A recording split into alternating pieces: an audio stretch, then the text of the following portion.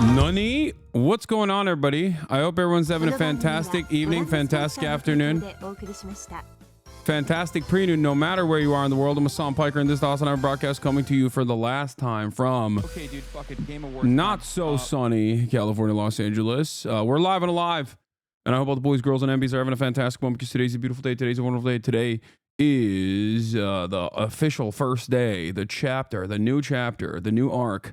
Japanuary is upon us, ladies and gentlemen, and we're going to have some fun. But of course, before then, we're going to be talking about Hell World. This is the part of the broadcast where I tell you about my personal news about what's going on in the world of Hasanabi Piker in between the time period where I press the stop streaming button and press the start streaming button, and what has happened in my life, my personal life, for all of the parasocialists out there. Okay? Ohayo gozaimasu. I think. What do you ask for when you get a haircut? Well, I have a trusted hair stylist. Konnichiwa. Babe, I love the tabbies today. Thank you. I had to be in that Japanese mindset. I'm not even going to be bringing the tabbies to Japan, but because it's just like too much of a hassle to trek all of that over there. But what's your barber's normal job? My barber's normal job is being a hairstylist to the stars. Anyway, it's super weird at Parasocial that I love the Japan streams because you was so happy. Every stream was great. Yeah. Anyway, tabbies aren't even Japanese. Well, tabbies are technically Japanese, but it's Margellas that have popularized it in the Western world as far as like big fashion houses goes. But in any case, personal news wise, ladies and gentlemen, I ended the broadcast after another banger 8-9 hour stream, I would say. And of course, that in and of itself is basically a half day. Just a big heads up, they don't have zins in Japan, just cigarettes. Definitely pack a few. Excuse me, hold on.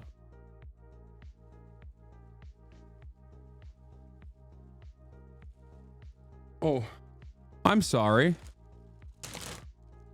I'm doing trash taste again, yes. Did you say they don't have zins in Japan? Oh, don't worry.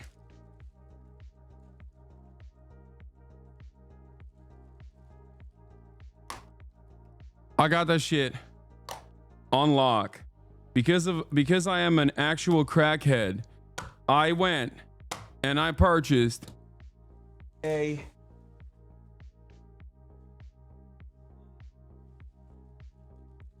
shit ton of zins. Don't worry, fear not. Okay? Sleeves upon sleeves upon sleeves. Supposed to be 4 of these. I don't know where the 4th one went, but there's supposed to be 4 of these.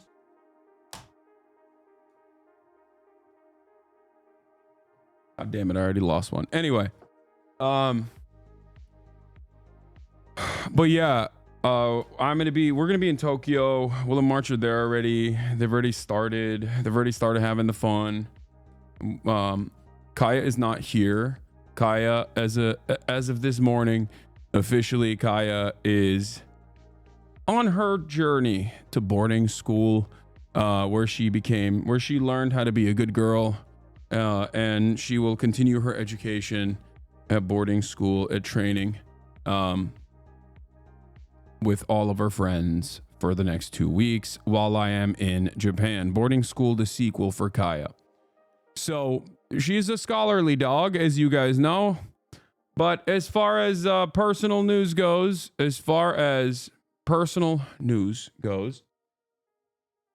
ended the broadcast last night. And what did I do? Pretty much nothing. Just hung out with Kaya our last night together. And other than that, watched Mashal, set up my Steam Deck, set up my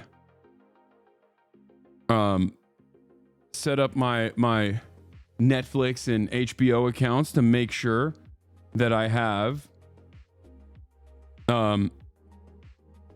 set up my HBO account and Netflix account to make sure I have stuff that I can watch. Okay. On the flight. Put the Balatro on the Steam Deck. Put the Balatro in the bag. Is Mashal good? I like it. It's funny. It's stupid. You might not. But yeah. Don Da Don. Oh, that's another good call, chatter.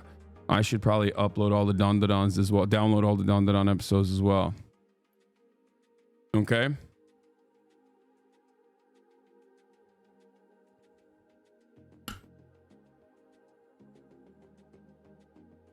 In any case, do you want to log into my Voodoo Fandango account? I got over 1,700 movies, including Nosferatu. No, I'm good. Thank you. But yeah, that's personal news wise. That's all I did. I went to bed and I've been on a drinking a lot of water before I go to sleep arc. Okay. I've been a hydrated girly and dude, I keep waking up at like 4:43 every night to piss. Okay. Like 4:43. And when I wake up, I'm so sweaty. It's crazy. And the house is so goddamn cold. It's just like, I don't know. It makes it hard for me to go back to sleep. But, you know, that's neither here nor there. Basically, did that, worked out. Workout videos are back. Okay. I'm going to try to also stay on my workout arc. I'm going to try to stay on my workout grind when I'm out in Japan as well.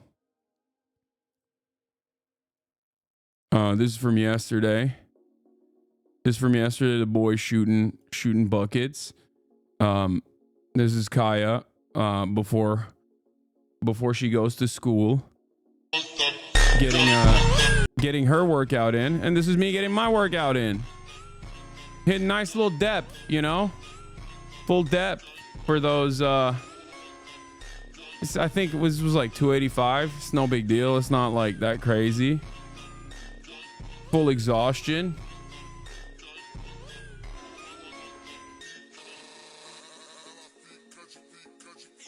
Depth is borderline at best. You're delulu.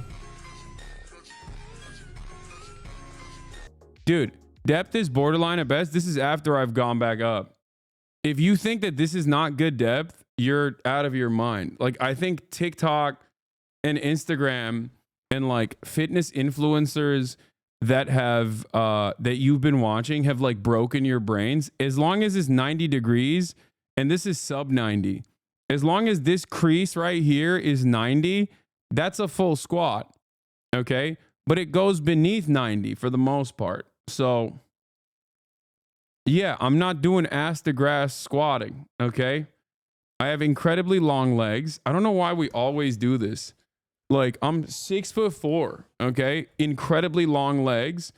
I'm not going to do ass to grass with obviously knee problems too. It's not adequate depth for powerlifting. Its hip crease should be below knees. But if you're not powerlifting, you're good.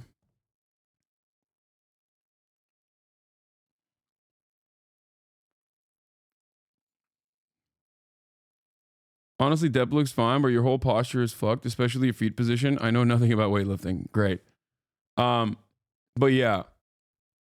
Teabag the ground or it doesn't count. Cole pulled a Hasanabi Classic meme in Shibuya midway. Yeah. メイドカフェか Okay, well, Meido Cafe Ka, we're going to be working in a maid cafe in Japan. I can release that one. I'm going to leak that one. Because chat thinks they know what they're talking about, but most of them don't, especially peanut gallery types. Anyway, yeah. Actually, I should hit up Cole to see if he'd want to be working with us at the maid cafe too.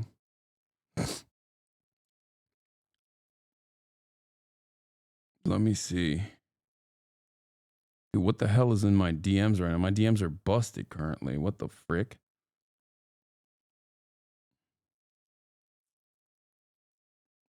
Um,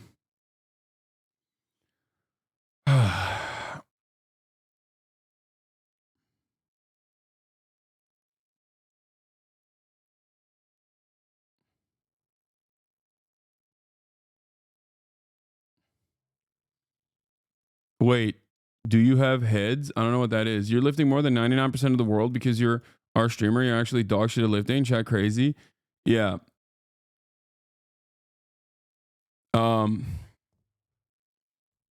Where was I? What was I going to talk about? That's it, actually. There's nothing much else going on in my life, personal news wise. I had to say bye-bye to Kaya, and that's it. And today's fit pick, yeah, inmate outfits. Yes, Maid Cafe, inmate outfits. We'll be doing the damn thing. You know, stuff that's illegal in America now. Okay. Cole lore. Wait, is Cole from Philadelphia? I don't know. I didn't know that. I need to hear from the king himself. Do I spend $90 on your hoodie? If you say yes, I will get it because I'm too indecisive. I mean, it's up to you. You got 90 extra dollars and you want a fucking comfortable hoodie that also is comfortable hoodie that's also made in the United States of America in a union shop that'll look dope, then yeah, do it. Pull the trigger. If you think $90 is too much, then don't.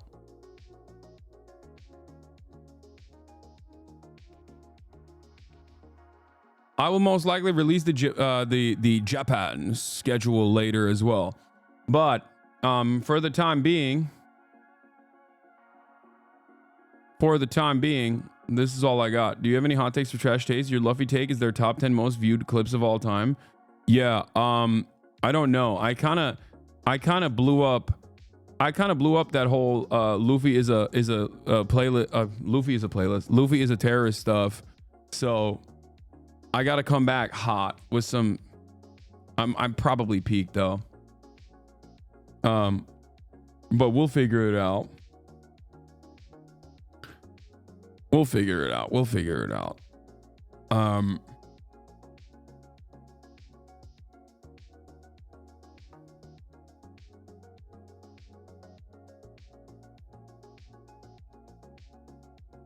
Any wrestling in the schedule? Yes.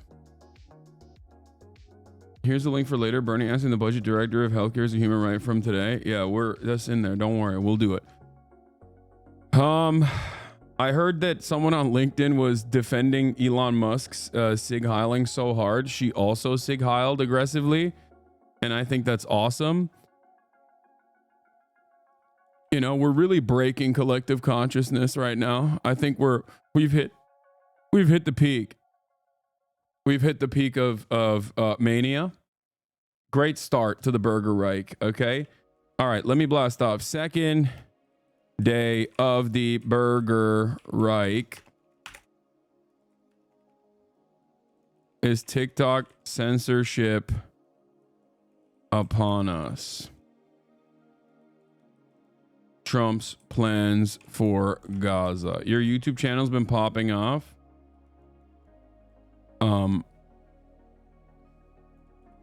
Trump's awful policies already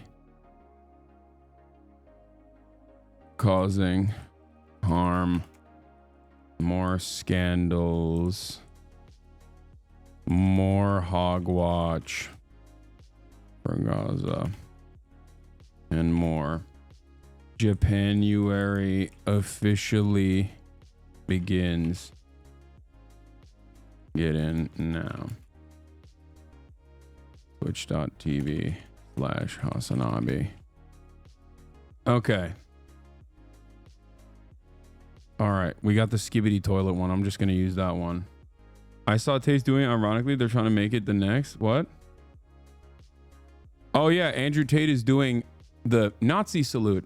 Ironically. I saw that. Yeah.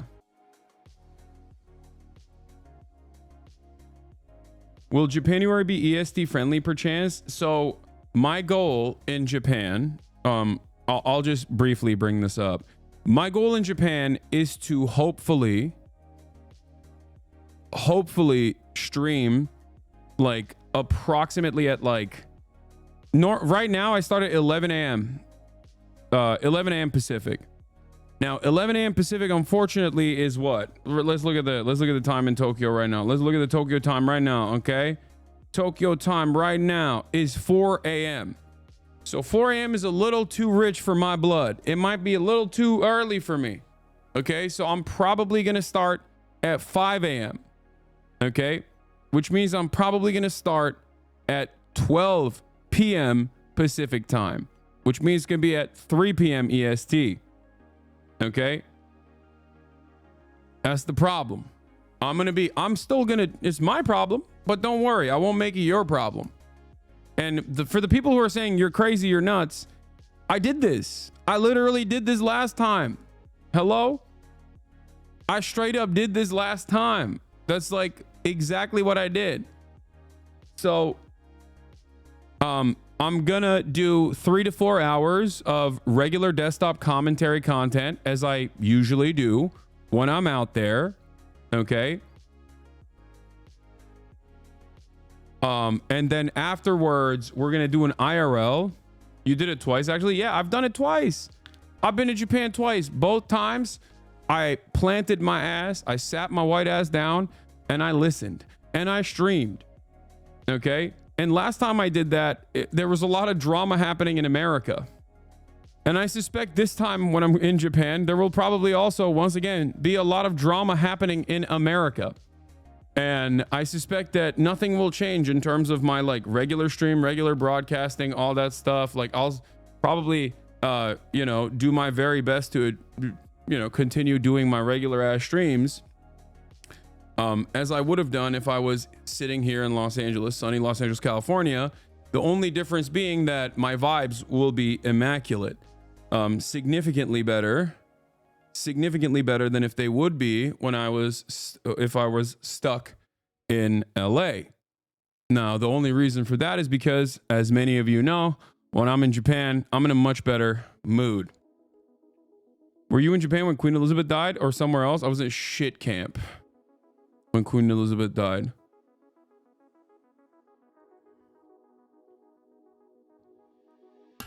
New wildfire in LA, above LA, just broke out. I won't, that's not gonna be my problem. You know what I mean? I'm gonna be out of here.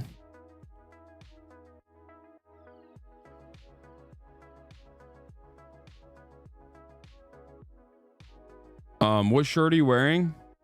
A buddy of mine gave this to me. My TikTok edit of you explaining we didn't need Elon doing that. Wow, this one did go viral. Look at that. In succession. Damn. My TikTok edit of you explaining we didn't need Elon doing that salute to know he's a Nazi is popping off. Elon Musk hit it, okay? Twice. In succession, enthusiastically, and dare I say belligerently. He even hit the chest while hitting it, okay? You want to know why it's funny? Because you don't need that to know that Elon Musk is a fucking Nazi. Like, what are we talking about? Context here is that Musk supports AfD, the far-right party in Germany. Not only that, but also Elon Musk has talked with the leadership of the AfD, the neo-Nazi party in Germany, about how Hitler was actually a socialist doing historical revisionism surrounding the Holocaust, okay? Elon Musk has also unbanned every single Nazi in North America and around the globe after purchasing Twitter. Elon Musk in that process has also personally followed neo-Nazi accounts. Elon Musk has highlighted neo-Nazi accounts. Elon Musk famously responded to a person doing the classic neo-Nazi fascist anti-Semitic statement that like Jews are doing unlimited immigration from the third world of like lower status people specifically to destroy Western civilization. Elon Musk responded to that person and said, "You have said the absolute truth." That ideology was echoed initially by the synagogue shooter that's responsible for the worst anti-Semitic hate crime in the United States of America in modern American history. Yep. Did you get a haircut? Yeah, I did. I logged on to IG today. My first reel was Andrew Tate doing the salute too. My feed going right. Everything is going right.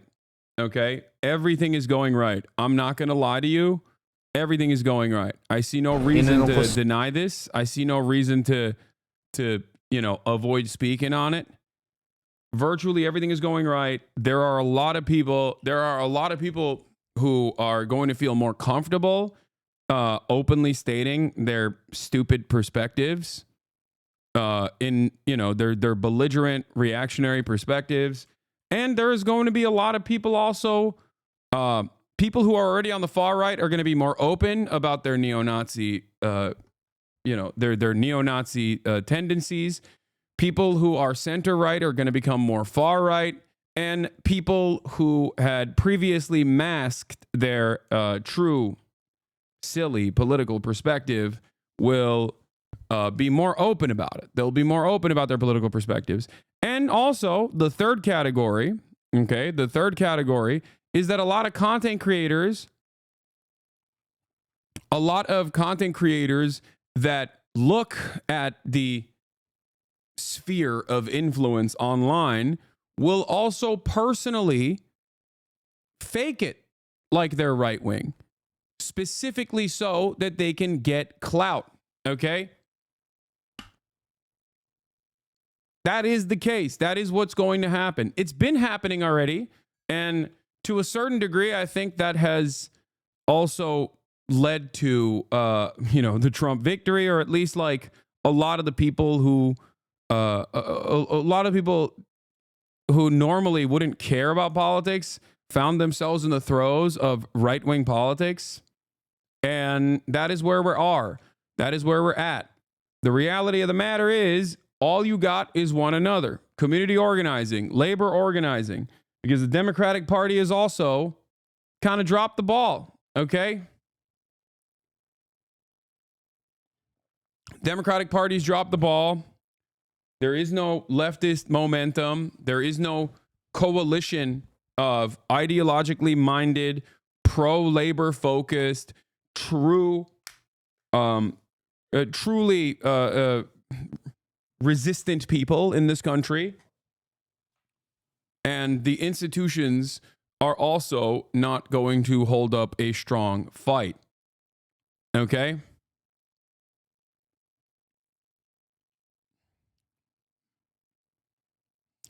That is the problem. That is the issue. That has been the issue, but it's going to become a much larger issue now that Trump is in power and all of his cronies are actively working to ruin the world, not just the country. So, can leftists take advantage of these next 4 years? No, I don't think so. I don't think so, but it's not because I'm being pessimistic. It's because there is no underlying structural help that people can rely on. So we're just going to keep building it. Okay? We're going to keep building it. A lot of people keep asking me, like, what are we going to do? What are we going to do? What are we going to do? What can we do, Hasan? What can we do, Hasan? What can we do, Hasan? And right now, we just have to be in a holding pattern. We have to try and protect our marginalized neighbors, whether they're undocumented, whether they're trans. That's what we have to do. You have to hold the line.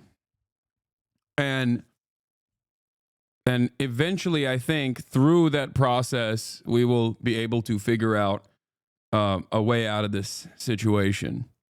Okay? Question mark. There hasn't been a better time to build legitimacy for a third option.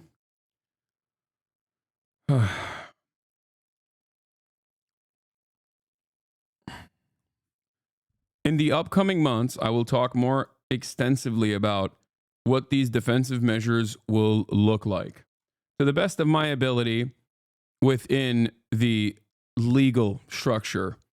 A legal structure that is obviously getting increasingly more restrictive as time goes on.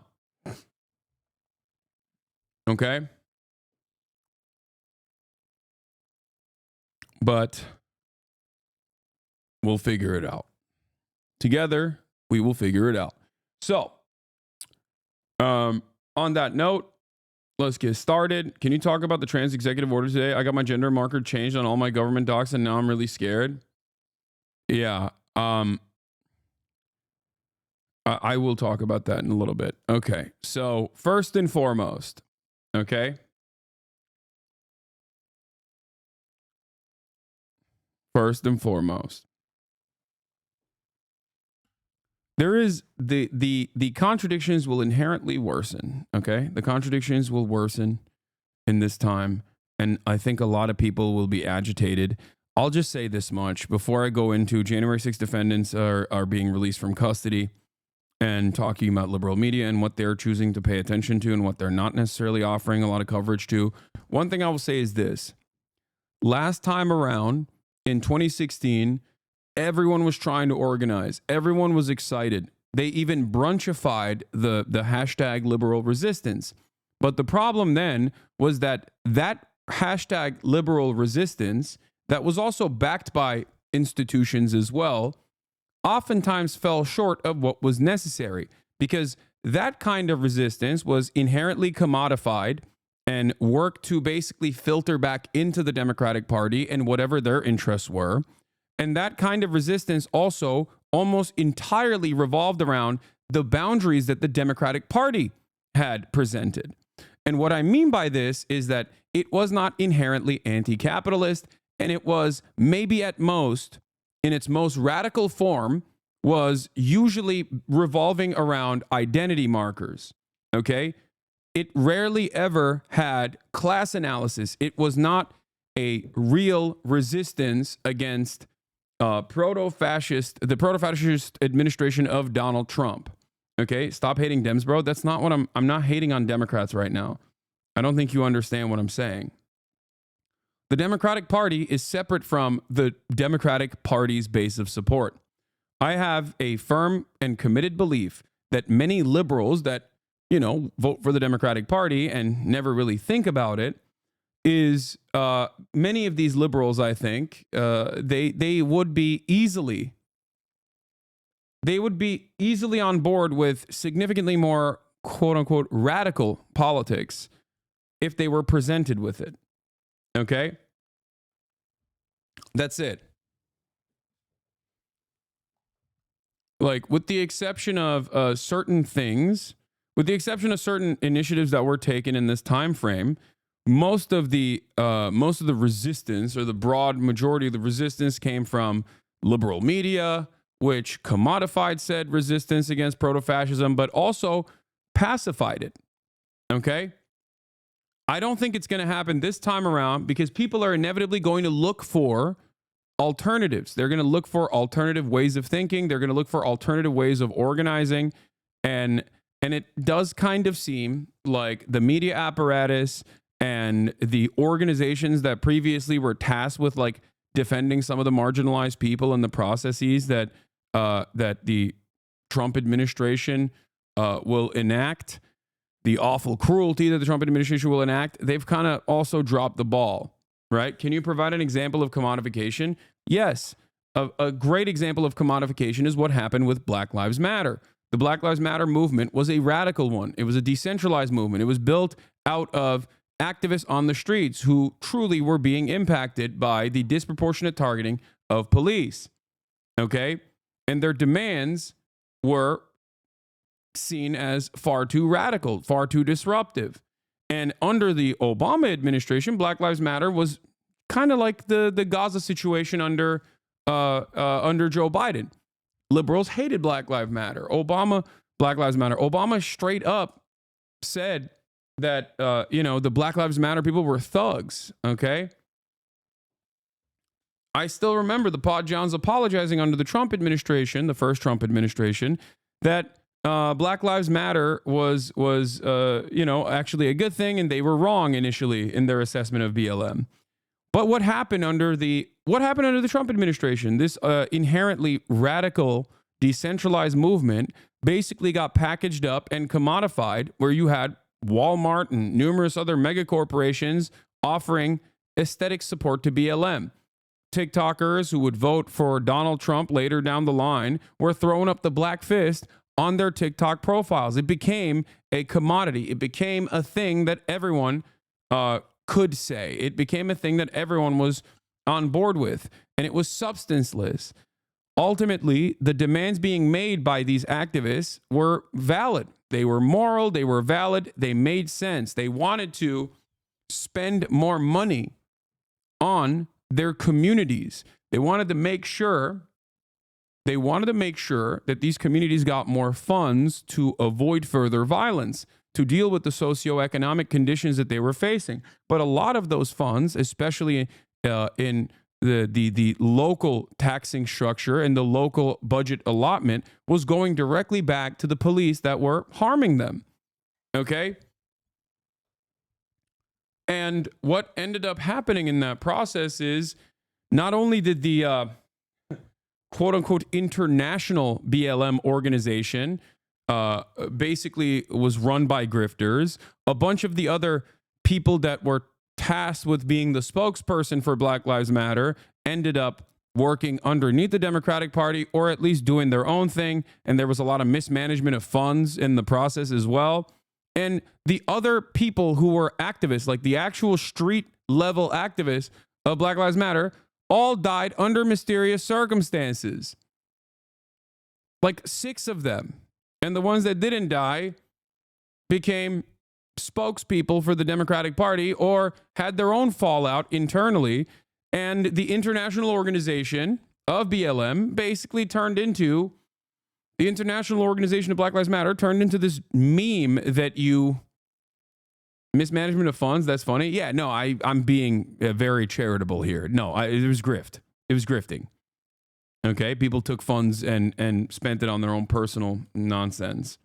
And the International Black Lives Matter organization is basically a grift operation that's like pro-Israel now, but also simultaneously constantly getting cooked by regulators for also doing charity fraud. So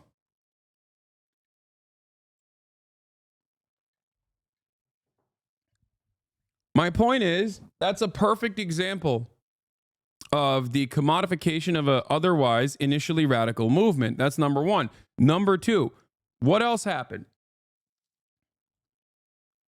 What else happened in that process?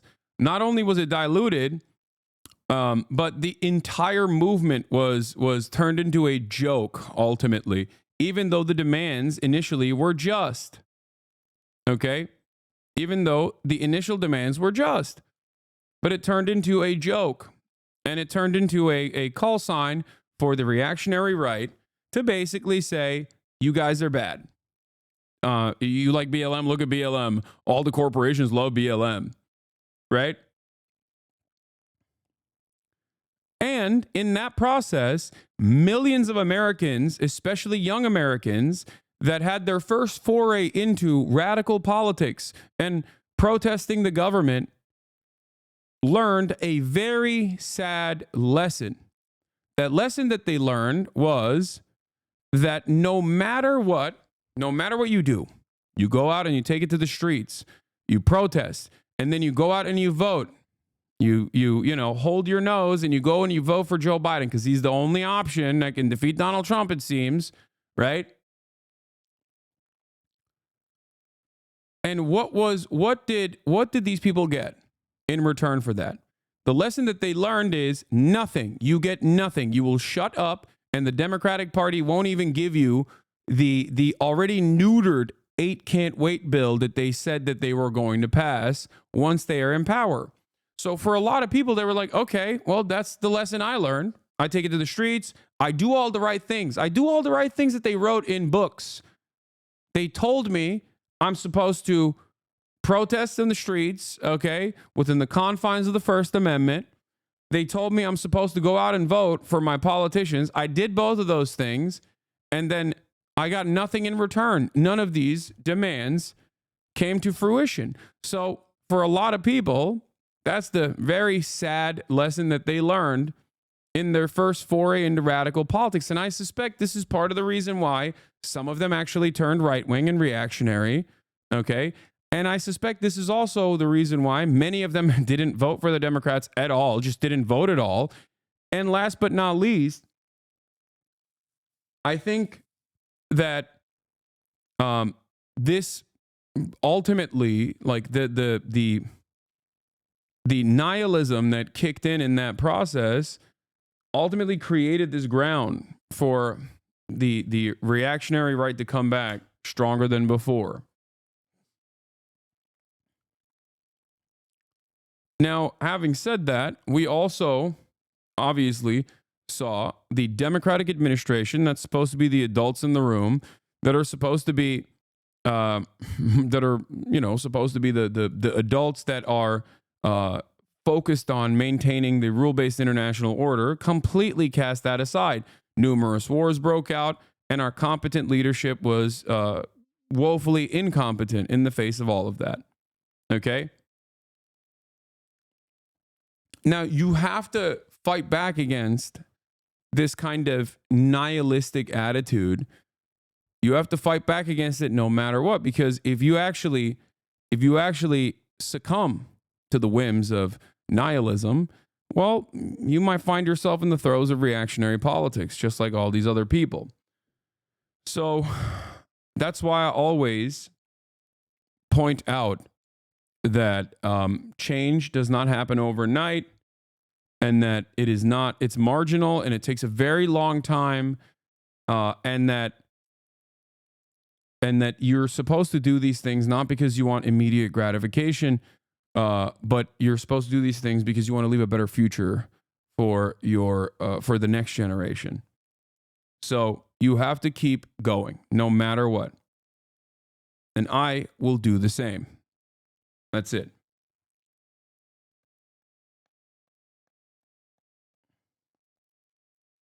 So, on that note, let's get to the January 6th defendants emerged from custody after Trump issues pardons, and the police, the Brotherhood of the Police, the unions are very upset. It seems that Donald Trump pardoned people who beat the shit out of cops. It's now President Trump.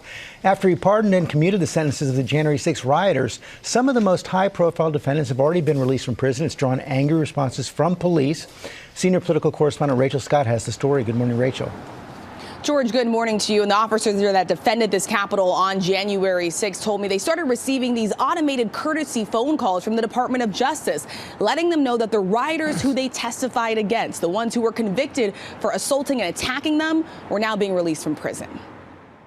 This morning, hundreds of rioters, including those who assaulted police officers on January 6th, released from prison.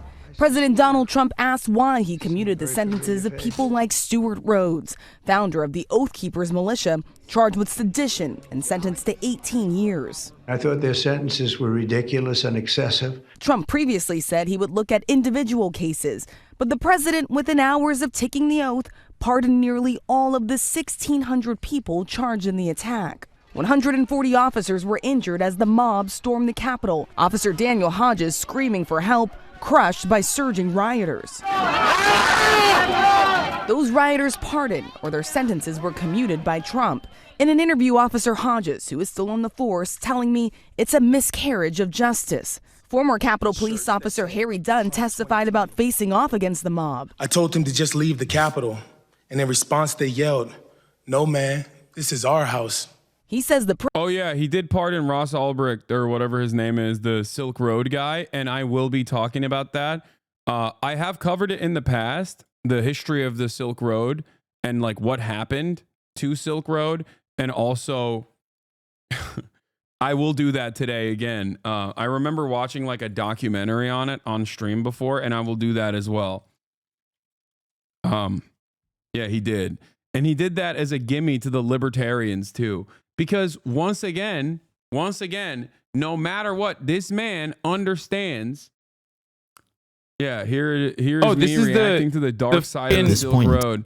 So, yeah, I will probably react to like another long and convoluted documentary about what happened with Silk Road and where it went.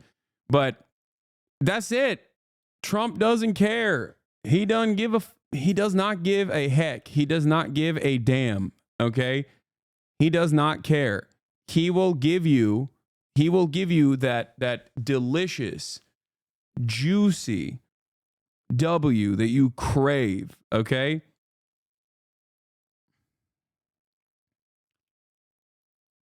Do you think Ross is as rich as Elon given his crypto wallets? I don't know. He does not care if his most loyal hogs actually beat up cops. He will, he will unban them. If there is a vote to gain, or if there is some level of confidence that he can get from people, if there's some kind of confidence that he can get from a key constituency, no matter how small, he's gonna unban them. He's gonna unban those people. Okay, January 6th rioter already arrested on gun charges. That's amazing. My man said, Shawshank Redemption. Put me back in, Chief. I don't know how to live. I don't know how to live any other way. Put me back in. The wonderful nature of the American criminal justice system. He said, put me back in, please. President is trying to rewrite history. The officers feel hurt and betrayed, and it's a slap in the face. In an internal memo obtained by ABC News, the chief of Capitol Police saying, when there is no price to pay for violence against law enforcement, it sends a message that politics matter more than our first responders. The president's pardons include more than 600 people charged with assaulting or resisting law enforcement. On Capitol Hill, many Republicans not pushing back. I think like the annoying part of all of this, to me at least, is that one, this is unpopular, but it still doesn't matter because like he's giving his most active base of support, his biggest sycophants, a major W. He's saying like, listen, you stood by me and I'm going to stand by you. Okay. That's important. That's important for Trump, especially because if he wants to have like some semblance of brown shirts who will do his bidding in ways that like even the police or the military might not be able to do within the existing legal confines. These guys will now feel emboldened. Okay, that's really important to understand. They will feel emboldened. They will feel like Donald Trump has their back. So that's really important for him. But the thing that's really frustrating to me about this is that like you can go to jail for a million different stupid things in this country. Okay. If you go to jail, if you're poor, you have a very high likelihood of finding yourself within the throes of the criminal justice system. And unfortunately for many, the American criminal justice system is not exactly open-minded. They will cook you. They will ruin your life for the rest of your life. Okay? So that double standard here is probably frustrating for many Americans who are like, well, my dad got a resisting arrest charge for speaking back to a police officer at a regular traffic stop. Okay. And he had to spend time in prison for that. But these guys actually literally beat the shit out of cops in an insurrection. And now they're walking free and pardoned and have their records expunged. Like, that's crazy, right? My buddy spit on a cop and got 3 years. Yeah, that's considered assault on a peace officer. And straight up, judges will throw the book at you, okay? It's crazy. 2021, Texas Senator John Cornyn said those who planned and participated in the violence that day should be prosecuted to the fullest extent of the law. It's the president's prerogative. Are you comfortable with that, though? Does that send the right message from your party? That's not the question. The question is who has the authority, and the president has the authority. As I've said before, we're looking forward to the next 4 years, not the last 4. Others suggested the pardons went too far. I do not support the pardons if they were given to people who committed violent crimes, including assaulting police officers or breaking windows. But Alabama, I hate these people so much. I just think it's all aesthetics. They behave, the Republicans that are at the edge of the party, and this is like an especially dying breed, okay? Republicans at the edge of the party that are an especially dying breed like Susan Collins, okay, are so annoying because they always hit that Democrat line where they're like, we are looking at this. I am very concerned. I'm very concerned. It's like, oh, really? You're concerned, Susan Collins? Great. Thank you. I hadn't heard that 700,000 times the last time Donald Trump was president. And then you always go out of your way to vote alongside Donald Trump 90+% of the time. I'm always looking into it. I'm Susan. I'm always looking into it. And I'm always feeling very concerned. Okay. Also, here's the other part of this. Look at that. Truth bomb, baby. Biden pardoning Hunter is more unpopular than Trump pardoning the January 6 rioters per Wall Street Journal poll. Hunter pardon, 22% support, 74% oppose. January 6 pardons, 43% support, 54% oppose. Okay? That's a truth nuke for you. Okay? There you go. There you go. How is that possible? What are you talking about? One is read as a spoiled Nepo baby who was presented as like the worst villain of the Biden administration. In many instances, unjustifiably, because he was just a crackhead fail son, okay? And they greatly overemphasized his crimes and routinely lied about it. They said that he was like doing crazy wheeling and dealing at the behest of the Biden crime family or whatever. The January 6th, the January 6th political hostages was presented as like a group of, political hostages that were unfairly maligned and unjustifiably prosecuted by the big, scary Brandon administration. In some instances, you have to remember, media is very powerful, okay? And in other circumstances, you have to remember, January 6 jet ski dealership owners and numerous other people are closer, both aesthetically and also through their class position, to the random hogs that are living in these random neighborhoods, as opposed to the fail son of a deeply unpopular, decrepit old man. The fail son of a deeply unpopular, decrepit old man who was the president, okay? But ultimately, it doesn't matter. Popularity and popular support for these actions don't matter. That is the point I wanted to make, okay? That is the point I wanted to make. It does not matter. Do you see what I'm saying?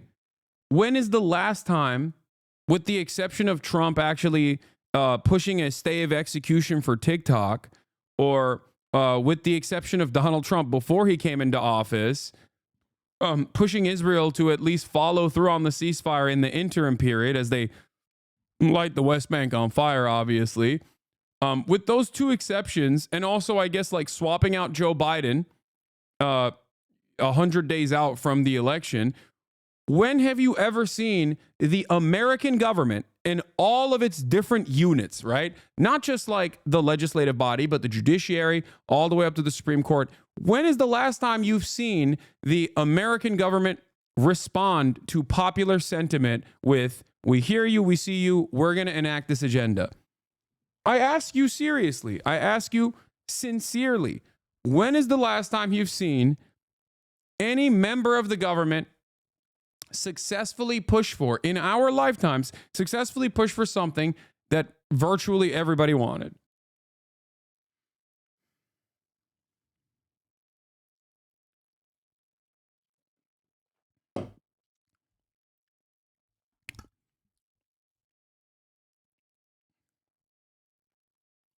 Minimum wage rage in like 2007. Not to mention that leftists are also anti-establishment. When joined with anti-establishment hogs, the whole rich Nepo drug addicts is pretty bipartisan. I guess stimmy checks is one of them. Stimmy checks would be a good example of this. Okay. But even then, that was like a necessity. Even Obamacare was like gutted and destroyed. It was supposed to have the public option, and they cooked it and they destroyed it and lied about it actively, as the Democratic Party did the classic move of like trying to find bipartisan compromise with a party that was not interested in compromising with them at all, and were getting rewarded for behaving in an obstructionist manner and lying about everything related to Obamacare in general.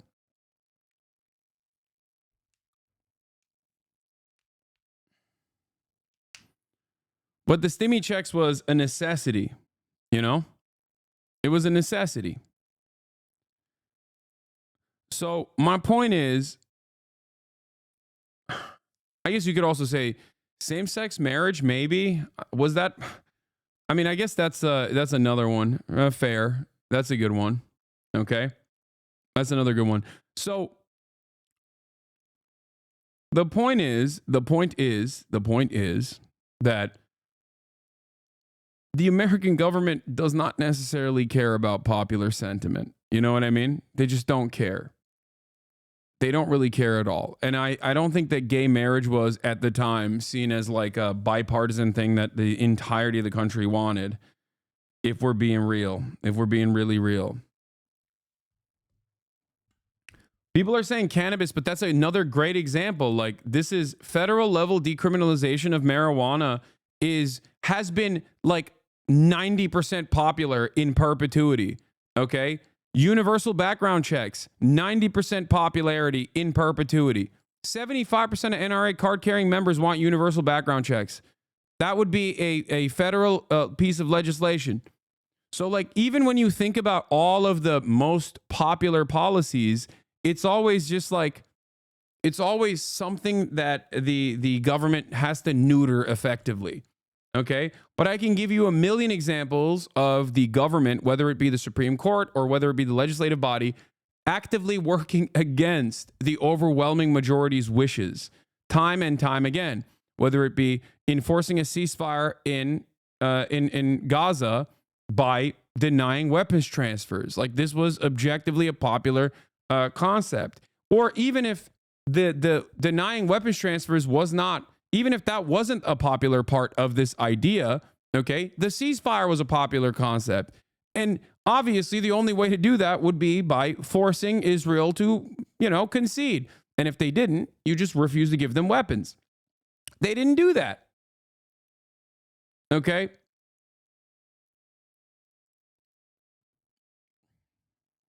Universal health care, not happening. Like, there are plenty of popular things that can only pass through ballot measures on a state-by-state basis because the national parties don't actually care to do anything. They don't actually care to enforce the popular agenda of the people.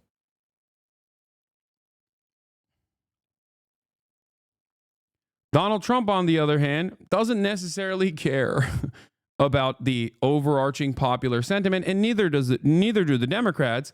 But when Democrats actually do something that's like objectively unpopular, like, finding bipartisan compromise for the TikTok ban that the Democratic president signs into law, they're doing that at the behest of their corporate benefactors. Now, does Donald Trump do that as well? Of course. And he does it in even worse ways than the Democrats do, like the tax cuts for the super wealthy, right? That he passed in 2017, 2018. Having said that, every now and then, Donald Trump loves to get a good W in the corner. Okay? Donald Trump loves to get a good W in his corner. And that's what's going on here. Okay? That's what's happening here. Was Tommy Tuberville, who once said rioters who broke in should, quote, pay the price, now says he fully backs Trump's call. With Ross Ulbricht. But we're talking about people that were beating officers with fire hydrants, with metal batons. Is that acceptable to you? No. Those people were pardoned. No, that's not acceptable, but I didn't see it. So. What do you mean? It's on video. I didn't see it. And of course, Trump, going back on his own words after the attack, he once said that those committed violent acts would pay the price, George. Rachel Scott, thanks very much. Let's also get a question about Pete Hegseth. He's the president's pick for defense secretary, facing new allegations now.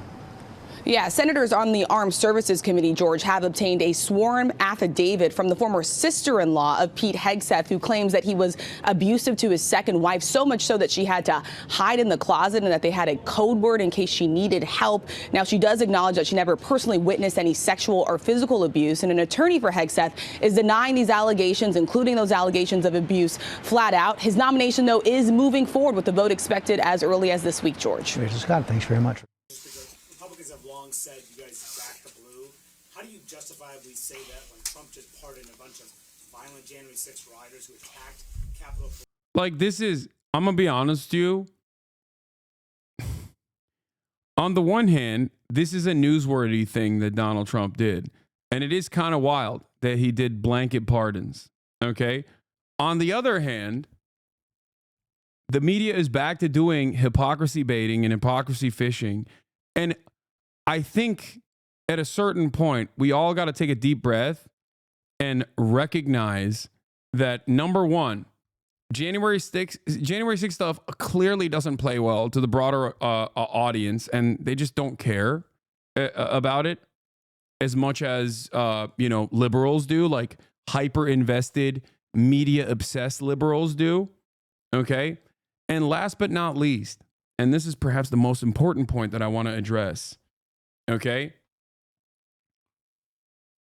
Nobody cares about hypocrisy. Like no Republican is ever going to turn around and be like, oh man, you really caught me here. Donald Trump pardoned police beaters. Oh, I'm really going to reconsider my position here. It is not going to happen. You will never, ever get a Republican to turn around and say, you know what? This is a bridge too far for me. If that was the case,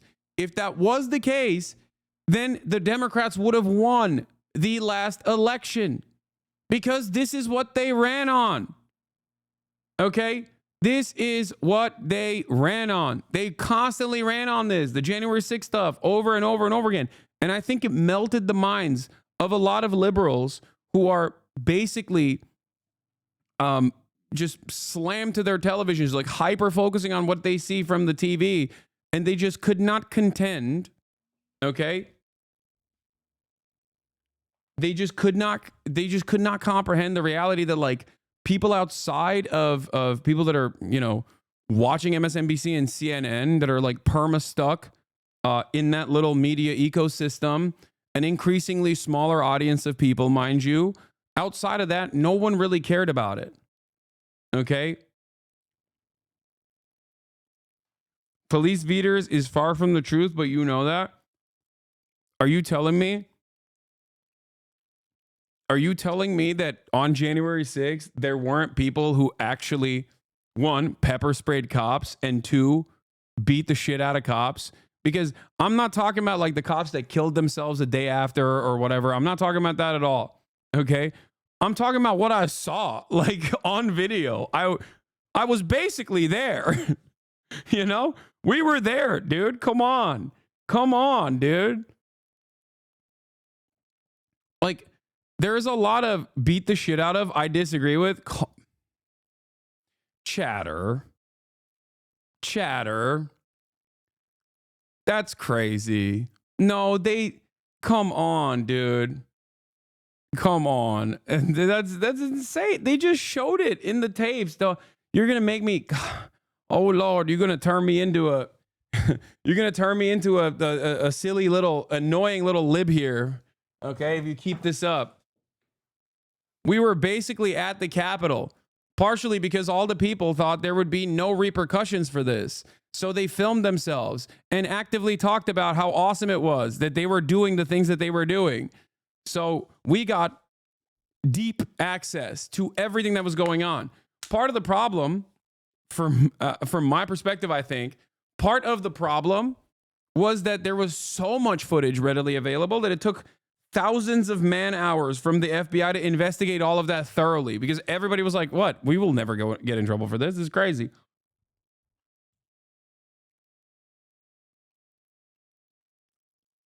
Why are you trying so hard to make the police as victims here? They are class traitors. Don't you know? Okay, shut up, Ismail. My point is, you can't even talk back to a cop in broad daylight in the normal world without possibly getting some criminal penalties for it. But you can apparently beat the shit out of a cop when you're storming the fucking Capitol, and it's fine. Trump will pardon you. Excuse me, I didn't know it was like that. Bro, in the United States of America, you can't even protest Israel. Okay? You get 3,100 students were arrested for protesting against Israel's apartheid and genocide in this country under the Democratic leadership. Thousands more are permanently in jail for their participation in the Black Lives Matter protests. Thousands of people. Okay? 1,000 plus people that were arrested, prosecuted, and went to jail for their participation in an insurrection where they did beat the shit out of cops, even though the cops were seemingly pretty much on their side, okay? And guess what? It's fine. You can do all of that. They were tactical love taps, bro. Chill. They were hitting the cops with respect and patriotism as they calmly enter the premises. Stop your revisionism. Yeah. That's crazy, man.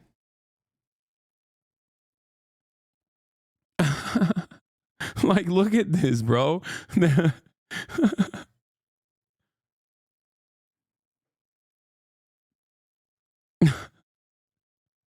Like, that's crazy. That's crazy. I guess he just slipped and fell, dude, and nothing else, you know? And if those rioters come to the Capitol, will you welcome them back here? So look, everybody can describe this however they want. The president has the pardon and commutation authority. It's his decision, and I think what was made clear all along is that peaceful protests and people who engage in that should never be punished. There was a weaponization of the Justice Department. There was a weaponization of the events. The following, the prosecutions that happened after January 6th. It was a terrible time and a terrible chapter in America's history. The president's made his decision. I don't second guess those. And yes, it's kind of my ethos, my worldview. We believe in redemption. We believe in second chances. If you would argue that those people didn't pay a heavy penalty. Bro, that's awesome. Like, they're talking like prison abolitionists right now, man. They're like, hey, man, we have to have a focus on rehabilitation rather than incarceration. I think it's been far too long in this nation's dark past where we have decided that that the draconian nature of the criminal justice system must be as torturous as possible. This is clearly not a successful method. These people have paid the ultimate price for being law-abiding, peaceful citizens as they peacefully beat the shit out of cops on the Capitol Rotunda. Okay? I wouldn't dare. But if I was, I wouldn't have liked it. But I've totally forgotten about it now. Because my Lord King Savior, Donald Trump, decided that they're going to get pardoned. Penalty, having been incarcerated and all of that's up to you. But the president's made a decision. We move forward. These guys will straight up say that, like, the overwhelming majority of Black Lives Matter protests did not turn into riots. The ones that did turn into riots because cops were brutalizing the protesters. Okay, they always escalate. And given the anti-cop nature of the Black Lives Matter protests, of course, cops were going to always escalate and be brutal. And they act like every city was burned to the goddamn ground. Meanwhile, these dudes straight up in broad daylight were like, we love rioting and going into we love rioting and going into the Capitol building. Okay, we love it. I can't wait to apprehend physically and violently Nancy Pelosi and do a citizen's arrest on Nancy Pelosi. Here, I brought my zip ties with me. I can't wait to do that. My name is such and such. They've literally did this in broad daylight, and these guys are like, these were just peaceful people that wanted to see the inside of the people's house. Right? I didn't realize that it was illegal for the people of the United States of America to enter the people's house. There are better days ahead of us. That's what we're excited about. We're not looking backwards, we're looking forward. Just second row. The leaders of the Proud Boys and the Oath Keepers were freed following the pardons yesterday. At the time, back in 2021, you urged them to stand back and stand by. Is there now a place for them in the political conversation? Well, we have to see they've been given a pardon. I thought. Oh my God. Oh my God. This journalist basically is like, hey, are you going to utilize the Proud Boys to do your to do your most violent bidding? And he's like, we'll see. We'll see. Their sentences were ridiculous and excessive. We'll have to see. Today, Tarrio spoke to Alex Jones and told him, quote, the people who did this, they need to feel the heat, they need to be put behind bars, and they need to be prosecuted. More now on all this from CNN's Donny O'Sullivan, who was outside the D.C. jail last night when all this went down and spoke today with some of the pardoned inmates. You're a true patriot. I don't even know what to feel. I mean, I guess I should feel joy. Maybe I'm just shocked. The end of a long road for Rachel Powell, pardoned by President Trump and released Tuesday from a jail here in Washington, D.C. Patriots are in control. The pink hat Patriots lady are when in control. They're rising rising up. Patriots, rise at up. the Capitol with an ice axe during the January 6 attack. A mom to 8 and a grandmother to 7, I interviewed Rachel before she began what was supposed to be a years-long prison sentence last year. How'd I have time to plan an insurrection when my life is busy like this? On her release on Tuesday, she was met by activists who gave her new clothes, new boots, and a new pink hat. Woo! Glory! Hallelujah! Thank you, Lord! This man came from the Philadelphia jail. He got out at 3 a.m. That doesn't make sense. He's wearing prison shoes and Philadelphia's finest prison gear. Pardoned January 6ers from elsewhere began arriving in Washington, like William Patrick Sarsfield III, who was convicted of a felony offense of obstruction of law enforcement during a civil disorder. Well, I was heard through different apps and different programs and different phone calls from people that we still had brothers and sisters that were still locked up and haven't been released. And being somebody that's been in D.C., that everybody should be released. If it's a pardon for J6ers, it's for all of us. You got out of prison last night? Well, I was locked up for 3.5 years, and I was taken to the halfway house on August 29th. Robert Morse says he was released from a halfway house in Pittsburgh late last night and came to D.C. to celebrate. Back up! Morse, a former Army Ranger, was found guilty of assaulting police officers, among other crimes, on January 6. I had no intention of going anywhere near the Capitol that day. That's how crazy this got. So a lot of people were taken advantage of, and we were lured into a lobster trap that January 6th was designed to be.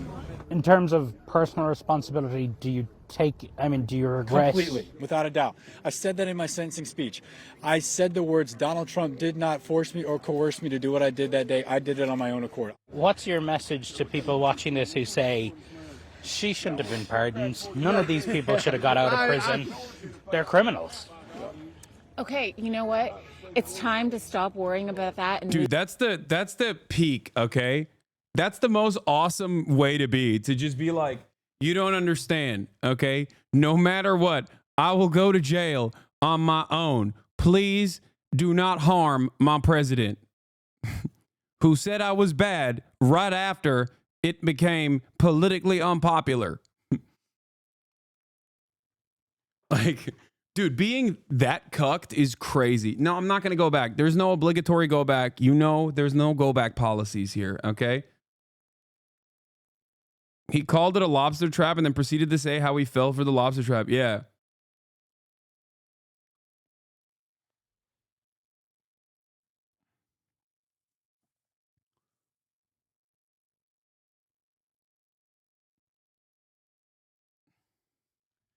Attacking the seat. Yeah. Here's the latest standing. Attacking the seat of the U.S. government, beating the shit out of cops, saying you're going to arrest and possibly hang the Republican vice president of the party that you are a supporter of is peaceful. 18-year-olds camping and playing guitar on their own university campus. Worse terror attack than 9/11. They're all Hamas. They're all actually being brainwashed by the Iranian mullahs. Okay, the Ayatollah is basically on college campuses, and we have to bring in the terror squad.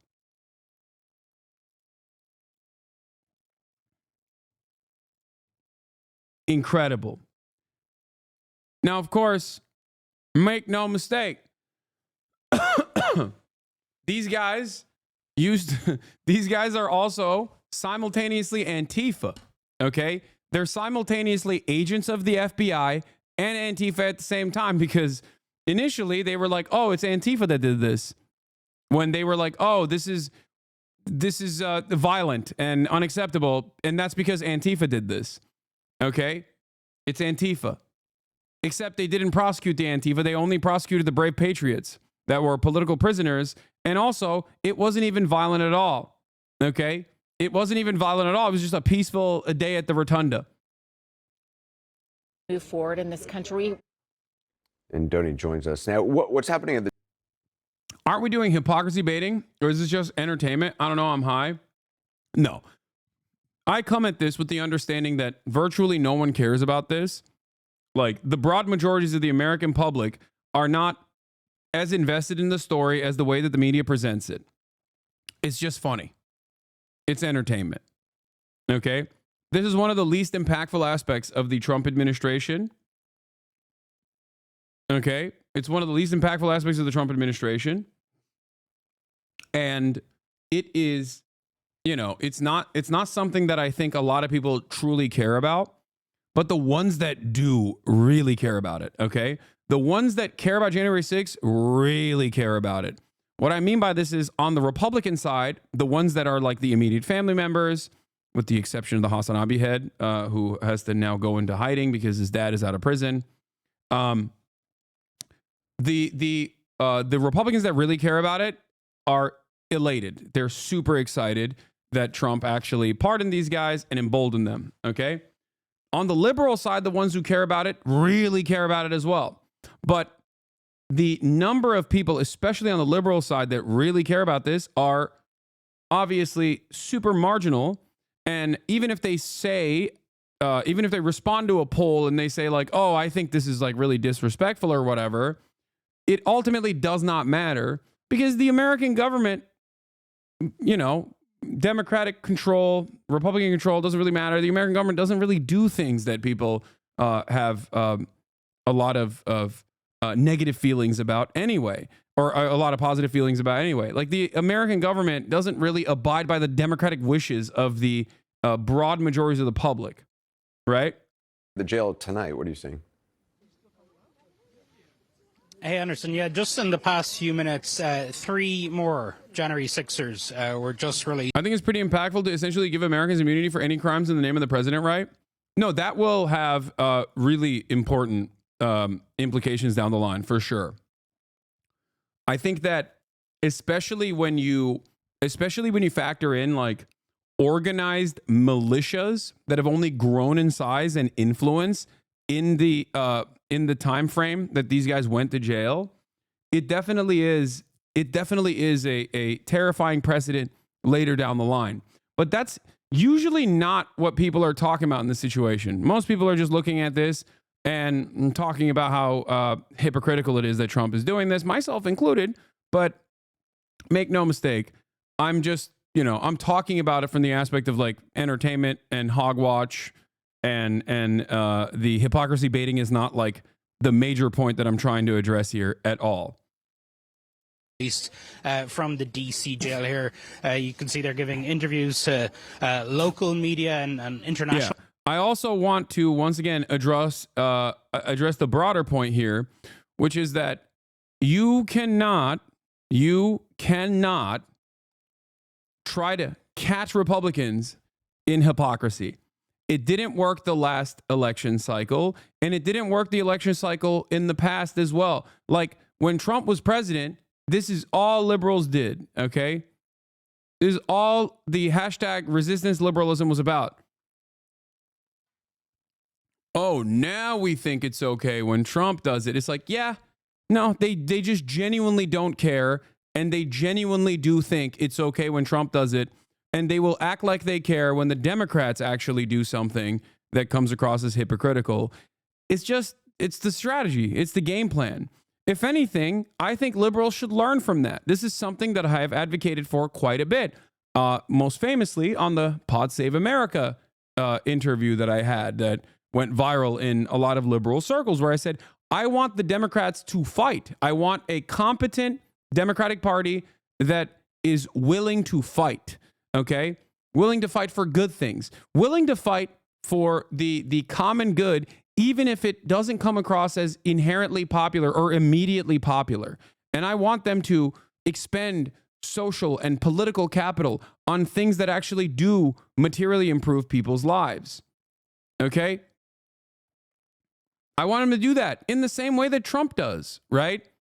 Because Trump does that.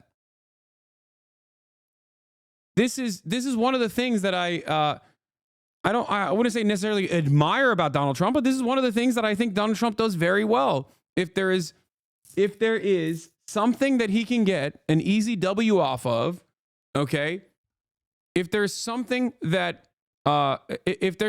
will return, like if there are a group of people out there that are genuinely passionate about a particular issue, even if it's like, you know, kind of unpopular or whatever in the eyes of the broad majority, like these are low-hanging fruit things for him. He just will go and you know, he'll secure those votes.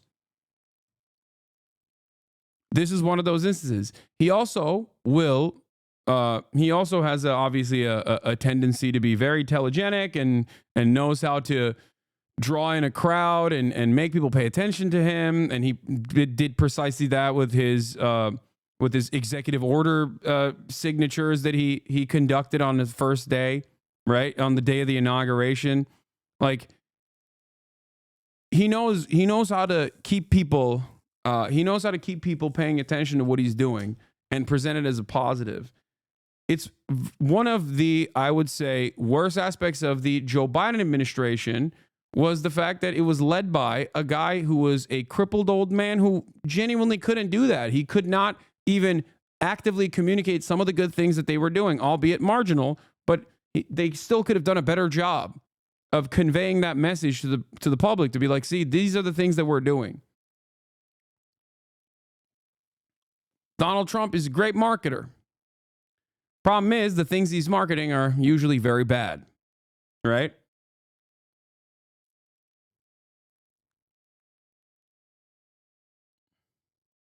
Why is Charlie Kirk such a Trump cock gobbler on Twitter? It's insufferable. There's no analysis, just dick riding at the likes the world has never seen before. I mean, come on, dude. Let him do his victory dances, you know? They won, and he played a big role in it, you know? This guy actively was door knocking in Arizona. He is in Trump's orbit. That's his job. His job is to gobble Trump's penis.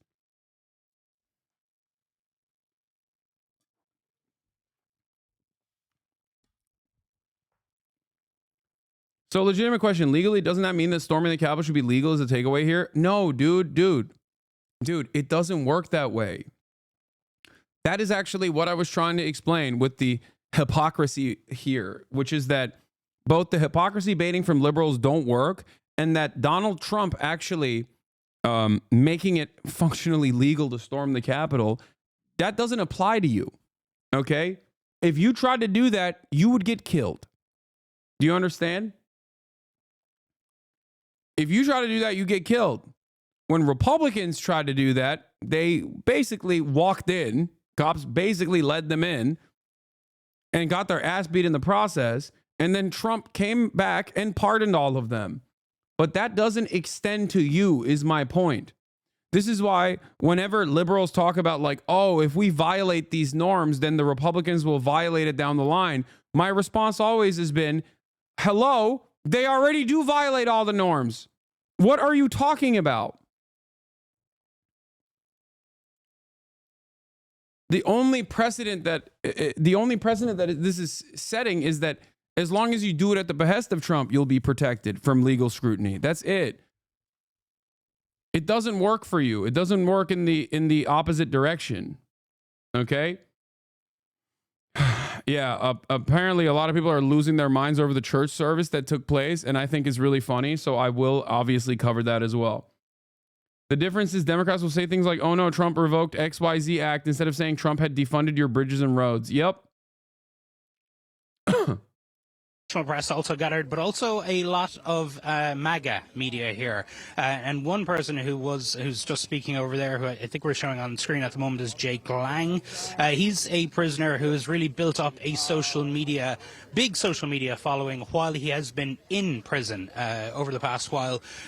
He's speaking there. So really, you can see just how emboldened these folks are. A lot of them are kind of going off and planning basically MAGA media careers. But what we've also seen here over the past few hours today is different groups and people, obviously big fans of us here, Anderson, groups gathering throughout the day, including the Proud Boys here. So really gives you a sense of the types of folks who are celebrating, at least here at the DC jail. All right, Joni O'Sullivan, appreciate it. Many of the president's allies would like to stop talking about the deadly assault on the Capitol, but Trump's sweeping pardons making that difficult, as the president himself was pressed by reporters on the issue when he spoke to them yesterday. Aren't you sending the message that assaulting officers is okay with these pardons? No, the opposite. You know, I am the friend of police more than any president that's ever been in this office. Donald Trump insisting that despite his decision to pardon hundreds of people convicted of violent felonies and a power that he alone wields, insisting he supports law enforcement more than any president ever. When asked about specific cases, including that of Metropolitan Police Officer Michael Fanone, who was attacked and injured while defending the Capitol 4 years ago, the president seemed to be unaware of the details of the convictions that he chose to wipe away. You would agree that it's never acceptable to assault a police officer, Sure. right? So then if I can, among those you pardoned, DJ Rodriguez, he drove a stun gun into the neck of a DC police officer who was abducted by the mob that day. He later confessed on video to the FBI and pleaded guilty for his crimes. Why does he deserve a pardon? Well, I don't know. Was it a pardon? Because we're looking at commutes and we're looking at pardons. Okay, well, we'll take a look at everything. Was it a pardon, he asks? Yes, one that only he has the power to deliver. Joining us now, Stephen Collinson, CNN senior politics reporter, Elliot Williams, CNN legal analyst, a former federal prosecutor, Congressman Jake Auchincloss, Democrat of Maryland, Massachusetts, and Kristen Soltis Anderson, CNN political commentator and Republican strategist and pollster. Welcome to all of you. Thank you for being here. Congressman, this, of course, a return to the original first Trump administration, where members of the body in which you serve often repeatedly asked to defend what Donald Trump has done. This, what happened on January 6th, was something that was an absolute cataclysm for the institution. Many of your colleagues were trapped in the House chamber, had to be escorted out by law enforcement as rioters tried to breach the doors. What do you have to say to your colleagues there, as some of them are trying, not all of them are defending what Trump has done, but what goes through your mind when you watch that? Congressional Republicans are all ducking and dodging, and I never want to hear them say back the blue ever again after providing political cover for this abomination. These are people who violently assaulted officers of the law while trying to insurrect our democracy. It's not just these pardons, by the way. Last Congress, the Republicans tried to defund the FBI. This term, they're seeking to undermine the ATF's ability to regulate ghost guns. These are weapons that can pass through a metal detector without being detected. All of these things make officers of the law less safe and undermine our ability to enforce the law in this country. And yet they try to claim that they're the law and order party. It's no longer supportable. Dude, this is, you know what this reminds me of? You know what this reminds me of before we move on to some other stuff here? This reminds me of the endless need for the Democratic Party to run patriotic candidates. Okay? Like, this reminds me of when Donald Trump came out and was like, John McCain is a loser. I like my war heroes who weren't captured. And everyone was like, this is surely going to take him down. Last time Trump won the election, if you remember. And the Democrats were like, finally, we can be the patriotic party. Okay? Finally, let's keep running the most boring, annoying, technocratic, smarmy veterans and try to maintain this position that in the South, we are the actual party that cares about patriotism. Look at all our veterans that we're posting. Look at all our veterans that we're putting forward, not realizing that no one cares. Okay? No one cares. And this is what this is what the Democrats have always done. They've always done this. And now they think they're going to be like, well, it's obvious that the Republicans are not the law and order party. It's like, dude, what are you talking about? They don't care, man. I don't know how to describe this to you. You cannot outflank the Republicans on patriotism. They own it, okay? It's not in the United States of America. The collective consciousness surrounding patriotism is not what you think it is, okay? It's not what you think it is. Patriotism in America is not represented by, actually respecting the veterans and showing reverence or whatever. It's actually about how racist you can be about Muslim people or whoever America's enemies are at that time. Okay? It is completely and entirely dominated by the right wing. They control that narrative. They control the standards of patriotism. If you think that you have any say in reframing patriotism from a liberal perspective, you are delusional. Okay? It's almost as delusional as thinking that people care about the civility and the optics of it all. No one cares. It's almost as delusional as thinking that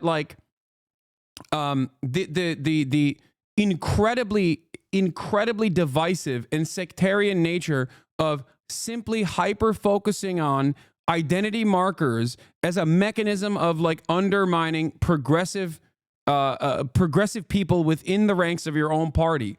Just a major own. No one cares. Okay? Republicans do it all the time too. No one actually cares. The cancel culture stuff is just so stupid. Hyper focusing on that and thinking that this is a reasonable way to do politics is so bad. It just makes you look like a freaking HR manager, okay? It's so dumb. Just do things that help people. Please, for the love of Christ, do things that help people. And actively talk about how you're doing those things and market them. But it seems like the Democratic Party has decided, no, we're just going to be the gay, smarmy version of the Republicans. Okay? That's it.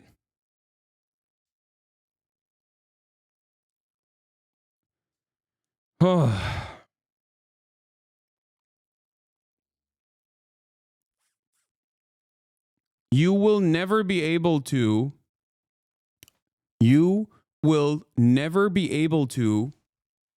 decouple reactionary right-wing politics from law and order messaging, okay? It does not matter because the entirety of the right-wing messaging is about dominating the field of law and order in the way that they think is law and order. The same goes for free speech, okay? When Americans talk about free speech, the way that they understand free speech is basically when Americans talk about free speech, they're talking about slurs, being able to say slurs and not having any repercussions for being able to say slurs. They're not talking about actual speech that undermines the pre-existing hierarchies. They're not talking about free speech as saying, Israel sucks or whatever. They're talking about the freedom to say slurs without repercussions. That's the way that they talk about free speech. And it's not about the government actually coming in and offering legal penalties for you saying whatever. It's actually just private companies and private organizations not deboosting you or shadow banning you or whatever people believe is happening. Okay? That's what this is about. And there is no greater indication of this inherent silliness, okay, than the way that Marco Rubio and many other Republicans have talked about what they're going to do, what their mandate is going forward. On the one hand, as the leaked State Department memo that came out from Ken Klippenstein that we covered yesterday, Marco Rubio said they're going to go after DEI, okay? One of the scariest things that Marco Rubio also mentioned was in the bullet points in the memo that he was sending to the State Department, okay? The new Secretary of State that was voted in unanimously, including by the likes of Bernard Sanders, by the way. Big L for Bernard there. was that he was going to combat anyone that tries to dare tarnish free speech, but also simultaneously go after people for un-American sentiment. Those two things are, if you understand the theoretical concept of what free speech represents, those two things are inherently at odds with one another. You can't, on the one hand, say we are going to be the defenders of the free speech, and then simultaneously say, and we're going to make sure that people are adequately punished for supporting terrorism or for, not being in line with American values and common sense. That means you're going to go after speech. That's what that means. But that is precisely the way that they're going to go about this, where they're just being like, we're the free speech defenders, and also simultaneously, we are going to take out any kind of political opposition.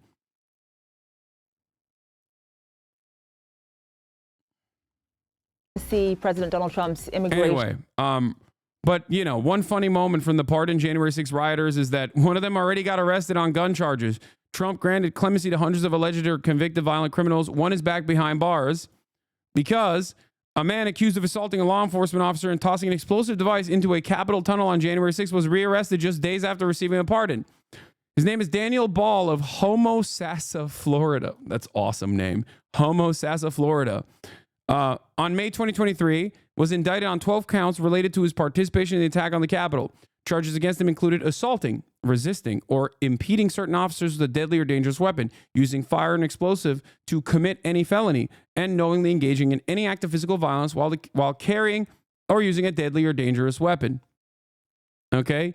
Ball was accused of throwing an explosive device that detonated upon at least 25 officers in the Capitol's Lower West Terrace tunnel, injuring law enforcement personnel. On Tuesday, Ball's case was dismissed following President Trump's blanket pardon to over 1,500 defendants charged with offenses related to the attempted insurrection.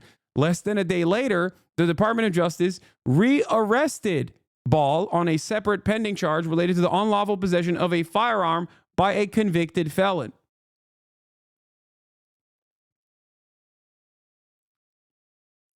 This sassy ass homo is going back to jail, baby.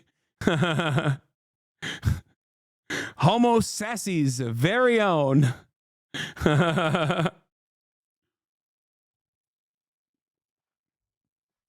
He couldn't make it. He couldn't make it out in the real world, chat. He's done. January 6th was nowhere near Ball's first brush with law enforcement. 3 previous felony convictions, including 4 domestic violence, battery by strangulation, resisting law enforcement with violence, and battery against a law enforcement officer, are listed in the charging documents. While Ball was nabbed on a pending charge unrelated to January 6th, the president's widespread amnesty for January 6 offenders let hundreds of individuals charged or convicted of violence during the attack off the hook.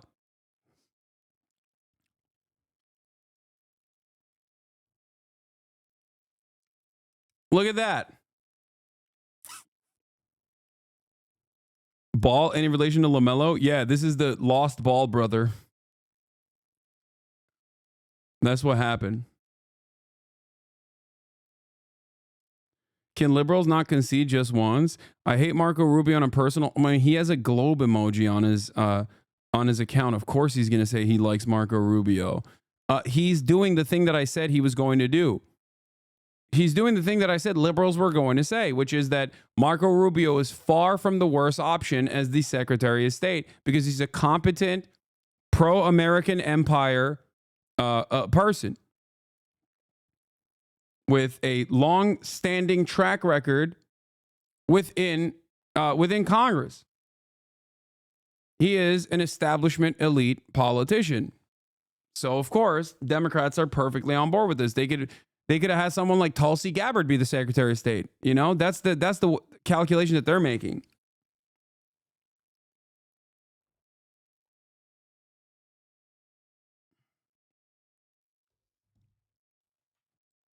I hate Marco Rubio on a personal and policy level, but he's a perfectly acceptable Secretary of State nomination for a Republican president. No reason for Senate Dems to die on that hill when there's a whole mountain range of terrible nominees.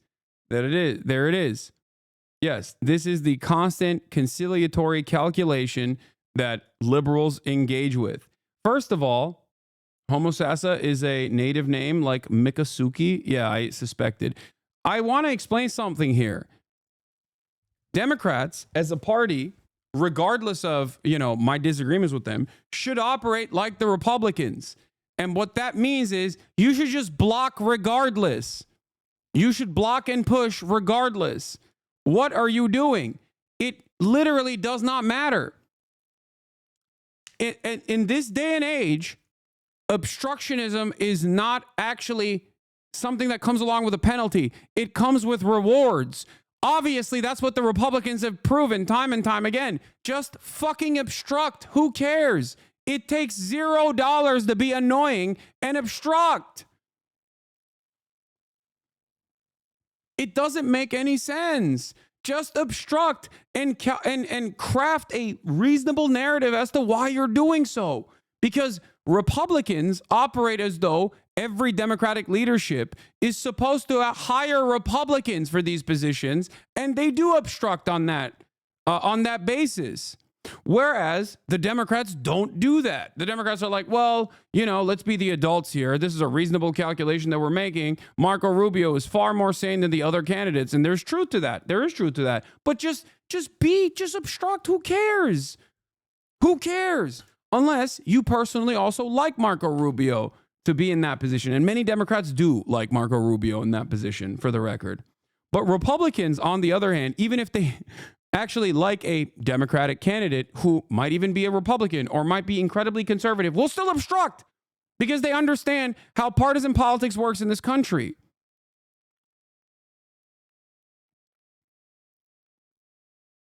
You should not be operating on the standard that he's better overall and that we must be adults, please. You should be operating on the standard of fuck the Republicans. Fuck them. Okay? Fuck them. And I don't mean literally have sex with them, because many Democrats want to do that. They want to get their backs blown out by the Republican Party in general. Okay? It's very frustrating. Very, very, very frustrating. Okay? I mean, fuck them. No. We're not doing anything. Even if you like a guy, even if they turn around and actually put forth a Democrat in a position of power, you should be like, nah, we don't want it. We're going to obstruct anyway. That's what the Republicans do.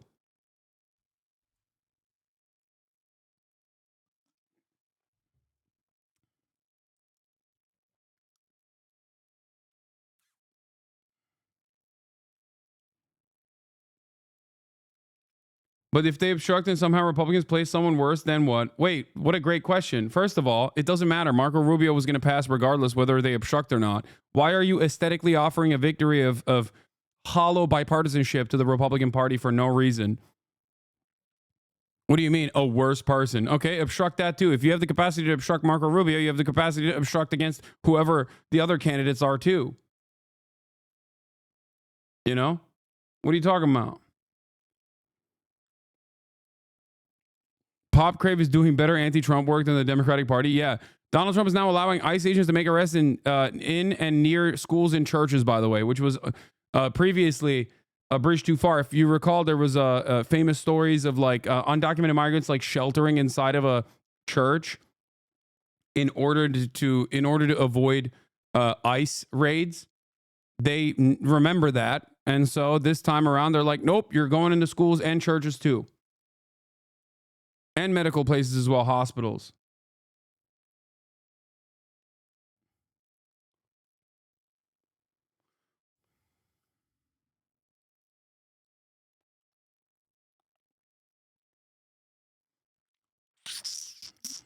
It was just a question. I am not a meritard. My bad. No, I wasn't being No, it was just a question, dude. I am not a meritard. What the fuck? I have not heard this term before.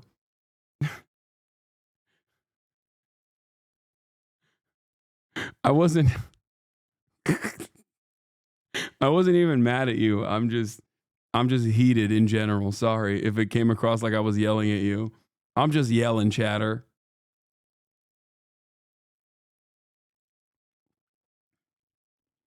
Oh, by the way, here's Trump ally Charlie Kirk going on an unhinged rant about Martin Luther King again. In our piece, that Kirk describes King as, quote, a bad guy. It's true. and Kirk's self-described very, very radical view that the country made a mistake when it passed the Civil Rights Act. Also true. As we note in the piece, Kirk has previously described Kirk as a hero and a civil rights icon. It's true. I used to be wrong. What inspired Kirk to shift his view on MLK? Why does Kirk think that MLK is a bad guy? When Kirk says that MLK says, quote, one good thing he didn't believe, what does he mean by that? Why does Kirk believe passing the Civil Rights Act was a mistake? Now, again, apparently they don't listen to the show because we do that at least once a week, right? Once a week we talk about why the Civil Rights Act was a mistake. That's an insane... Dude, that is insane, dude. You called this? Look at how much anti-Semitism is in the replies. Ha ha ha, holy fuck. TikTok must have got an APAC guy. I guess it swung the other way, and that's why it's back. What do you mean? Your thoughts on this? I guess people should use red now. Oh, look, it's Eastern Standard Time again. Maybe I was wrong about TikTok. Seems based. No, most of the people are just like dunking on the stupid liberals who are pro-Palestine. Tim Pool is not necessary. Tim Pool will entertain anti-Semitic conspiracies, but he's not exactly a supporter of Palestine or even a critic of Israel. I don't know if you guys have realized that. He actually is pro-Israel, and that's kind of a heated point of contention in his community as well, because like his fan base, some of his fans are obviously anti-Israel for, you know, sometimes good reasons and in many instances bad reasons. Okay. You know what I'm talking about. So this is not surprising that most of the people are just going, yeah, this kind of censorship is awesome, actually.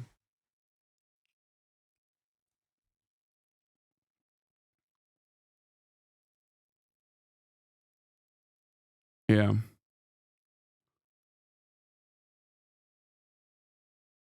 What is this? Radlibs have gone dangerously close to anti-MLK takes. What is this? Wasn't MLK assassinated in a motel room during an orgy with white prostitutes? I refused to... No. Stop. I'm not entertaining that shit, okay? I'm not even remotely entertaining. Dude, I've done this already. I've had a foray into this before. Stop. Okay? It's crazy to me that Azealia Banks is doing the propaganda that the FBI tried to do. Like, that's crazy, man. Radical liberalism is so brain rot. Also, Azealia Banks is like insane. Please stop. Stop. She has no motion. Please don't do that.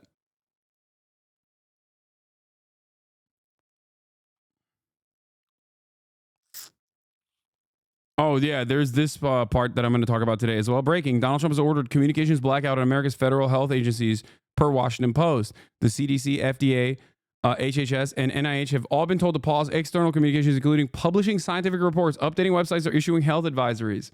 One of them was supposed to be about the potential bird flu. Okay, that's kind of been ripping through the poultry and egg supply, for the record. Yeah. Good thing that we don't need to know about that. Yeah. How the U.S. lost control of bird flu, setting the stage for another pandemic. As the bird flu virus moved on to cows and people, sluggish federal action, deference to industry, and neglect for worker safety put the country at risk. Yeah. Plandemic 2, baby.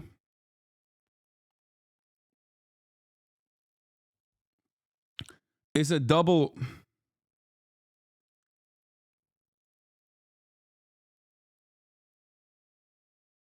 It's a double whammy. It's a double whammy because this also actually contributes to the cost of living crisis. Okay? It actually contributes to the cost of living crisis as well, because if you rip through the poultry or even the meat stock in general, like beef stock as well, because it's like skipping in, it's actually made its way into the cows as well. It's not only devastating for the population if it jumps to humans, but it also is devastating in general because it basically cooks the existing poultry stock and egg stock. Now, that will increase the prices for eggs. It'll increase the price for chicken. having said that, okay, it's great because not only will the federal government be ill-equipped to deal with this now, even worse than under the Brandon regime, but also now the FDA might not actually, in an effort to keep up with the demands of the people that want to eat chicken and eat eggs, maybe the FDA will be forced to look the other way. Maybe the FDA will be forced to look the other way in terms of bird flu ripping through the population by way of the chickens that they're eating, by way of the eggs that they're consuming. I don't know.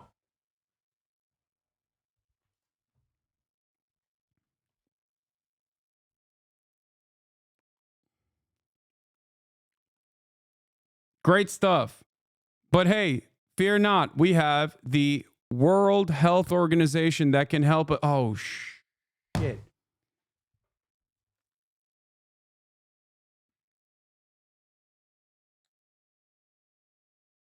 Damn it. Yeah. Yeah.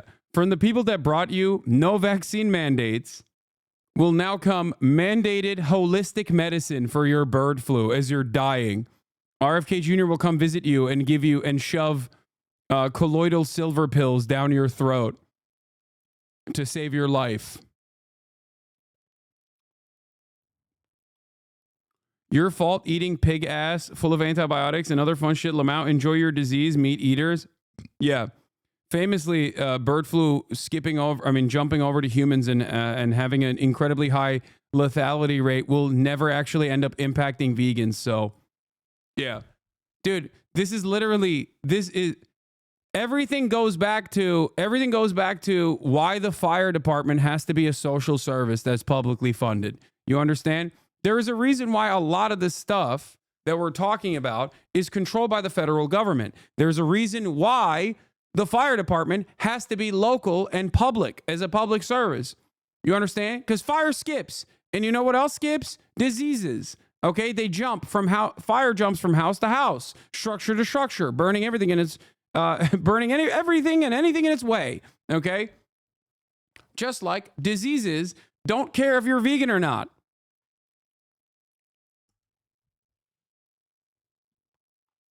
Also, anyway, I'm not even going to get into it.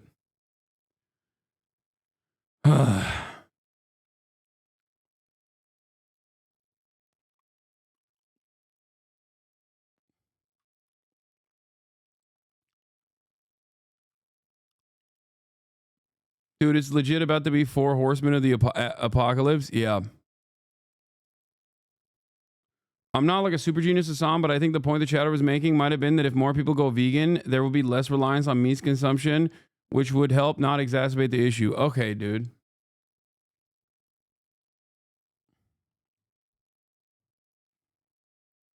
Yeah, you're right. That's what we should have done. We should have just like magically got people to be on board with this.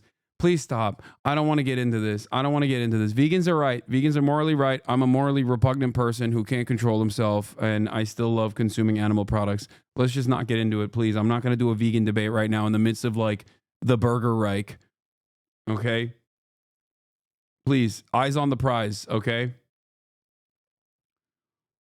One of the things that I've always consistently been an advocate for also is like, one, making the meat production and poultry production more ethical as you possibly can, and greatly limiting it by the federal regulatory agencies, while also simultaneously looking for and investing greatly in alternative non-meat substitutes that taste and look and feel exactly like the meat products. This is a thing that I advocate for all the time because I understand that these kinds of changes can only happen at the systemic level, and it's not going to work in a decentralized movement. Okay? Especially in a country like the United States of America where treats are supreme. We care about treats more than anything else. Okay? One of the most popular ways in which people have actually criticized the Green New Deal has been the false association with AOC trying to take your burger away. Americans are cheeseburger people. They're hamburger people. And even the fake lie that your hamburgers are going to be taken away created so much controversy for a bill that actually wasn't going to do that anyway. Okay. Anyway.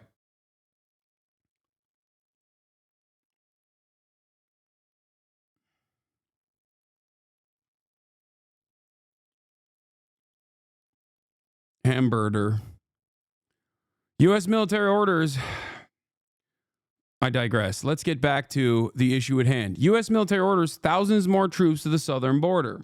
Policies go into effect. Officials tell CNN that the U.S. military is sending thousands of additional troops to the southern U.S. border. This comes just 2 days after President Trump ordered the military to step up its presence there. About 2,200 active duty forces are already at the border as part of Joint Task Force North. They're mostly performing support roles for Customs and Border Patrol.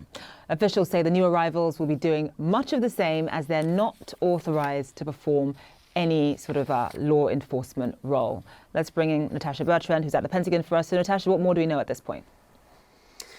Yeah, Zane, so we know at this point that the U.S. military is ordering thousands of additional active duty troops to the border to augment Customs and Border Patrol activities and mission operations down there.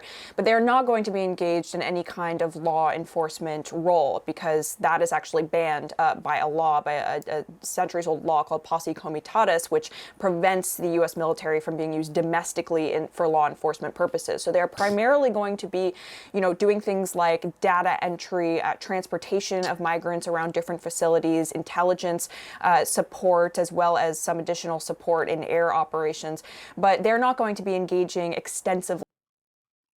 I know you're talking about a different topic, but at some point I think it's important to touch on the Southern halt on federal funding's agency communications that has basically put a stop on the proceedings to provide funding for scientific research. Multiple research study panels have been suddenly canceled due to the executive orders recently passed. Also, all EDI initiatives have been wiped from the funding agency websites. What is EDI initiatives? Is that a different way of saying DEI? I know that, yeah, they're taking out DEI. They're taking it out back and killing it.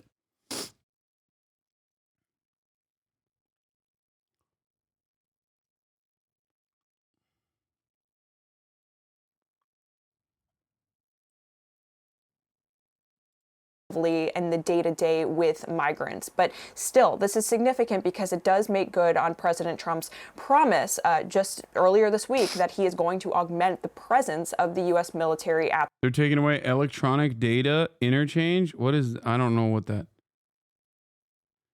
I don't know what you're talking about. The border. Now, as you said, there are roughly 2,200 active duty troops already at the border, and they are supported by Texas National Guard contingent there. And so what this is going to do is essentially lay the groundwork, we're told, for an even bigger military footprint to be sent in the coming weeks and months to the border.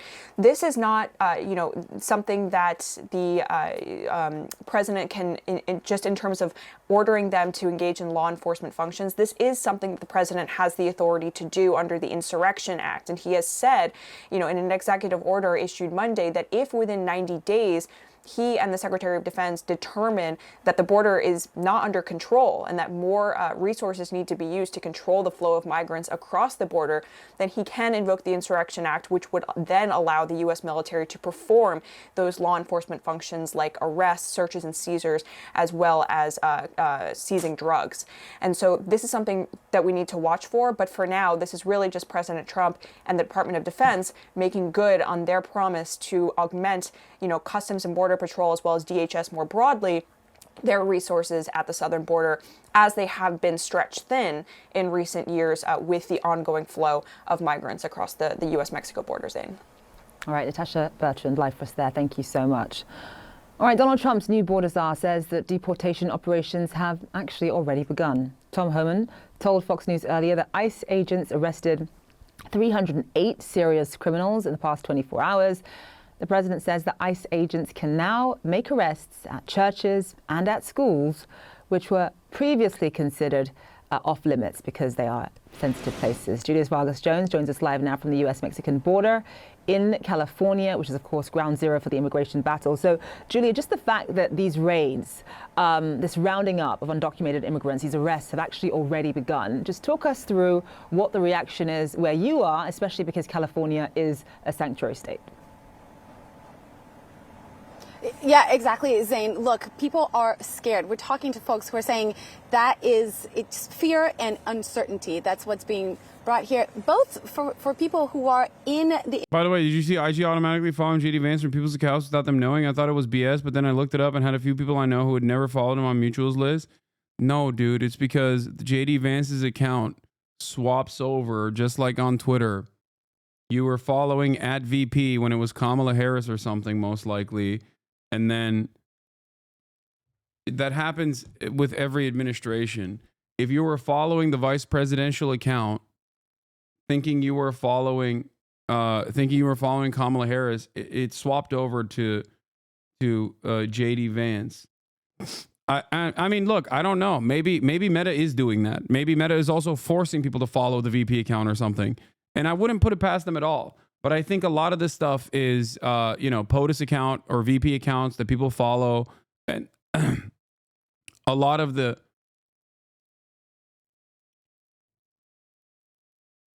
What is this? No, it refollows you. It's new, not the old one.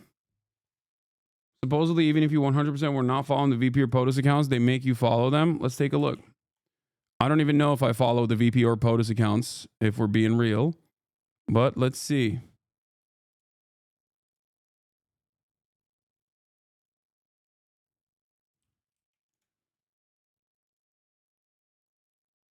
I'm not following the VP account.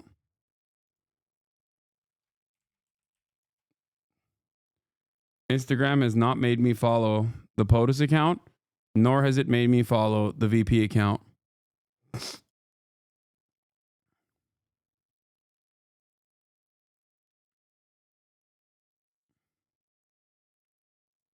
This is the Meta spokesperson's statement. People were not made to automatically follow any of the official Facebook or Instagram accounts for the president, vice president, or first lady.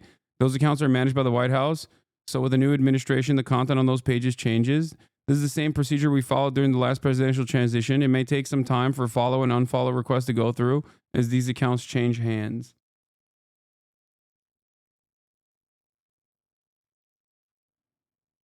Now look at Donald Trump and JD Vance. I might have actually already followed Donald Trump, but I definitely wasn't following JD Vance. And I'm still not following JD Vance. Was Donald Trump real Donald Trump? I guess I wasn't following Donald Trump either.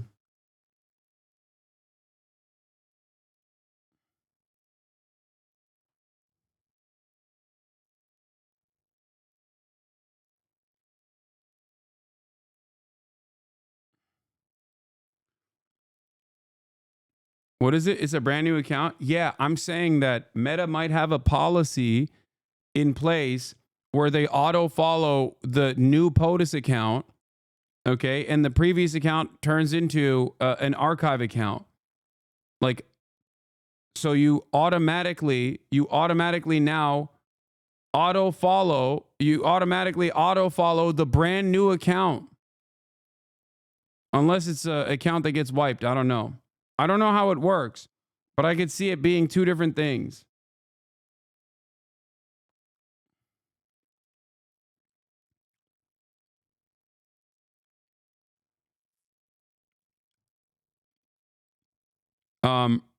We're going to talk about the DEI stuff in a second. Let's continue with this. Immigration system. So folks who are already in the process, who have a piece of paper saying that says that they can stay in the United States through their immigration process, they are quite fearful at this point because they don't know what will happen. There's just been so many changes. And yes, California is a sanctuary state. It's also home to dozens of sanctuary cities. But at this point, people don't know, and officials here don't know. People who work with migrants don't know what will come of this. There's just been too much so quickly. We spoke yesterday with a family from Venezuela who came over and who said, look, yes, we got our appointment for asylum. We had our initial interview, but we don't know if this program will even be standing by the time that we get to the end of this process. And another thing that happened that I think is important to note is that these organizations along here, the southern border in California, who have been working in partnership with federal authorities like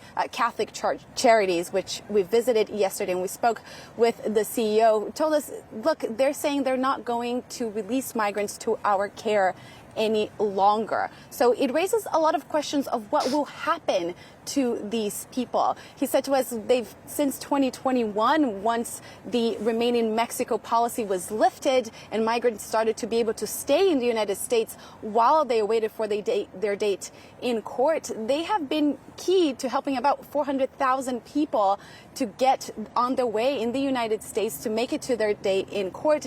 And now where will they go? Will they be held in detention centers here in the United States? Will they be dropped off in these cities across the U.S. border to be on their own, or will they be told to stay in Mexico? All of this just adding to the uncertainty, Zane, that we're feeling here at the U.S.-Mexico border. President Donald Trump's promise of mass deportations in the U.S. is causing panic and anxiety among immigrant communities. His administration issuing new directives, including one that allows immigration authorities to arrest people near and inside places previously considered off limits, and that includes schools and churches. CNN's Ed Lavandera visited one Texas city that's now preparing for raids. Good morning, Cactus Elementary! Every school day at Cactus Elementary starts like this. Moments of patriotism and reflection with a high-energy dose of inspiration from Principal T.J. Funderburg. You do that every morning? Yes, sir. When I looked out on the student body this morning, I mean, it's quite something to think that we're in the Texas Panhandle, and that's what your student body looks like. It's always very eye-opening to people that come here. We've got 13, 14 different languages, all these different cultures represented. And yeah, we're up here in the heart of the Texas Panhandle. Everybody think it'd be farm and ranching country and kids in cowboy hats, and we've got just about a little bit of everything. The population in Cactus, Texas is about 3,000 people, but the diversity is staggering. There's an African restaurant, safari restaurant and halal meat. There's an Asian grocery store. There's a Mexican butcher shop. There's a Guatemalan grocery. There's also an Islamic center. What draws so many immigrants and migrants here to a community like this is the work, and it is brutal, back-breaking work. There is a meat processing plant that runs 24 hours a day. There are dairy farms that run nonstop. You got to mention a 3-minute on Will Minnicker's episode of Doom Scroll.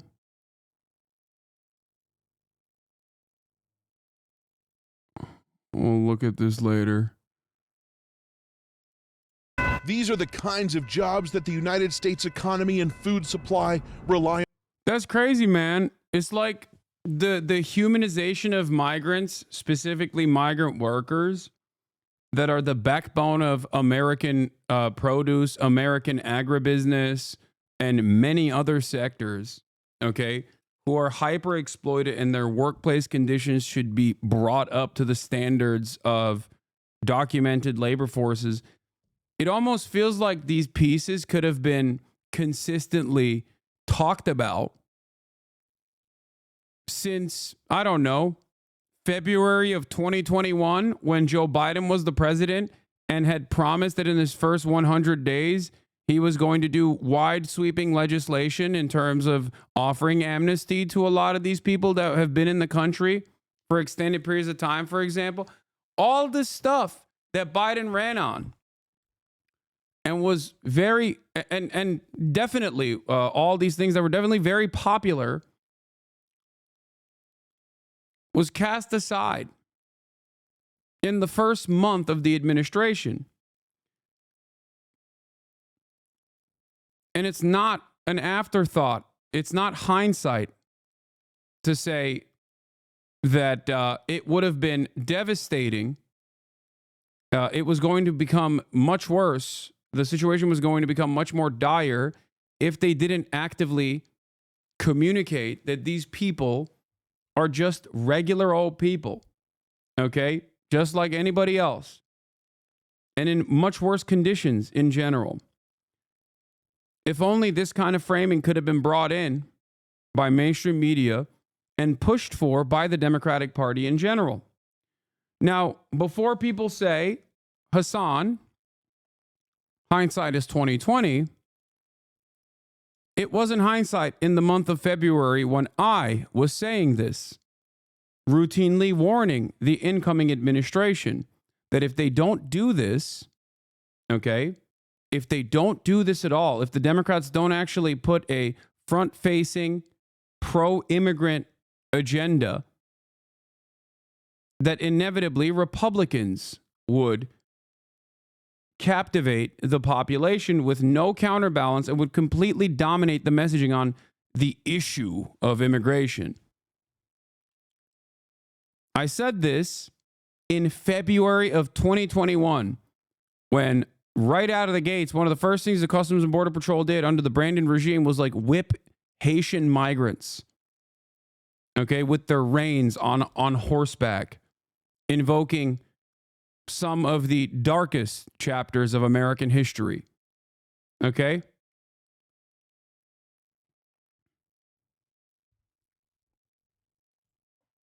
And I'm sure, I mean, someone can link this. Someone can link the video. I've done so many throughout the entire administration. That wasn't Brandon. That was the Texas sheriff's dude. It was still under the watchful gaze of the Joe Biden Democratic administration, and it was entirely against his first 100 days agenda.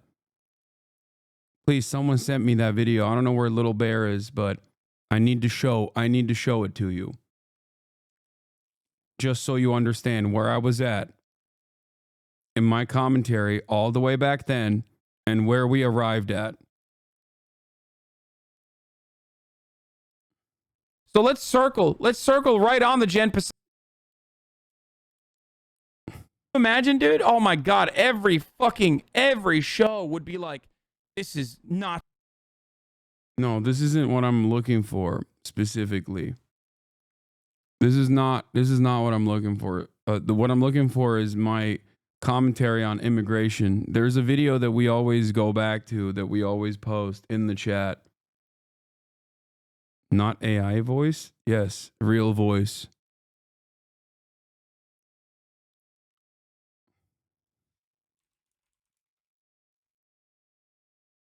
Okay.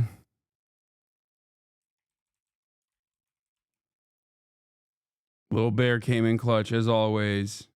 This border crisis narrative is incredibly annoying from the media, by the way. They are absolutely feeding into this. And they're going to cause the Democrats to behave in a totally, even in a more reactionary way than they were already going to behave. It is so incredibly manufactured. There's always been a crisis at the border. When there are humanitarian problems occurring at the border as a consequence of the conditions there, 120 degrees they have to traverse in the desert, all that sort of stuff. And then also the American government adding on to the cruelty with the way that they choose to deal with people that are crossing the border, that are seeking asylum. There is an extra crisis on the border. There's always a crisis on the border. It's never stopped. This is from March 15th, 2021. The problem is the way media covers it. You can either cover it like you do under the Trump administration, which is somewhat honestly, from a moral grandstand point of view, like an actual honest point of view, by saying this is really messed up, this is really horrible, the way that we are treating these people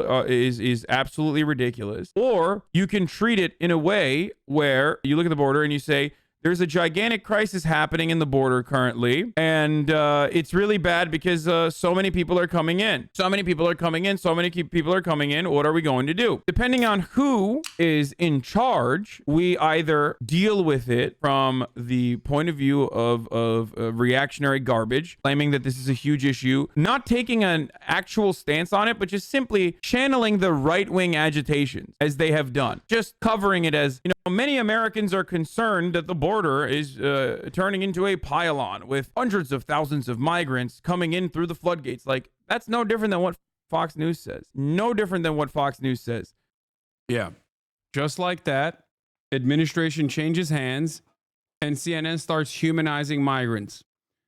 And the problem here is that the media is going to be antagonistic because they want to drive clicks. The media is going to behave in a reactionary manner. Okay?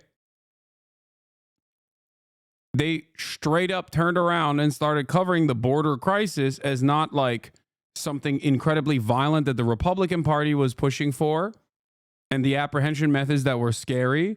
But as soon as Joe Biden took over the reins, they were like, oh, there's a massive crisis. Joe Biden is letting in migrants by the millions. This is unacceptable. Okay? And at the time I said, if the Biden administration doesn't actively communicate alongside the popular mandate that they got from the election that they just won, okay, once in office, if they don't actively communicate the humanity of migrants, the Republicans are going to dominate this. The Republicans are going to dominate the conversation and just lie about it.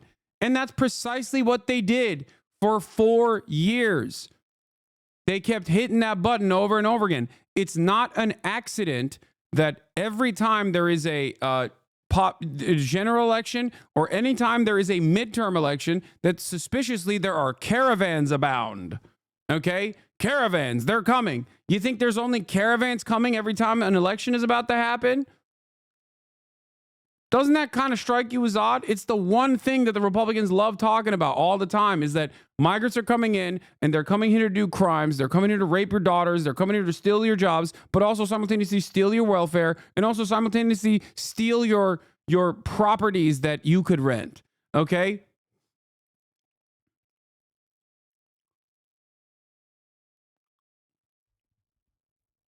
So if I can figure this out, and I'm some random Twitch streamer, how can the Democratic Party not recognize that this is what was going to happen?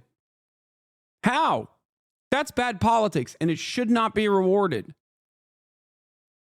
Republicans never stop. Republicans never, ever stop doing propaganda year round. They never stop campaigning. Okay? Democrats, on the other hand, barely do a decent job of campaigning to begin with. They don't. They're actually bad at campaigning. And they only do it every 4 years or every 2 years.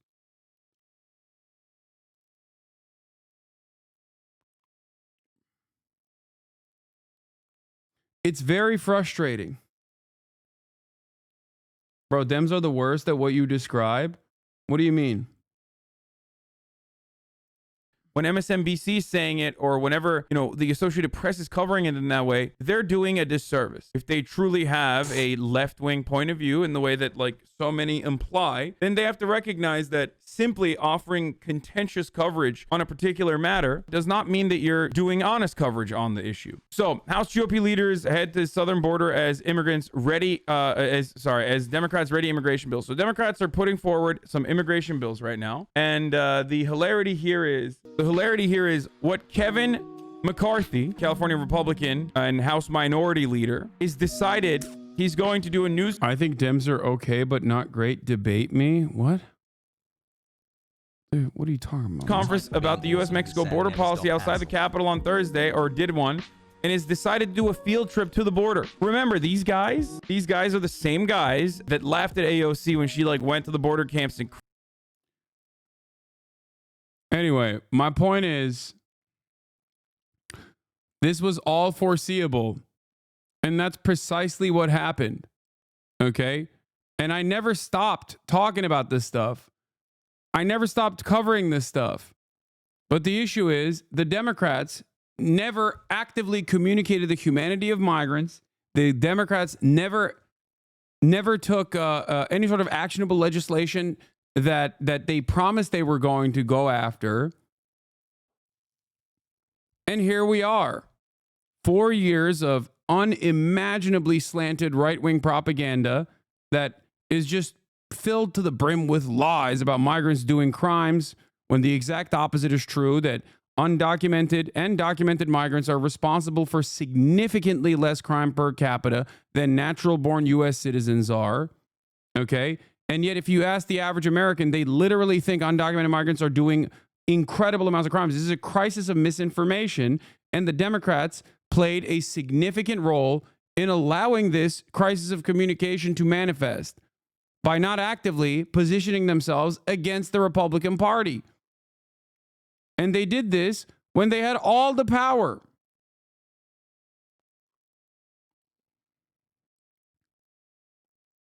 And here we are. Now, the sentiment from the public has broadly swung in the worst direction possible. In a nation comprised entirely of immigrants and also descendants of slaves and descendants of those who we did not completely genocide, okay, but overwhelming majority being descendants of migrants that came here from all around the world, Americans are officially the most anti-immigrant they've ever been throughout any point in American history. Okay? European-style anti-immigrant sentiment is now very commonplace in this country. It's crazy. What is your source? Trust me, bro. In terms of what? The migrant crime thing that I just said? My source is the Customs and Border Patrol. My source is Department of Homeland Security. There's also numerous studies that have been conducted on this as well in Texas jails and all around the country, as a matter of fact, that show time and time again that undocumented migrants are responsible for less crime per capita than documented natural-born U.S. citizens. You can look up the crime data yourself if you don't believe me. I mean, I've shown it a million times over, so I'm not going to do that right now. But my YouTube videos are almost always, my YouTube videos are edited after the fact with the corresponding data points. If you wanna fact check me, you can do so. But then also, I have probably upwards of 200, 300 videos talking extensively on the subject matter on my YouTube channel. What should the Democrats campaign on? Immigration on humanitarian grounds. Let them in however they want. What would be a popular message that they should go on? Great question. Democrats should actually actively communicate that this is a nation comprised of migrants and do this, show this reality over and over again, that these guys, the real solution to this issue is to actually document and process these people so they can, one, get amnesty as long as they have not done any heinous crimes or whatever, right? And then be allowed to work in the workplace with the proper modes of legal restitution if they are harmed.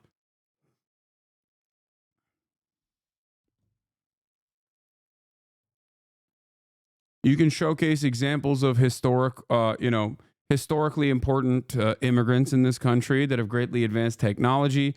You can show current examples of immigrants that are incredibly important to the American agribusiness or construction or numerous other sectors where migrants are basically working, both documented and undocumented. Migrants are basically working away from your gaze, but they're still working to keep this entire thing together. On every day. It's also the kind of work that only immigrants, by and large, are willing to do. There are towns like Cactus, Texas, all over the country. And with President Donald Trump promising to carry out mass deportations, a sense of fear and uncertainty looms over these streets. What are you hearing specifically from people? They're scared. They don't know if they're gonna be able to stay here. A lot of them have been here for decades. They've built their lives here, their kids are here, everyone they know is here. Elizabeth Oliveros grew up in Cactus, the daughter of immigrants who became citizens and earned their living working in the city's meat processing plant. She went away to college, became a lawyer, and moved back to Cactus to work as an immigration attorney. And if there were to be mass deportations here, in this city, what would happen to it? It'd be quite empty.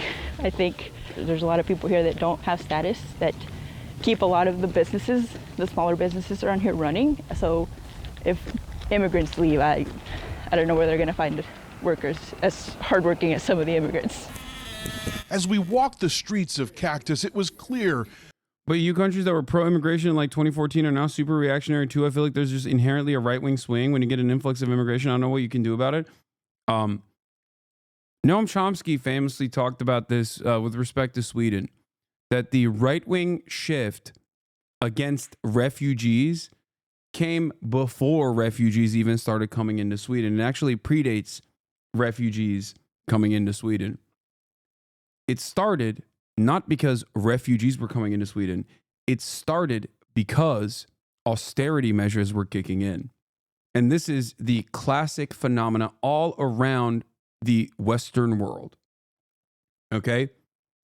You cut back with austerity measures, the social safety nets that people took for granted throughout their entire lives. Okay?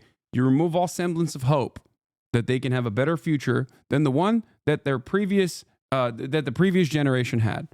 Okay? Everything starts sucking, basically. All the public transit is no longer as good because it's underfunded. Public education is no longer good because it's underfunded.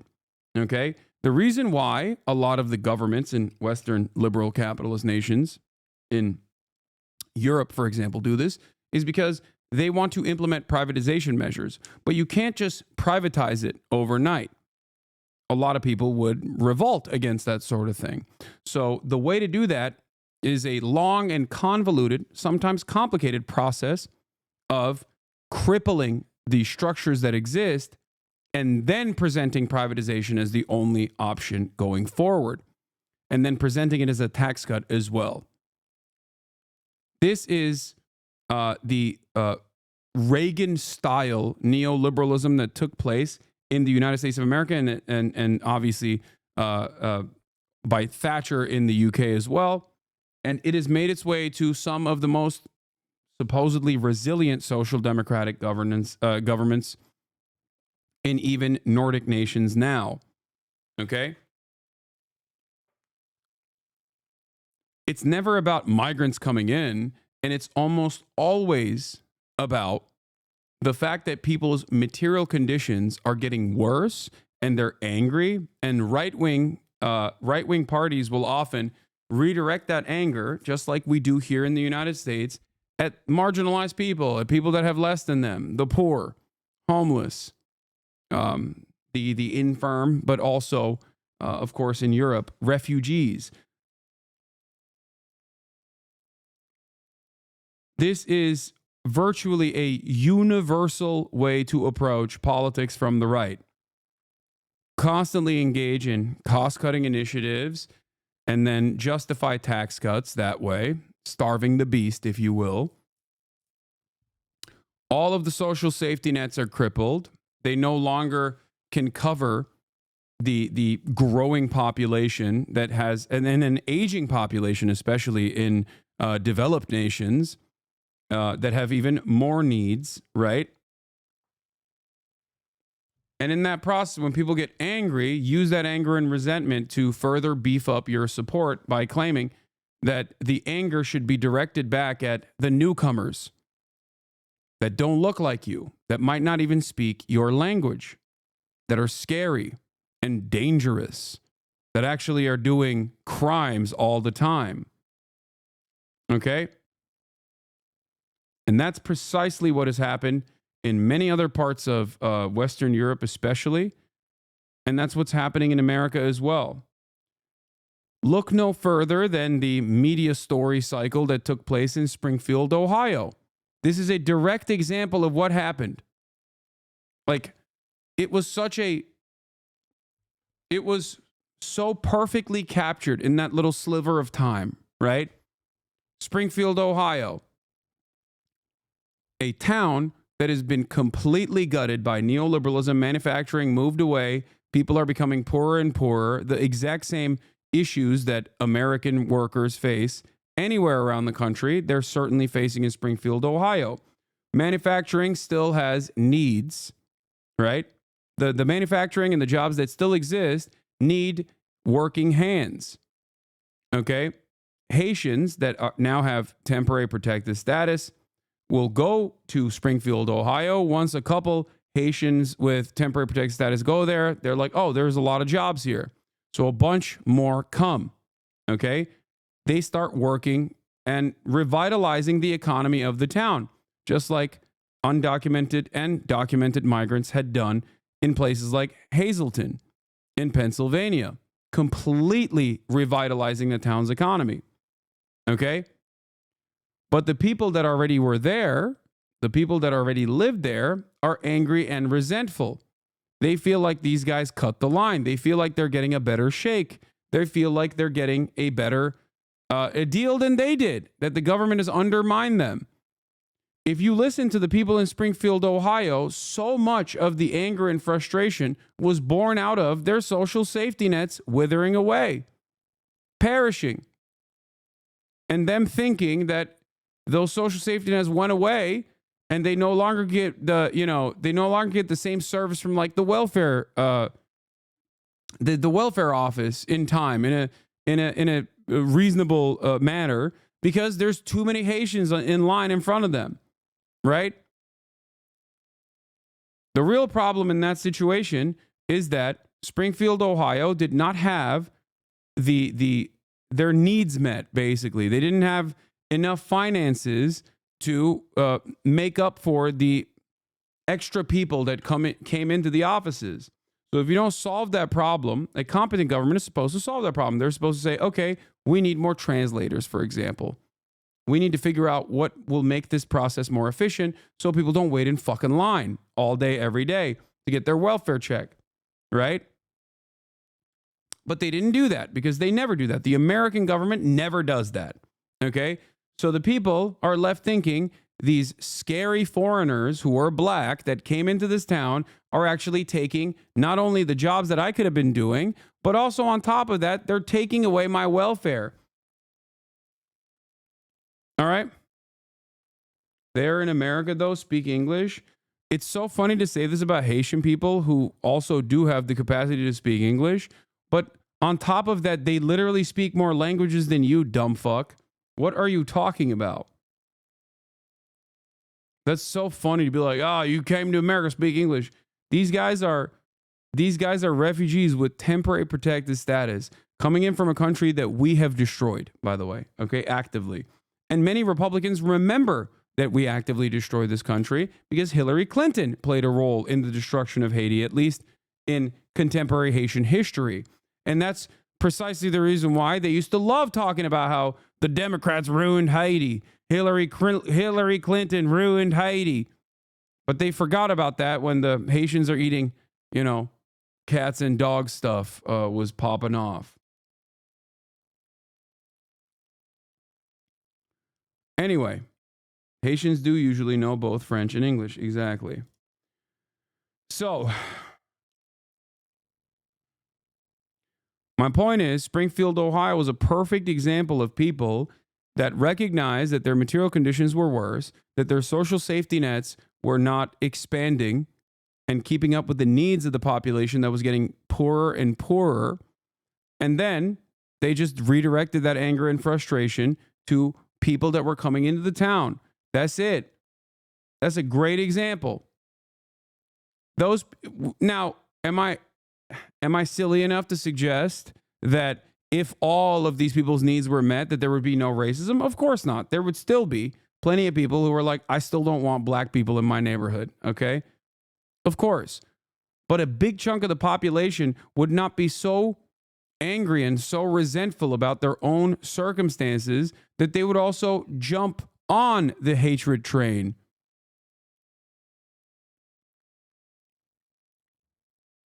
That's it. Politics is about managing, politics is in many instances about managing the broadest subsect of society and their attitudes, okay? And people are very malleable. You can convince people that their neighbors are not evil, But in order to do so, you have to also make sure that their needs are met.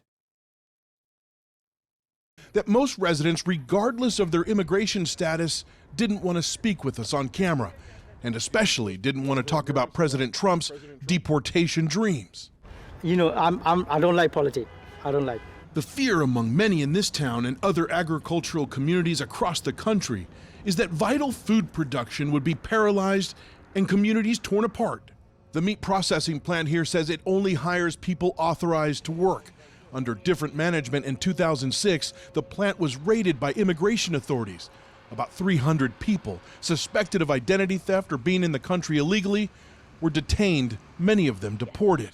Elizabeth Oliveros remembers the day clearly. I was in elementary school, and I remember they had to keep us because they didn't know how many of us, our parents, were gone, and a lot of my friends. Hatred is like alcohol. It makes you feel better temporarily, but it doesn't improve your situation. It enables you to do horrible things, and it's more socially acceptable when you do it as a group instead of alone. That's a cool quote. Their parents were gone. Wow. They got deported. 9. The children at Cactus Elementary are mostly oblivious to the political storms brewing outside. Yeah, a lot of those companies self-report themselves to ICE, by the way. At least, the famous case that I always bring up is the Purdue Chicken Factory. The Purdue Chicken Factory that had a lot of issues with sexual harassment on the assembly line, and were refusing to engage with back pay. So they were basically stealing from the already hyper exploited undocumented migrants that they had brought to that area.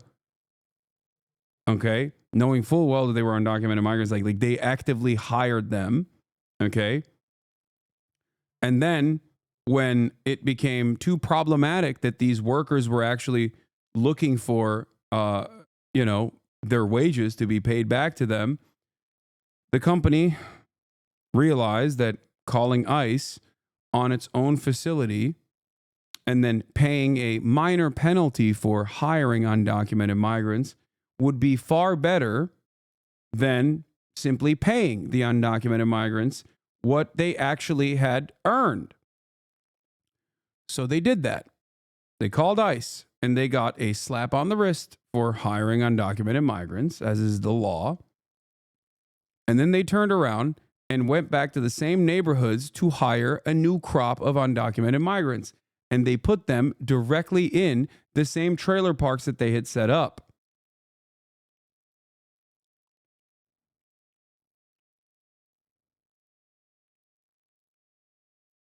This is a part of the business strategy in the United States of America.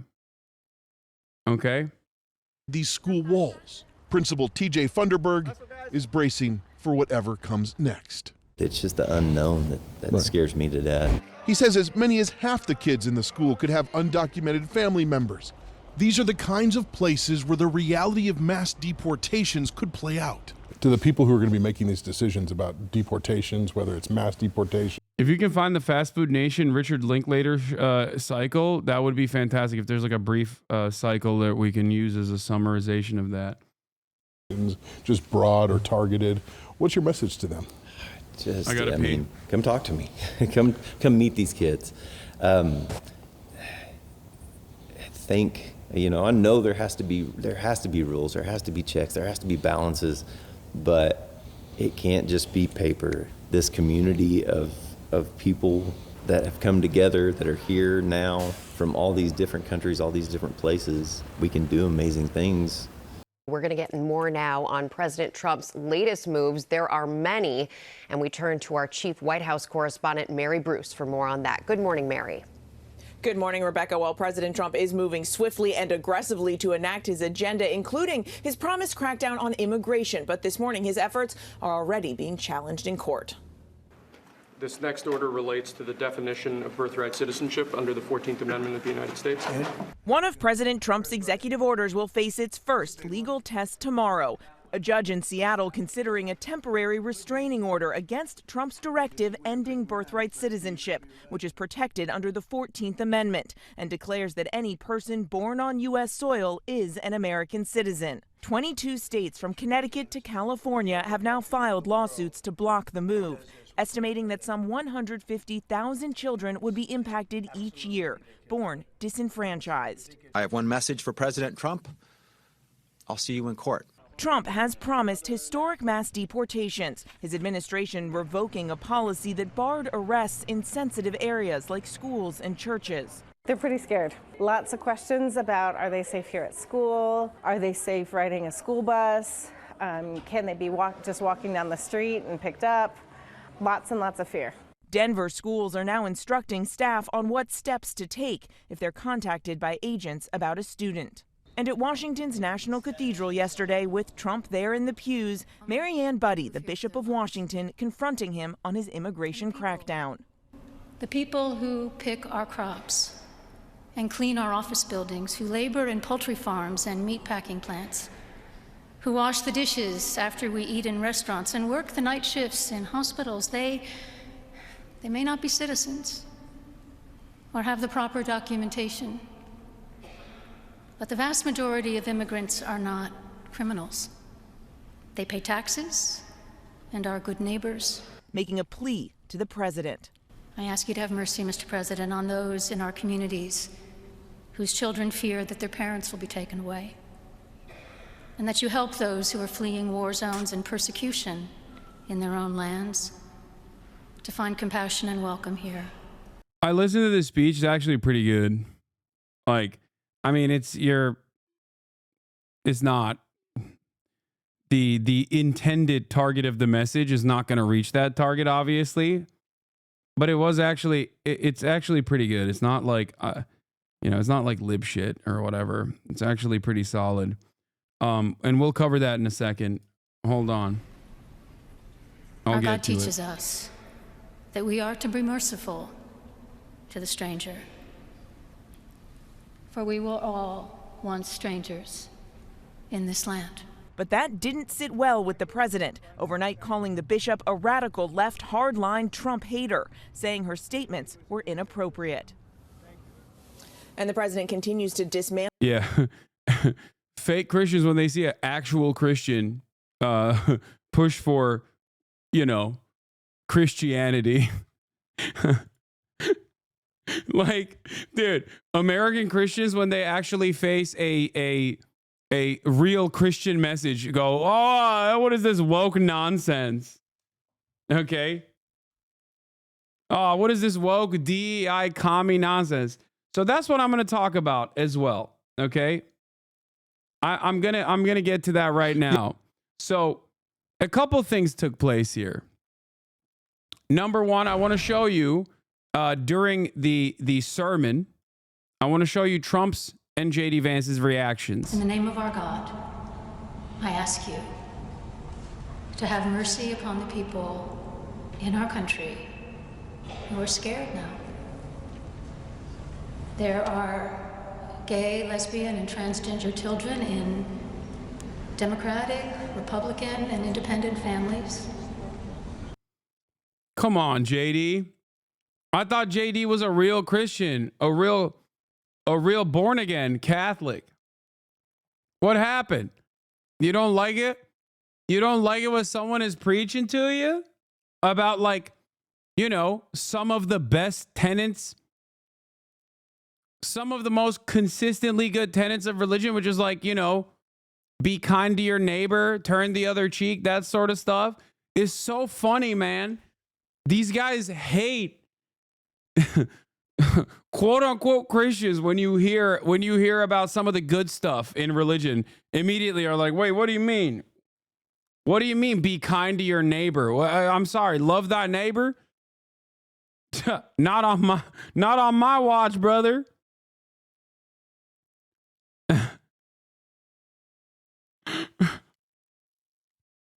I swear to God, if Jesus came back to earth, if Jesus Christ came back to earth and he was unfortunately born in Texas, okay? they would kill him with hammers. Okay? The evangelicals would capture him and beat him to death with fucking hammers. Okay? They would literally be like, oh, we should crucify this fucking asshole. What is this? What is this piece of shit talking about? Curing, feeding the hungry and curing the lepers? Get the fuck out of here, dude. How about we don't do that? Okay? Yeah, what is this woke commie nonsense you're talking about? Jesus. What is this woke Mexican style communism you're talking about, Jesus? Come over here, boy.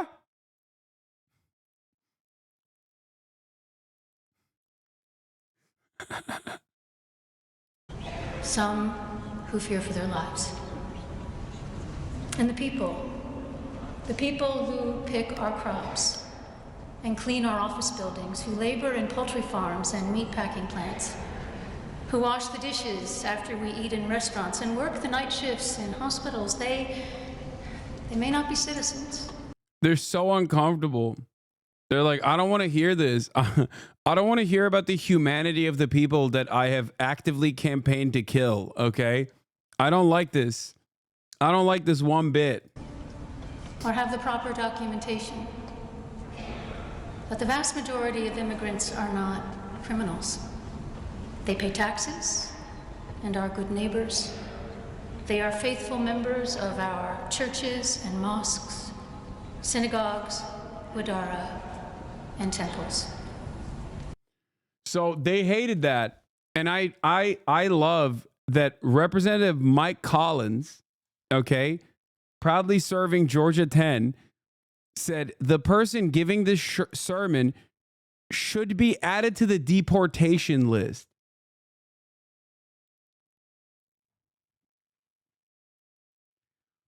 Brother, that is so insane. Like what? How do you not realize you are a villain, man? Goddamn villain, dude.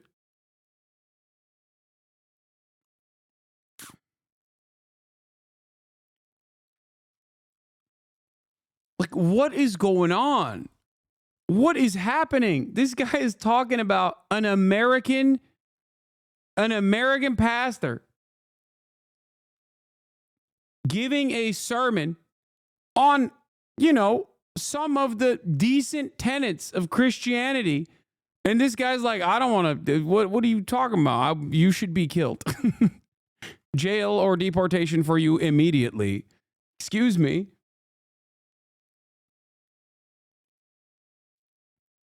It's psychotic. Yeah.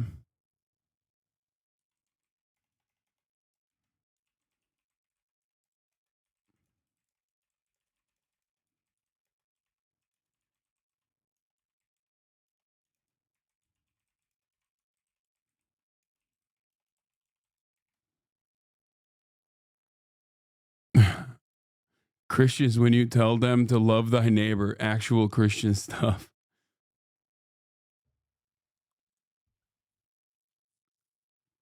It's just so incredibly cooked, dude. It's so unimaginably cooked. Anyway, here's what Donald Trump said about the woke DEI pastor. And here's how, for the record, just understand, Mike Collins' take about deporting this person got 43,000 likes. Okay? And N Wokeness' tweet celebrating Trump's insane ramblings of the pastor got 166,000 likes. The so-called bishop who spoke at the National Prayer Service on Tuesday morning was a radical left-wing hardline Trump hater. She brought her church into the world of politics in a very ungracious way. Now, I need to say something here.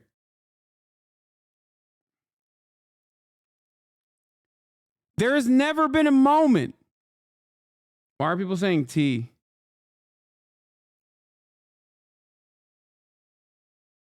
Why is everybody spamming tea? Now everyone's spamming it.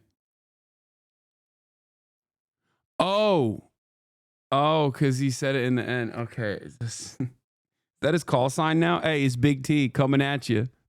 Okay. Dude, no. Hold on. I'm not done with this.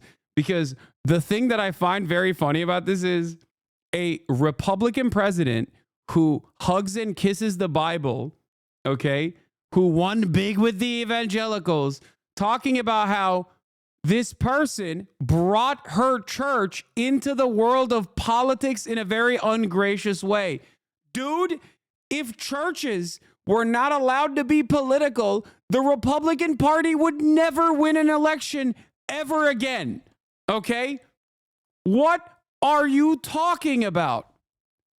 Once again, it's the hypocrisy baiting doesn't work, okay? Because these guys are just straight up stating what they mean. They're saying it's only political if the church is actually abiding by religious doctrine and telling you to love thy neighbor, okay? That's political. If the evangelical church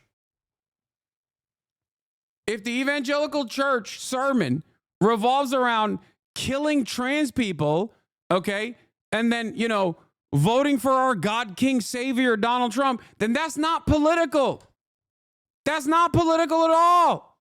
That's not politics. That's good. That's the only type of politics that should be allowed. You understand?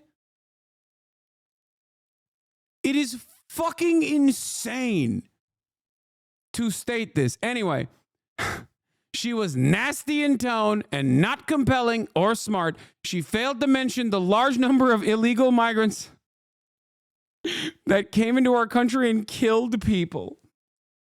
Can you imagine? Like, the expectation from Trump is, no, that's the only allowed sermon, okay? That's the only thing you're allowed to say in a sermon. How dare you not say that non-citizens were responsible for 29 murders in the fiscal year 2024. That's what he wants her to say. He is just straight up the Antichrist, dude. Straight up.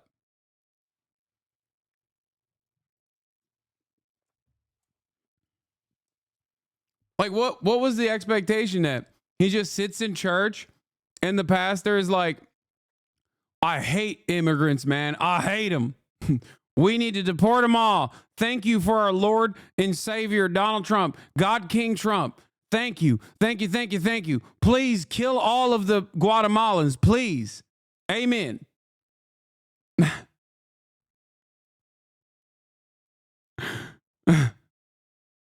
The church has gone woke, folks. Many were deposited from jails and mental institutions. He's like, why is this woke pastor not just repeating a Trump rally, repeating some of my finest lies from the Trump rally? How dare this pastor actually go against me? This is some straight up monarch shit, dude. Like, this is history book stuff, okay? This is just literally the king being like, excuse me, I was ordained by God. Who the hell do you think you're talking to? This kind of speech is not allowed.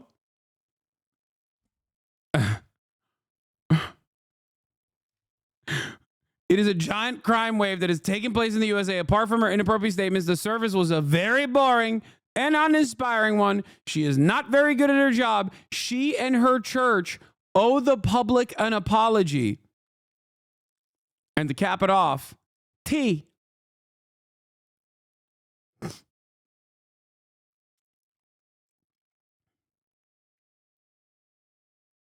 Yeah. And of course, predictably, people are just like, let's get one thing straight. This is not a minister of God, and her church, in air quotes, is not a Christian church. Yeah. That's awesome, man. Thank you. Thank you, Donald Trump. Thank you, my Lord and Savior, Donald Trump. Fantastic stuff from Donald Trump. And also fantastic stuff from Representative Mike Collins, who wants to deport this person, who apparently was born in the state of New Jersey. So I guess they're trying to deport her back to New Jersey. Anyway, here was her response on CNN. And your tone there, so serious and genuine. You see him, he's stone-faced, he then looks down, but he's listening to every word you say. As you made that personal plea to him, what were you looking at him in that moment? What kind of response were you perhaps hoping for in that moment? I was looking at the president because I was speaking directly to him. I was also, frankly, as you do in every sermon, speaking to everyone who was listening through that one-on-one conversation with the president, reminding us all that in the people that are frightened in our country, the two groups of people that I mentioned are our fellow human beings, and that they have been portrayed in all throughout the political campaign in the harshest of lights that I wanted to counter as gently as I could with a reminder of their humanity and their place in our wider community. And I was speaking to the president because I felt that he has this moment now where he feels charged and empowered to do what he feels called to do. And I wanted to say, you know, there is room for mercy. There's room for a broader compassion. We don't need to portray with a broad cloth in the harshest of terms some of the most vulnerable people in our society who are, in fact, our neighbors, our friends, our children, our friends' children, and so forth. So you spoke, I like how you use the word gently, because it was gentle. I mean, it was intense and passionate, but yet it was gentle. It was not ugly or confrontational. Wouldn't expect it to be, but you know, these are hard things to talk about in that context. You spoke obviously about undocumented. Nothing pisses off conservative Christians more than like a real ass Christian. Okay, like a pastor, a bishop that abides by, you know, the good things in the Bible. Nothing pisses them off. That's why they also hated Jimmy Carter too, right? Jimmy Carter as president did a whole bunch of awful stuff. But I have always maintained the position that, like, Jimmy Carter, I think, was spiritually a very frustrating person for a lot of evangelical Christians who hated the fact that he was doing the Christ-like shit, you know, the stuff that you're supposed to do if you're a Christian, you know? Build houses, help feed the hungry.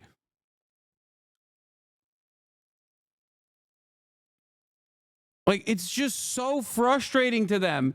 It's kind of like the way the Democratic Party despises the likes of Bernie Sanders, because, like, Bernie Sanders shows the rest of the population of Democratic voters, like, how you could be a competent and progressive leader. You know, they hate that. They're like, whoa, you're not supposed to actually want to walk the walk. You're supposed to just talk the talk, you know, and then do nothing.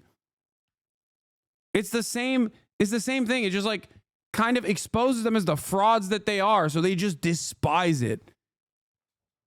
They hate that. They absolutely despise a Christian person who actually abides by the good standards set forth in religious doctrine. Okay? Migrants, also the LGBT community, the two communities you're talking about. I wanted to play a little bit more of what you said, and also, again, the president's reaction at that moment. There are gay, lesbian, and transgender children in Democratic, Republican, and independent families. Some who fear for their lives. The vast majority of immigrants are not criminals.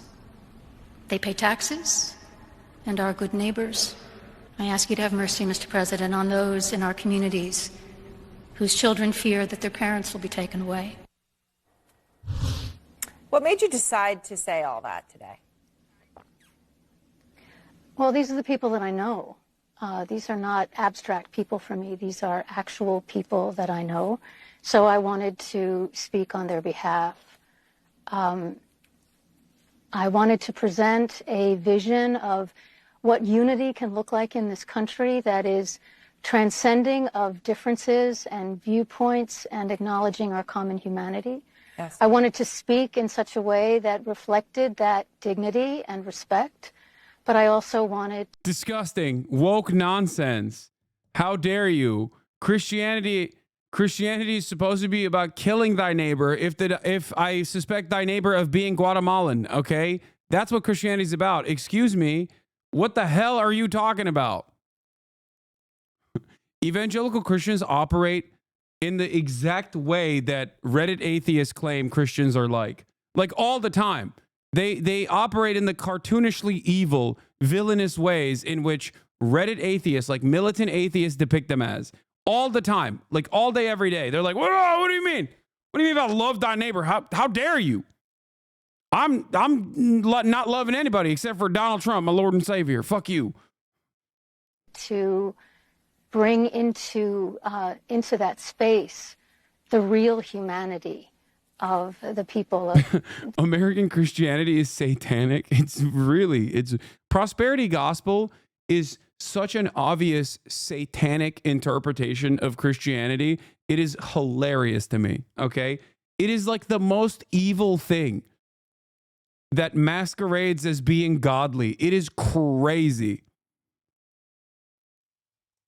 And it's the most popular form of Christianity in America. It is nutty to me. What do you mean a rich man has the same likelihood of getting into heaven that a camel does through the eye of a needle? That's stupid gay shit. That's woke DEI. Sounds like Marxism to me. Fuck you. How dare you say shit like that?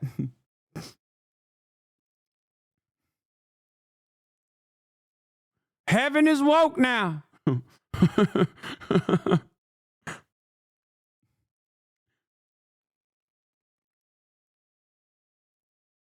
Anyway. that I was referencing.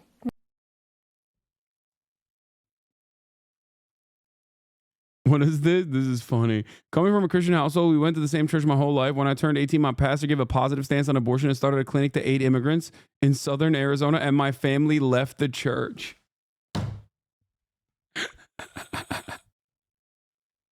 That's amazing. Nope. They just noped. They pieced out of God, dude. Hasan, Republican, coming out today? What do you mean?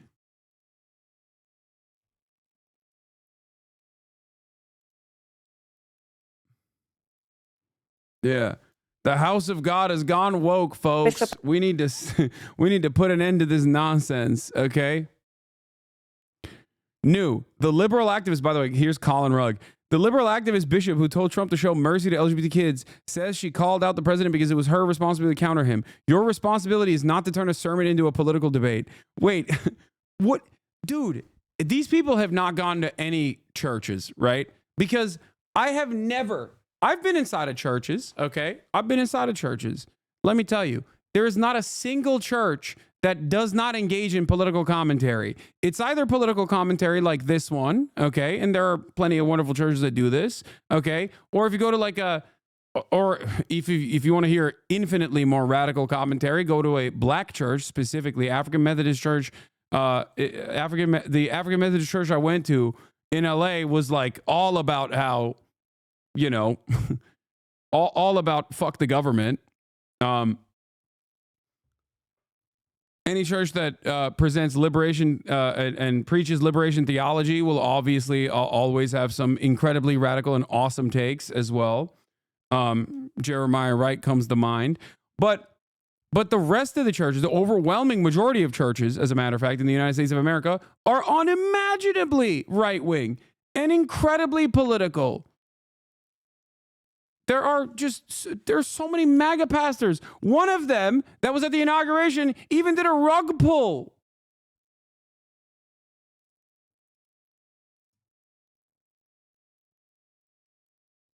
She was given a great honor today, a chance to unify America around a Christian message at the dawn of a new administration. Instead, she disgraced herself with a lecture you'd hear on CNN or an episode of The View. What an embarrassment. Dude, they can't understand that is a unifying Christian message. Like, it does not read in the same vein for them. They're so bludgeoned in the head, both literally and figuratively, with right-wing reactionary propaganda that, like, a person saying it's godly and Christian-like to love thy neighbor is seen as a woke message that has no place in the church. It's the fucking Bible. That's in the Bible. God damn America. That's in the Bible. Oh my God.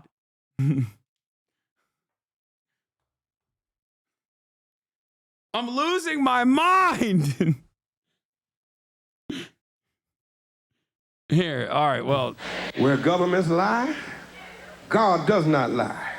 Where governments change, God does not change. And I'm through now. But let me leave you with one more thing. Governments fail. The government in this text, comprised of Caesar, Quirinius, Pontius Pilate, Pontius Pilate. The Roman government failed. The British government used to rule from east to west. The British government had a Union Jack. She colonized Kenya, Ghana, Nigeria, Jamaica, Barbados, Trinidad, and Hong Kong. Her navies ruled the 7 seas all the way down to the tip of Argentina in the Falklands. But the British government failed. The Russian government failed. The Japanese government failed. The German government failed. And the United States of America government, when it came to treating her citizens of Indian descent fairly, she failed. She put them on reservations. When it came to treating her citizens of Japanese descent fairly, she failed. She put them in internment prison camps. When it came to treating the citizens of African descent fairly, America failed. She put them in chains. The government put them on slave quarters, put them on auction blocks, put them in cotton fields, put them in inferior schools, put them in substandard housing, put them in scientific experiments, put them in the lowest paying jobs, put them outside the equal protection of the law, kept them out of their racist bastions of higher education, and locked them into positions of hopelessness and helplessness. The government gives them the drugs, builds bigger prisons, passes a 3-strike law, and then wants us to sing God Bless America. No, no, no. Not God Bless America. God damn America. That's in the Bible for killing innocent people. God damn America for treating our citizens as less than human. God damn America as long as she tries to act like she is God and she is supreme. I love that. It's one of my favorite takes of all time. Straight up. That was Obama's pastor, by the way. And because of that, obviously the Republicans immediately went after Obama and were like, Obama is the Antichrist who hates America, all this stuff. And Obama had to, of course, no longer associate himself with Jeremiah Wright, and he canceled him. And of course, this is the Boondocks, famous Boondocks clip. Motherfuck America, motherfuck America's mother, motherfuck America's daddy. America can eat a dick. America can lick the balls. This is a hilarious, no notes, you know? Not even paraphrasing. I mean, basically the same exact one. Basically the same exact thing he said. Anyway, so yeah, that's the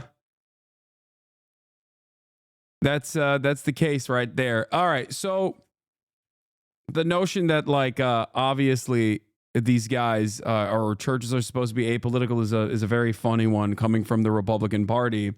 But of course, as is the case with reactionary dipshits, all the way from the silliness that comes from the wokeness ruined video game right-wing political commentators, all the way to the top of the party ticket, the president.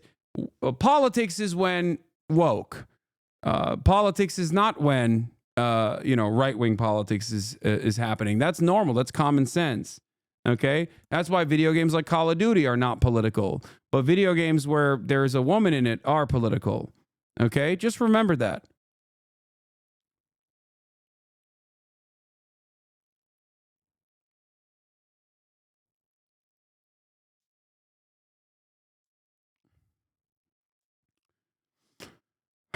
Let's hear what the Fox News, Fox and Friends has to say about this woke, gay-ass bishop. Yesterday, the presidential party and members of Congress and whatnot, the hoi polloi of Washington for the most part, went up to Washington's National Cathedral for a national prayer event. And there at the lectern was Bishop Marianne Edgar-Bood, and she gave a sermon that, you know, it's described as a sermon, but really it was a lecture where she told the new president, go easy on migrants and refugees and members of the LGBTQ community. If you missed it, it's gotten a lot of support in some quarters and a lot of criticism. Here she is. I ask you to have mercy upon the people in our country who are scared now. There are gay, lesbian, and transgender children in Democratic, Republican, and independent families.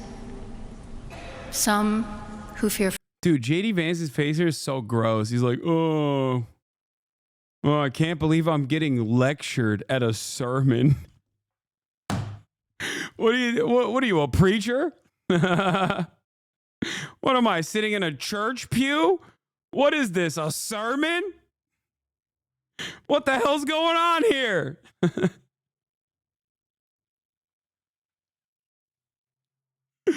Oh, that's awesome.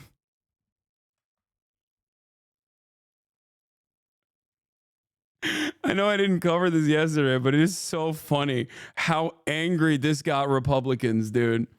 And how angry they got in the funniest ways possible. For their lives. And the people who pick our crops and clean our office buildings, who labor in poultry farms and meatpacking plants, who wash the dishes after we eat in restaurants and work the night shifts in hospitals, they may not be citizens or have the proper documentation, but the vast majority of immigrants are not criminals. Oh my God! It's always good to learn. What was that, John, or was that Paul? I don't know. She didn't go through scripture. Okay, right. She gave a political speech. Absolutely. And as someone that comes from generations of preachers, I would have walked out. I commend the president for being graceful, but I'm JD Vance. I'm looking crazy. Like, what is she talking about doing a sermon? I don't think it was the appropriate time. If you had something to say to the president that may be a little political, if you wanted to talk about the president exercising mercy, then you could have asked for the president for a few minutes of his time and said, Mr.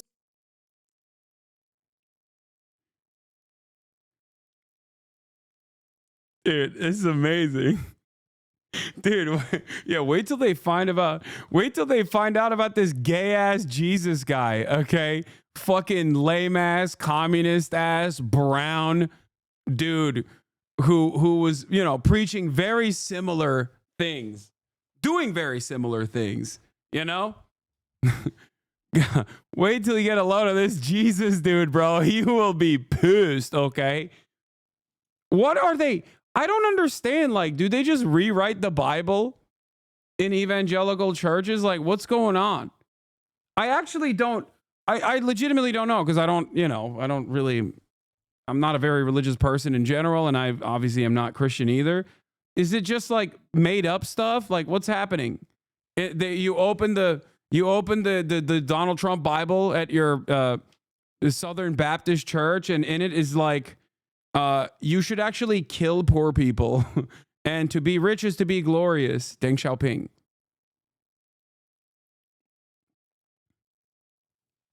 Is that what's going on? Like, there's just no takeaway. There's no positive takeaways from their Bible, I guess. I mean, there's like hundreds of different versions, so yeah. I mean, I know, but like, the basic tenets are supposed to still be there. Love thy neighbor is a basic tenet, okay? It is a basic tenet. It's not like an advanced level Bible course. That's like Bible 101, right? That's Christianity 101. If you couldn't figure that out, I don't know what to tell you. Like, what are you looking at? What the fuck are you reading? Are you reading at all? You probably don't know how to read because you were homeschooled, I assume. But like, this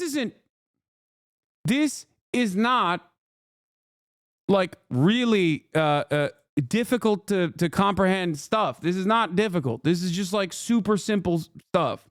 Okay?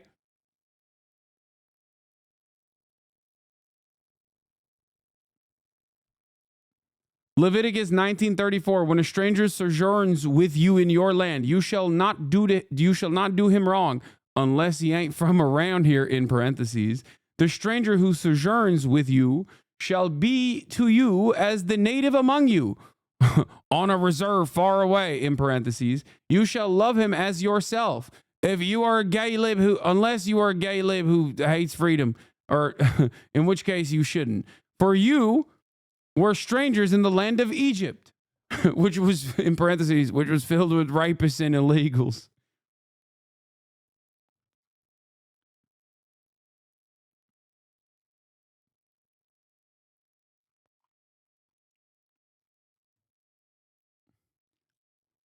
I just don't get it.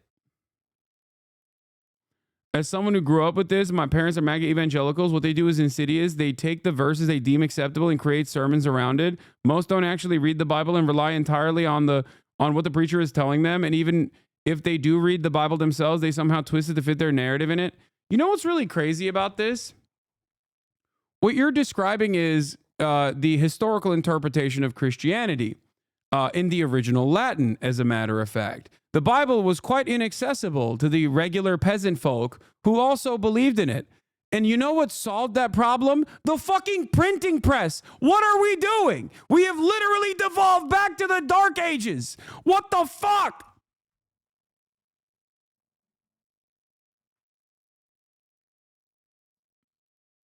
It's crazy. It is crazy. I thought we had advanced past this point where people could be like, I don't know if what this preacher is saying is correct about me potentially going to heaven if I give him enough money.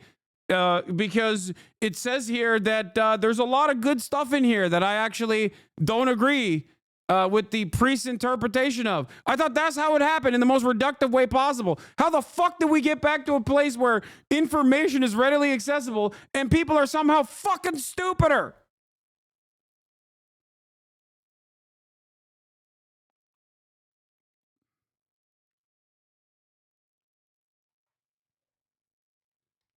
It's crazy.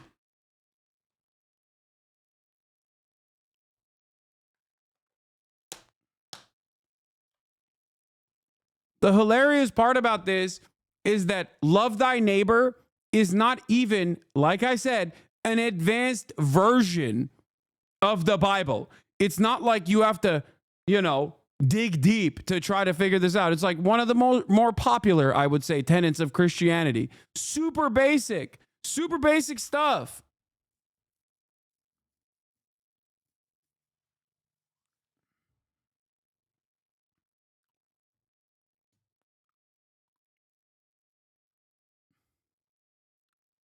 Veggie Tales. Exactly.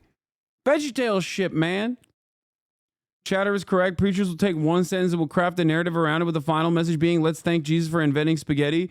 Meanwhile, the sentences before and after, the one they chose, lays out in great detail how we should feed the poor. Yeah, also, what you're describing is literally how that psychotic Moonies adjacent gun fucking cult was created in the Christian church in the United States of America, initially in Pennsylvania, and now I believe they have a compound in either Tennessee or Texas. One or the other, I can't remember. They call it the Church of Iron because of one singular passage. The gun cult. Like one word out of a passage and a false interpretation is enough for someone to be like, yeah, actually, the Rod of Iron Ministries is the name of the fucking church. We've covered it extensively on this broadcast. Like the guys that go get married to their guns and stuff.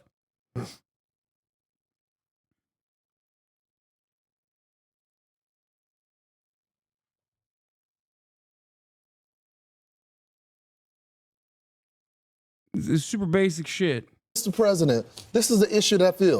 But don't get up there and try to preach a sermon that you cite no scripture for. Well, she's not going to talk to him because during the George Floyd riots back in 2020, she said she'd given up trying to speak to Trump and said that he needed to be replaced. So, you know, look at the children. There's children there too that are hearing this message. Well, here's the thing.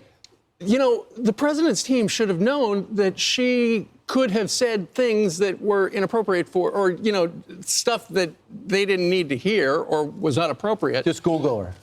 That's all they would have to do. But instead, they put him in that position. Oh, yeah, this is a old meme, but pretty funny still.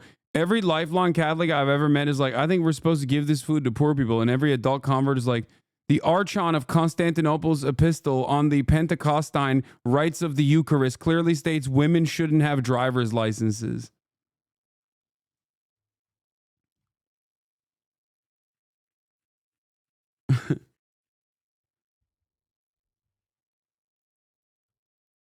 Pronounced archon. No, I love the Catholic converts. What is this? Can't get enough of these guys?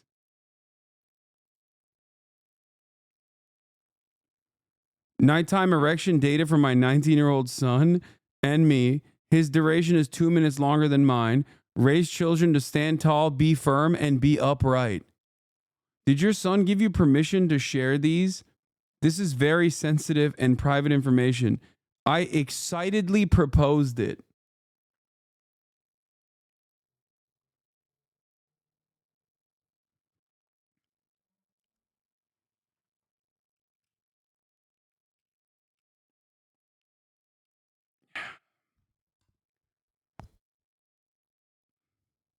Dude, I'm gonna be honest. White people have evolved in a very dangerous way, okay? Thank you, M. Hunt, for showing me this wonderful, wonderful thing. I don't know what happened here, but somewhere along the line, this is it. This is the this is dangerous stuff, man. This must not be. You cannot try to copy this, okay? Please.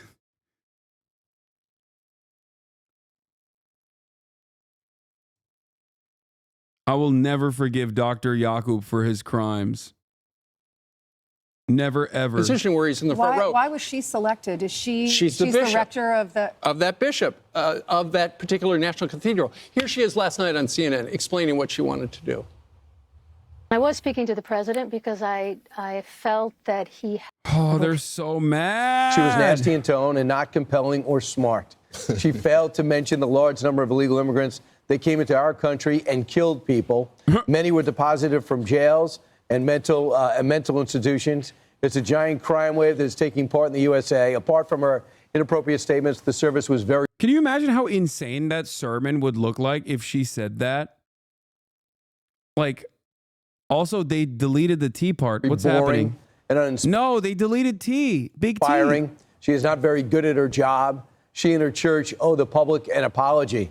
You got this historic moment. She decides to give a lecture. Wait, they're not going to talk about the T? They left out the T. That's Big T. That's his new call sign.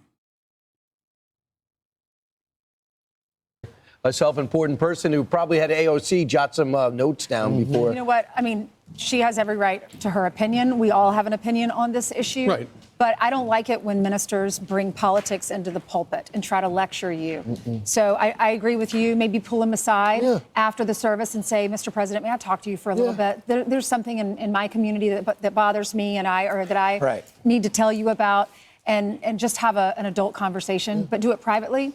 Because now everyone's talking but about the issue that she's asking for mercy on when it comes to the border, did you go and speak to any of the families that were killed by illegals? How about coming into New York and talk to the cops that had fire shot at them? Did you ask for mercy for the cops? I mean, that's why you don't get involved in this.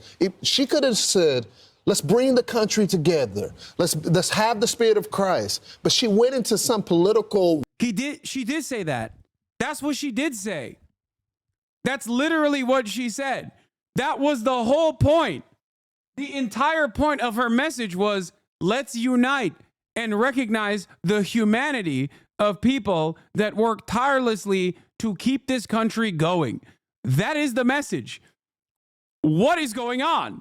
She said it in plain English, she used the English language to say the thing that you're claiming she wasn't saying. English, do you speak it? What is going on? That's precisely what she said. And she didn't like come across in the most like radical ways or whatever. She didn't do like liberation theology or anything like that. She didn't say, God damn America. Okay. She just simply said, it would be nice if you could be merciful to those who are tired, hungry, and poor and work to serve the American nation in very meaningful ways. That's in the Bible, she said. Love thy neighbor. You know, that's crazy. These guys they hate the Bible.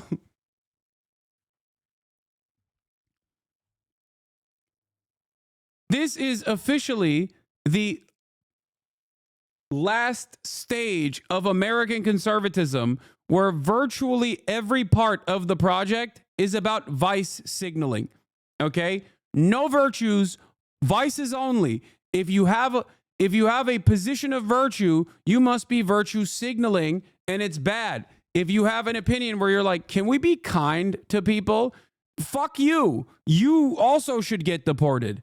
Which is what that one representative from Georgia said, as a matter of fact. It is so crazy. It's not even like there's no room for, hold on.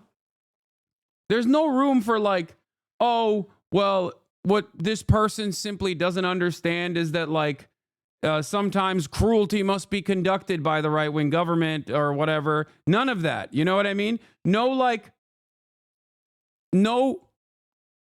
like, hey, the reality is much more complicated. None of that. Just straight up like, no, we're bad people and we like to do bad. And if you tell us to not do bad things, that means you're wrong and gay and woke and DEI and fuck you.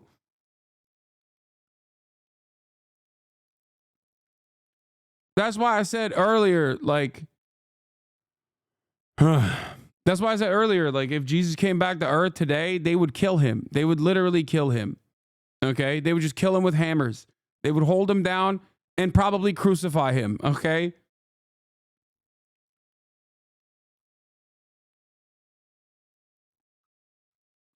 Radical leftists. Right. I don't know that church. I don't know the. This whole channel is constantly negative Nancy. Are you talking about Fox News? Because if you are, I agree with you. A lot of negative things are happening in the world. If you think that I'm in the wrong for covering it, and instead I should just leave it in the dark, I don't know what to tell you. But if you're saying Fox News is negative Nancy, oh, you do. Okay, then yeah, you're structure. Right. But whoever is in command should have a look at this. Well, this is not biblical doctrine that she's speaking from the pulpit. Back in the day, I used to have a bit. Some of the old heads will remember where I would joke about how like PragerU is going to start making children's books where they literally say like sharing is caring is communist propaganda. And I think we've arrived at that reality. You know what I mean? Like, you know, basic stuff that you teach children, like sharing is caring. Like, nope, that's communist propaganda. You know, don't fight. Don't bully other people. They're gonna be like, nope, that's woke and gay. You should bully other people as long as they are less fortunate than you. Please bully people. What are you, some woke Marxist? That's DEI.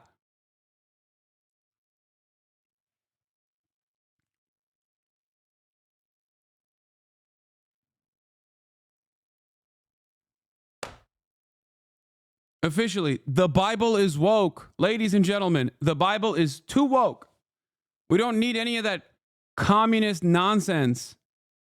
We don't want our children learning about this communist garbanzo, okay? Get it out of our schools. What denomination is this? Is it Episcopal? I think Episcopalian, I think. Here's the thing.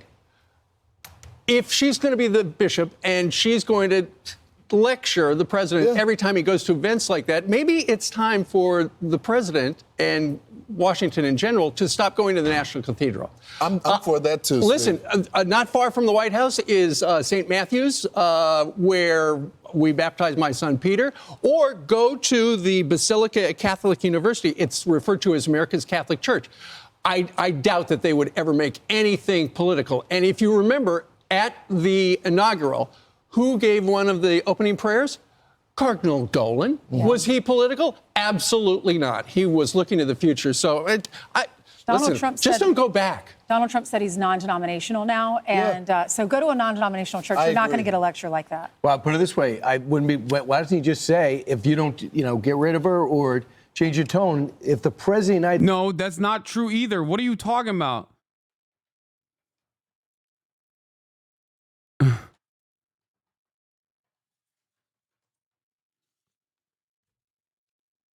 Just don't go back there.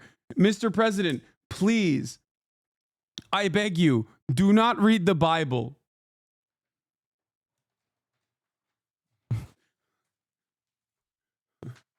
Oh, I really don't like that my preacher is preaching to me from the lectern where she is delivering a lecture. What has the church come to? Please go to a church where they don't actually teach any of the teachings of Christianity, even super basic ones, sir. This way you'll be able to avoid this dangerous brain rot, woke DEI.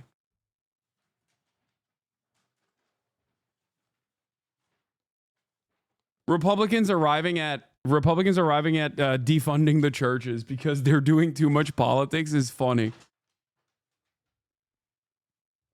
Goes to show you that, once again, if most churches actually operated in a Christ-like fashion, we probably would have defunded the churches a long time ago.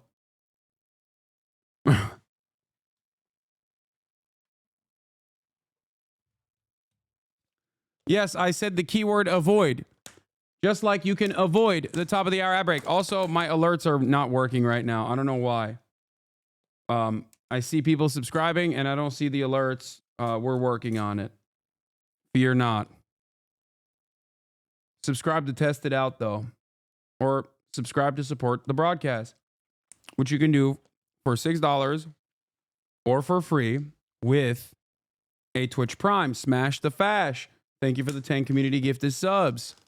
The gifted subs show up still, it seems, but the main alerts don't. Are the ads back? No, they're not back. I'm just memeing. I'm messing with you. Okay, 16.47. Got it. Your boy X Bob, News Train. Thank you for the 5 gifted.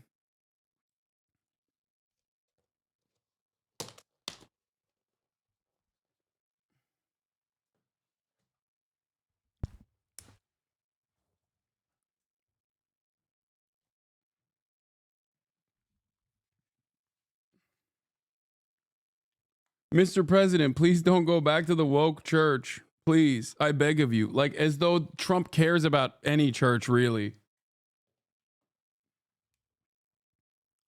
Like, as though Trump is going to go to church. I'm just shocked that he didn't catch on fire the moment he walked in, okay?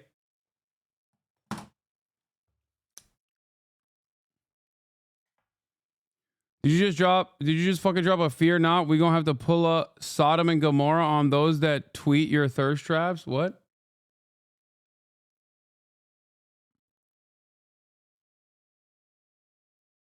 The sermon Fox News wanted.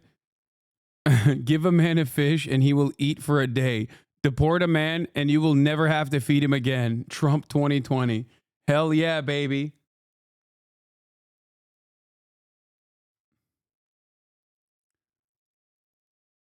These guys are awesome. The States decides not to go to the National Cathedral. That would be Titanic news. It would be. And it would really put pressure on her to start doing the whole bishop thing. I don't know what form she filled out and how many interviews she went through, but you realize for her to get that job and do that and to do that mass, how many people had to sign off on it? Yeah. So it wasn't just like, it's not like she's like, yeah, burn the church down, I think. He's like, we should kill her.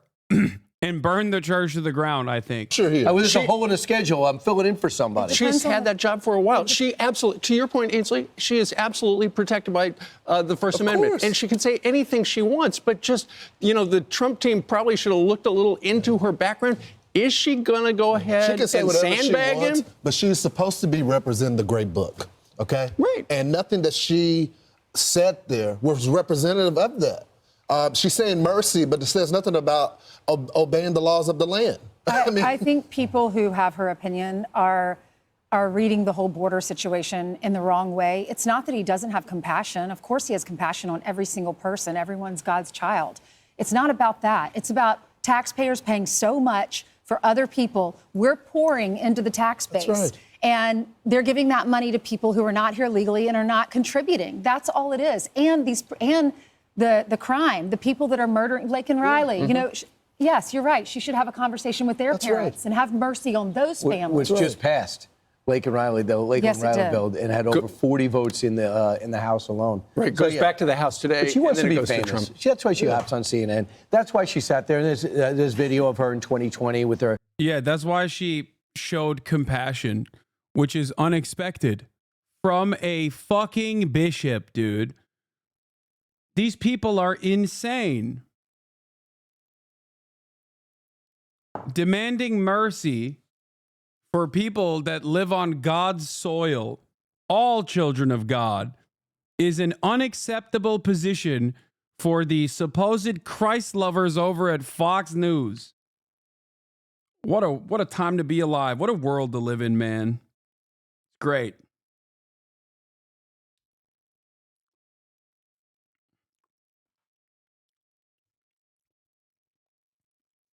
These are the real Christ lovers that your parents watch, by the way.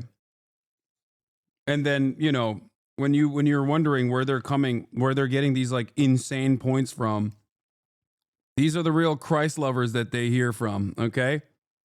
The real followers of Christ.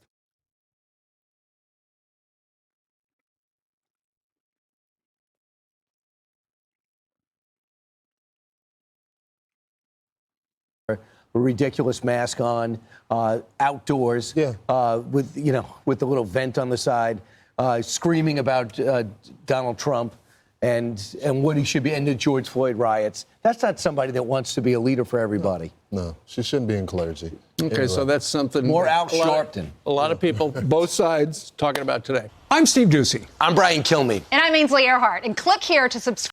Amazing. Turning now to Washington. That's where.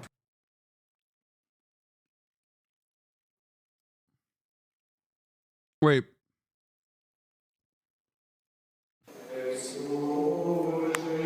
Yo, this is an old Al Franken bit, by the way. Supply side Jesus.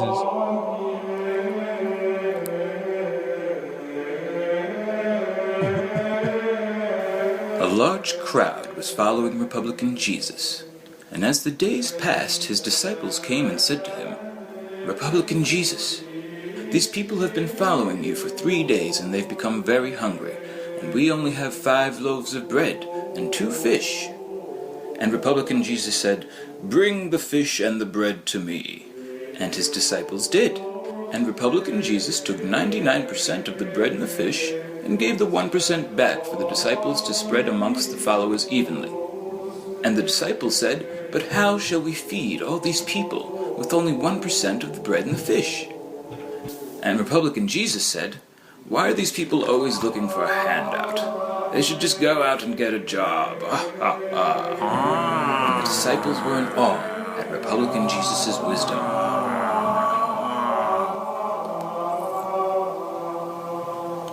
When walking down the streets, Republican Jesus was approached by an old blind man. "Have mercy on me, Republican Jesus," said the blind man. And sorry, this is the Al Franken The one. Gospel of Supply Side Jesus. This is even funnier. It was actually funny. Pontius Pilate summons our hero. Bring me this king of the Jews that I might meet him, this supply side Jesus. Supply Side Jesus arrives. So you are the supply side Jesus. What a magnificent robe you have. Because of this robe, 10 craftsmen were able to feed their families. The goldsmith who made the trim and the filigree was able to hire an apprentice because I paid him so handsomely. And what a beautiful haircut you have, supply side Jesus. The barber who gave me this haircut was able to hire a manicurist. She had been a prostitute, but because I needed a pedicure, She is now able to fulfill her true potential. Yes, the cuticles are absolutely perfect. But there are those in Jerusalem who are not happy with your radical new teaching, Supply-Side Jesus. Watch yourself. Supply-Side Jesus leads his disciples past a leper colony on his way to the Sermon on the Mount. Should you feed the lepers, Supply-Side Jesus? No, Thomas. That would just make them lazy. Then shouldn't you at least heal them, Supply-Side Jesus? No, James. Leprosy is a matter of personal responsibility. If people knew I was healing the lepers, there would be no incentive to avoid leprosy. Supply-Side Jesus, I think I've got a great line for your Sermon on the Mount. It is easier for a camel to pass through the eye of a needle than for a rich man to enter heaven. For shame, Peter. That's class warfare. But it does give me an idea.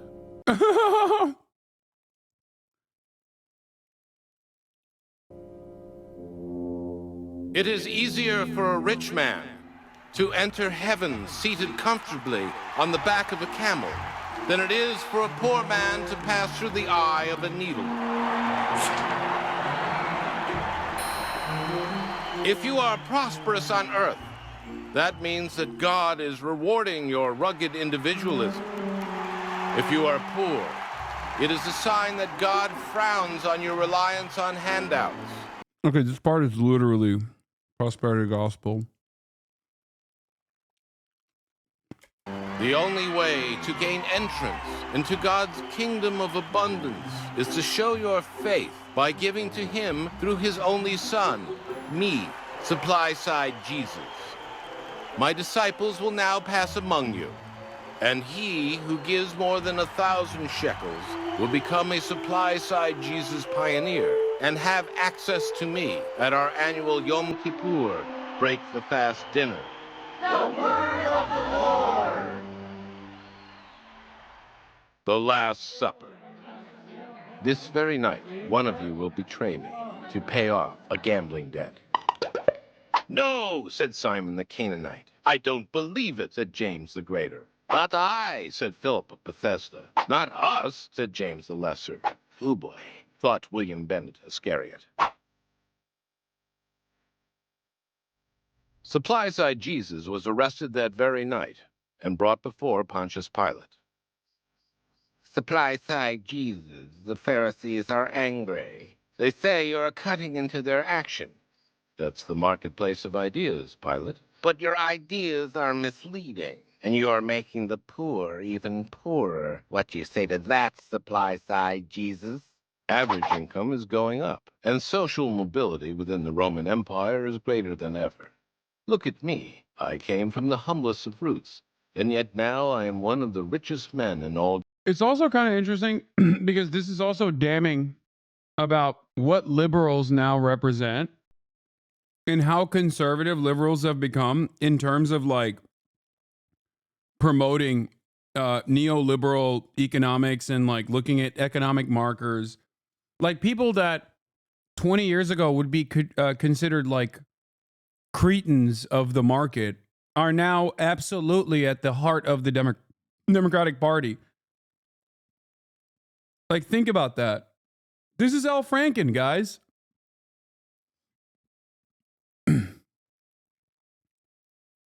Like, he is currently making fun of conservatives. Okay? He's making fun of conservatives talking about, like, the GDP or KPIs, like key performance indicators, or the fact that, like, there's upward social mobility. Like, look at the economic factors. And it's interesting to think that, like, nowadays, this is exactly what you hear. This is exactly what you hear from Democrats and liberals in general.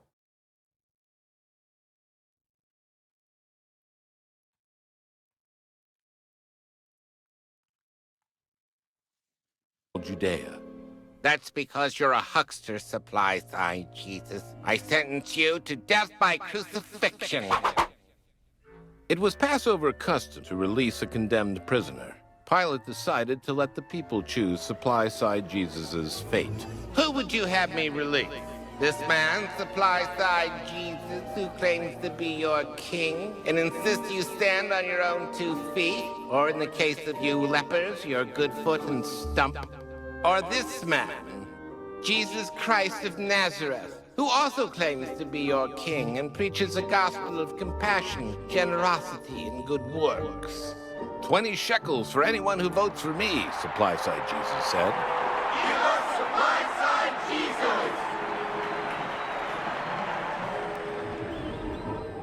The next day, supply-side Jesus passed by Calvary on his way out of town. Forgive them, Father.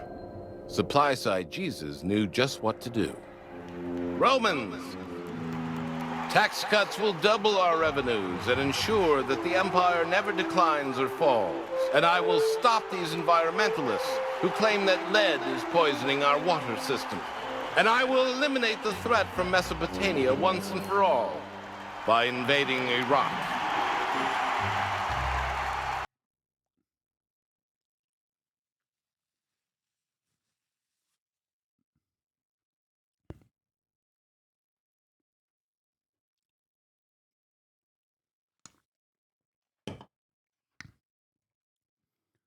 Oh, man.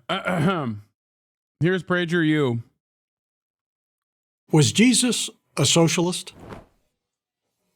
Well, if socialism is nothing more than being kind to other people, then you might think the answer is yes. I mean, yeah. Hasanabi reacts that was Jesus a socialist 4 years ago. 5 years ago now. I've watched this before.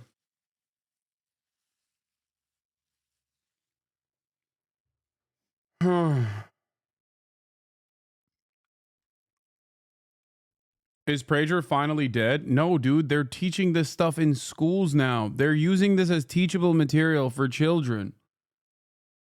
All right, I want to see what Will had to say about the end of the left plus liberal to be alliance. like their candidate, and then replacing him with Kamala Harris, who genocide that's being committed now. Oh. Who I think got a brief honeymoon of people just being like, oh, we don't have to vote for Joe Biden.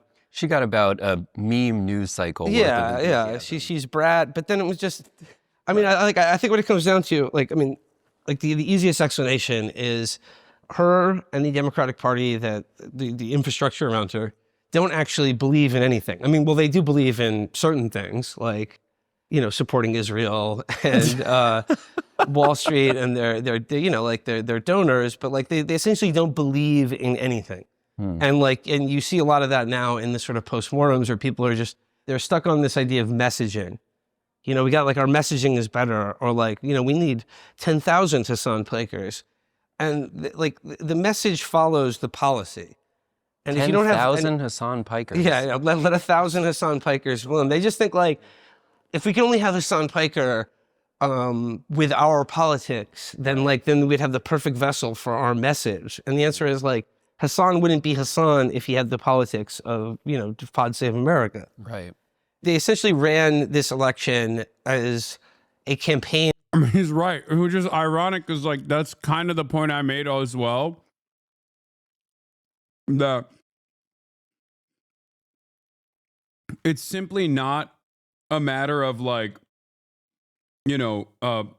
flooding the market with pro-liberal sentiment.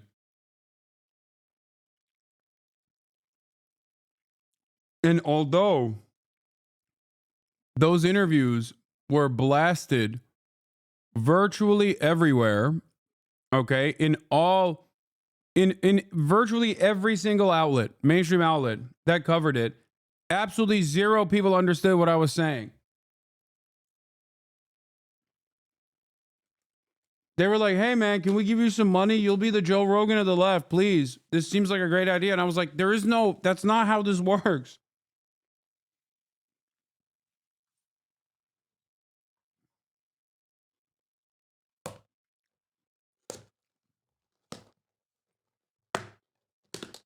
I said that in every single interview that was done.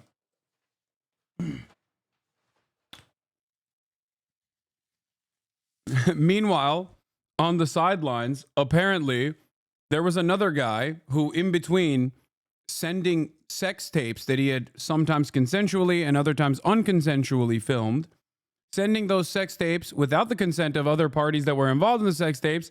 He was sitting around getting angry that he was not being presented as the Joe Rogan of the left. He's like, I'm right here. I love the Democratic Party. I will unconditionally defend the Democratic Party.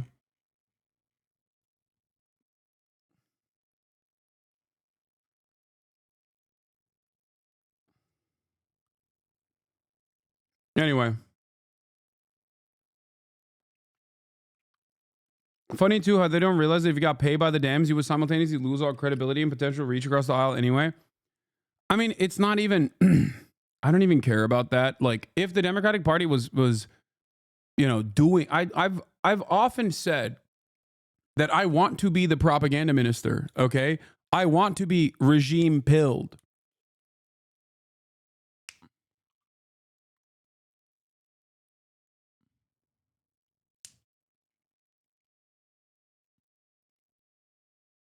I want to be regime pilled. I want to be a loyal servant of this party. The issue, on the other hand, is in order for that to happen, they have to actually do something that's worth defending.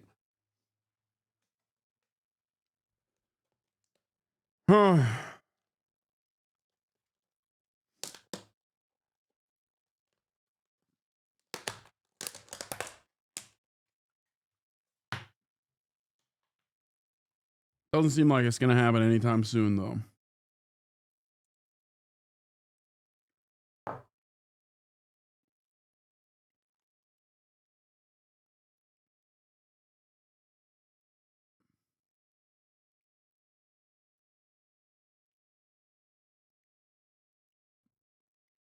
Could you be China pilled? I already am.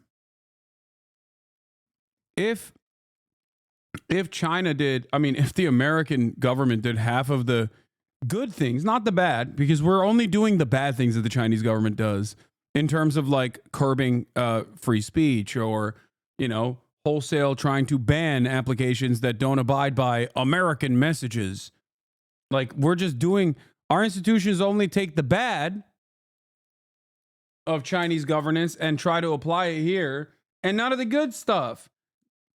What they also fail to recognize is a lot of the restrictive things that the Chinese government does only works if you're doing the good stuff as well.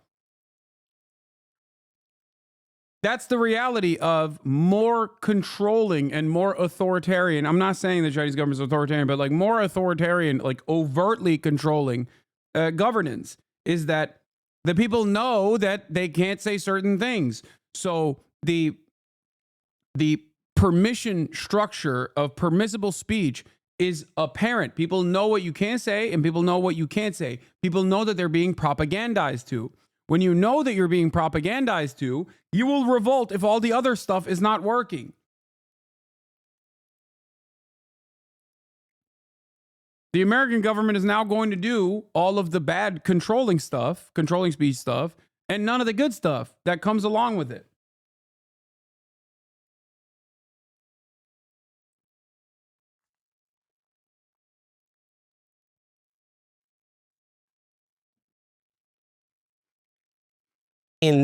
Against Donald Trump, yes, who's like, you know, the most dangerous evil man who's ever existed in American history. But they really did also run a campaign against their own base. And they ran a campaign to essentially demoralize their own base on behalf of this, like... It's not a dumbass take to say all governments are authoritarian. What are you talking about? That's what the government is. It's a structure of authority. By definition, every rule that is written, whether it makes sense or not, is still restricting people that would technically want to, you know, violate that standard, violate that rule. That's it. That's how it works. The point is, or the goal is rather, to make sure that the rules that are set are sensible.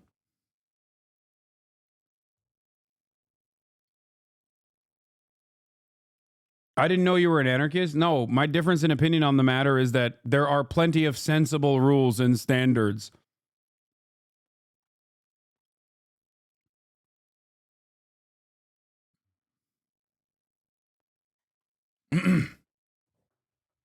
I'm not inherently against it, is my point. Do you see what I'm saying? That's the big difference, I guess. And I'm not even inherently in favor of democratizing every aspect of that process. An imaginary like tranche of voters that existed on their spreadsheets, and I think Who is that imaginary voter? Like the moderate voter or the Republican voter that's voted Republican their whole life but is uncomfortable with Donald Trump because of January 6th or Russia or blah blah blah. The list goes down. It's just like they campaign for anyone but. I don't know, like they're the base. They're like anyone like liberal or progressive or a young person in this country.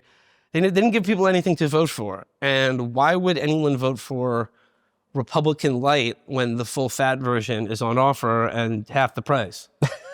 So I mean, I think that's really what it comes down to. Like the Democrats didn't offer anything to anyone. They don't believe in anything.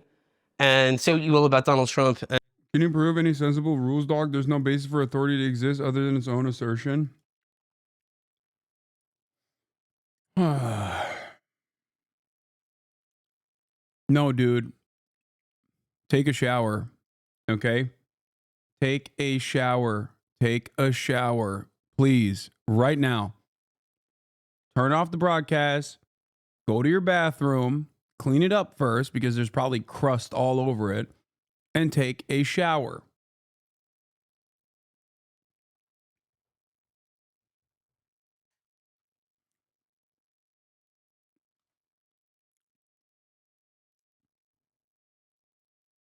Chatters be like, I don't understand. Why is there any standards for what kind of meat in our meat supply is allowed? I would like to get trichinosis, please. Like, what do you mean, dude? What do you mean? Oh, sensible rules. There is no basis for authority to exist other than its own assertion. All rules are fascist. There should be no safety standards, I say. No, it's not an accidental libertarian. It's an anarchist.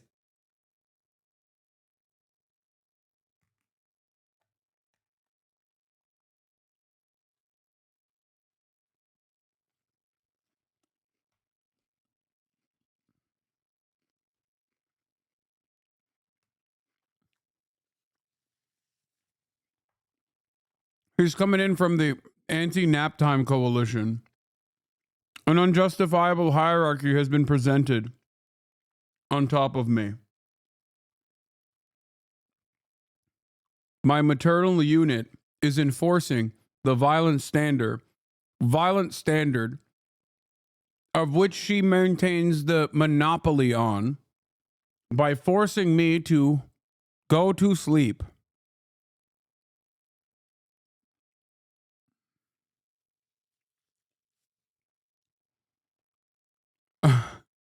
Sir, a second hierarchy just hit.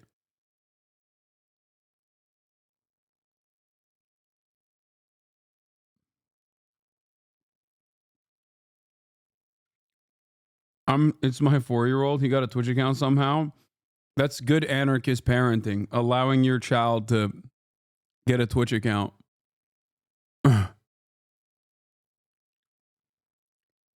Donald Trump has signed an order redesignating Ansar Allah, the Houthis, as a foreign terrorist organization. This designation was placed on Ansar Allah during the Trump administration, but was lifted when Biden took office because it was impeding the delivery of humanitarian aid. After the October 7 attacks, Biden designated Ansar Allah as a specially designated global terrorist, which is a different designation from foreign terrorist organization. One of the key differences is that the FTO criminalizes material support of organizations designated as terror organizations. FTO is broader and more punitive, while the SDGT is narrower and targets financial and logistical aspects. Thank God. Thank God these goddamn evil demons are getting what's what. Anyway.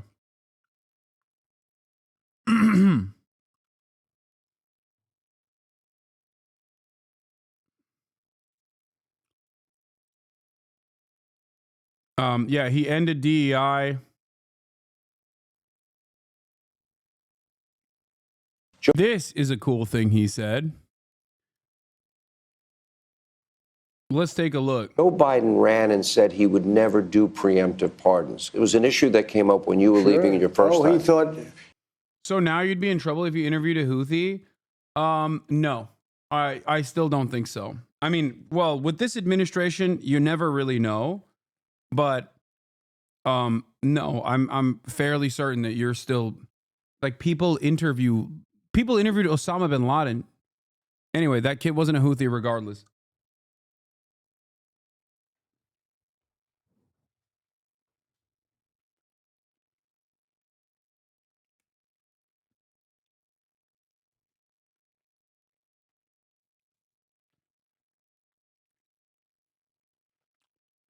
I love that people still do this thing where they're like, oh, what if you were talking about your mutual love of One Piece with the Houthi? He's not a Houthi.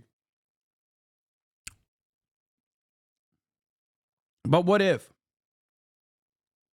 What if I did that? What of it?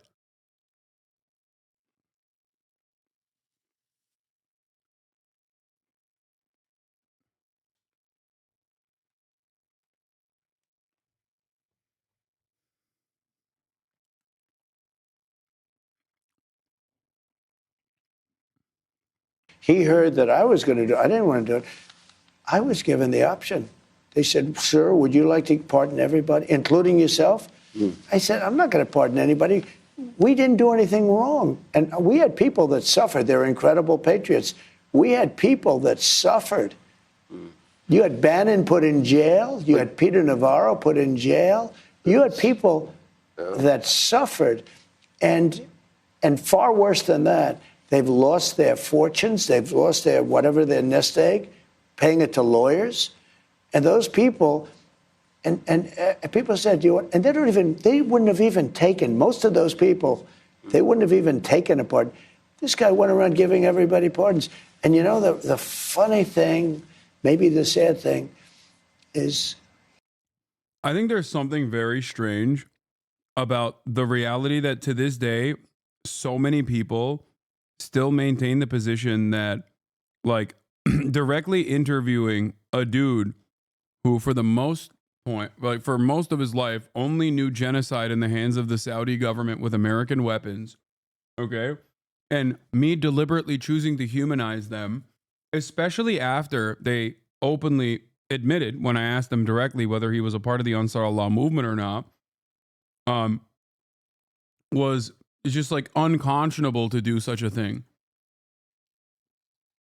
In a time frame where the Ansar Allah movement wasn't even considered a part of the official terrorist list regardless.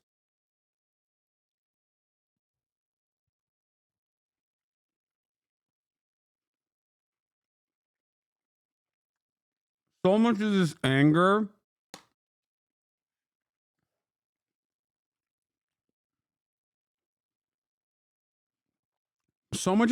and resentment just genuinely comes from being like, no, this guy is scary and brown and Muslim, and I assume anti-Semitic.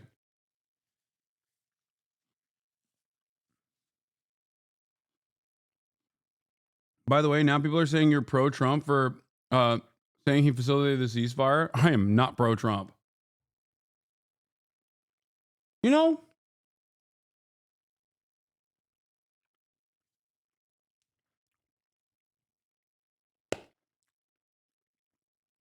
it's interesting. Have those people been covering all of the awful shit that Donald Trump has been doing? Because that's what I've been doing.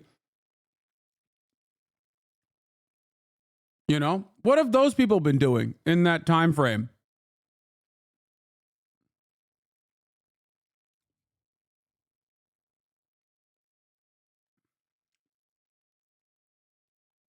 Yeah. Hutch, when he sees me wear a Trump hat, goes, oh, we finally got him. We finally got him. He's a real Trump supporter.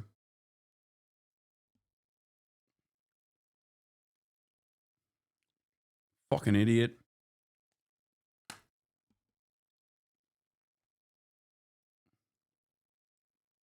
It's just so stupid, dude.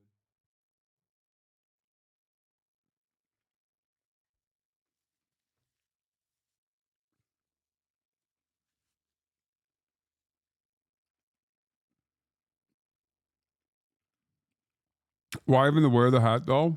Oh, because I'm a Trump supporter. Oh, no.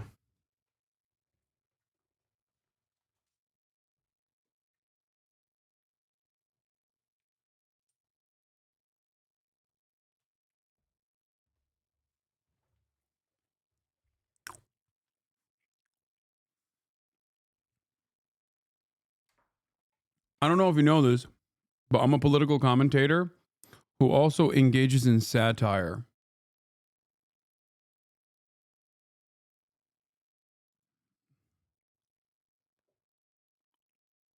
Yeah, this is the other take they had.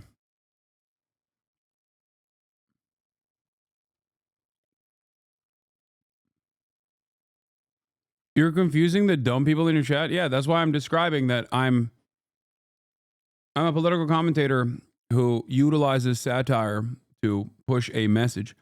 Anyway, let's get to this DEI stuff. Chris Rufo says, this is personal. For 5 years, leftists have doxed my home, tried to get my wife fired, threatened my children, targeted my reputation, spread lies about my work, dragged me into lawsuits, and prosecuted my sources. We're going to abolish DEI everywhere, then salt the earth. To which Ryan Grimm had a take that I don't agree with, where he said DEI was an active impediment to the project of building a multiracial working class movement capable of taking on a corporate and oligarch power. Rufo did the left a favor in nuking it. Now, I understand where Ryan Grimm is coming from, okay? But the reality of the matter is that Christopher Rufo lasering in on this like otherwise aesthetic initiative to try to make workplaces more diverse or more tolerant or more understanding or whatever the fuck. That wasn't actually done at the behest of like abolishing the identity standards in an effort to create class standards in its wake. No, he just used it doesn't have to be DEI. It could be anything else. It was just a representation. It was a representation of liberal politics in general. Okay? Noah says, I personally don't think Rufo did the left a favor by helping eliminate affirmative action under the guise of anti-corporate activism. What even is DEI? This is a rhetorical question. It's been evacuated of all meaning because its primary context, corporate workplaces doing the work of civil rights enforcement that the government neglects, isn't really in the hands of the groups or blue hairs. Like, yeah, it's cringe. It's vacuous, if you can even define what it is, but it's not leftist overreach, and it's always been a certain kind of test to me to see if you fall for what hucksters like Rufo sell. And that's my point as well. I 100% agree with Noah here. Okay? It's just another more appropriate way of saying the N-word. Most American politics on the right is just vice signaling. All of it is vice signaling. And most of it revolves around just saying fuck black people. Fuck women. You know, fuck Latino people. Whatever, you know? And that's all this is. That's all this is. The elimination of DEI, okay, is basically just, it's not like taking out some sort of legal standard because no such thing exists. It's simply the elimination of companies that don't even necessarily follow these protocols thoroughly, right? Or affirmative action in general, that simply want to say that they're doing something quote unquote woke for marketing purposes. Those companies must be punished. It's the same reason why I always say it's better to not exist. Like I've talked about this before with Target, right? Target doing like all of the you know, LGBT focused merchandise is silly, right? They do it to hawk product for 1 month. And it's better if they never do that, right? Than to do that and then somehow cave and capitulate to the right when they yell about it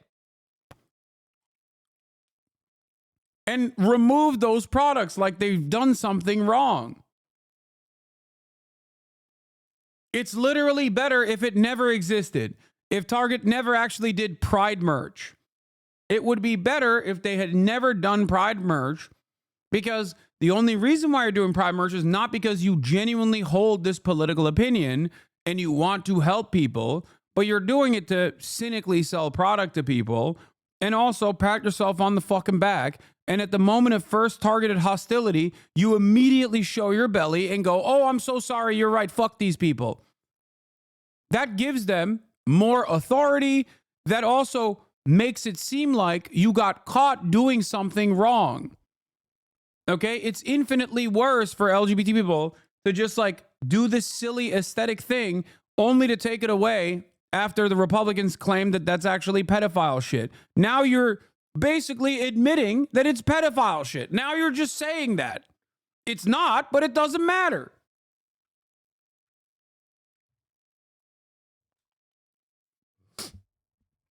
And it's endlessly frustrating to me. There's a difference between, for example, Target doing that versus Ben & Jerry's. Okay? It is obvious that Ben & Jerry's is run by two people that have a political opinion, a genuine one.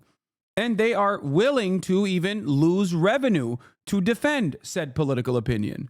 Okay? They're not doing that because they want to market the product. They're doing that because that's what they believe, right? So that's the difference.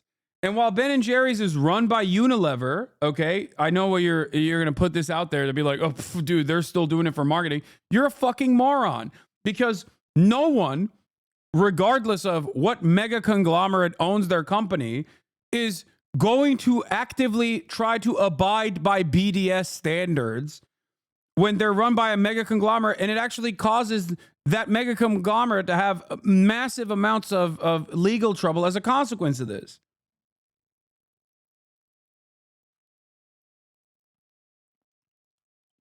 That's it. And now you will once again see the reality. If you were even for a brief moment, yeah, Ben & Jerry's is also suing Unilever, and you're over here being like, oh, they're run by Unilever. Shut up. They are a great example of a company that does actually care about the politics that it's representing. And that's why in certain instances, their politics might even come across as radical. Their politics certainly causes them to lose out on revenue, as a matter of fact. Now, what you have to understand is that that's fine. That's okay. Some companies can do that, and that's fine, and that's a good thing, right? But the reason why I think this kind of stuff is awful in general is because it gives easy ammunition, because the company's heart is not in it to begin with. Out of all of the corporations, the mega corporations that genuflected to the incoming Trump administration, the only one that said, yeah, we're not touching this DEI stuff, I don't care, shut up, was Tim Apple, okay? Because he's gay. And he was like, yeah, I don't care what Trump has to say about DEI shit. Like, that's well within our rights, and we're just going to keep it.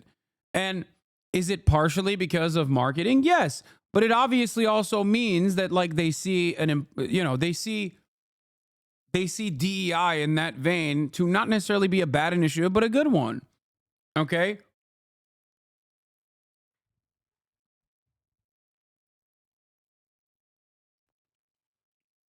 It's so stupid when companies do this specifically for marketing. Companies that, who is going to agree with Ryan's tweet? Who is it for? Just barking into the void? I don't know. Maybe like some anti-DEI leftists or something. I don't know.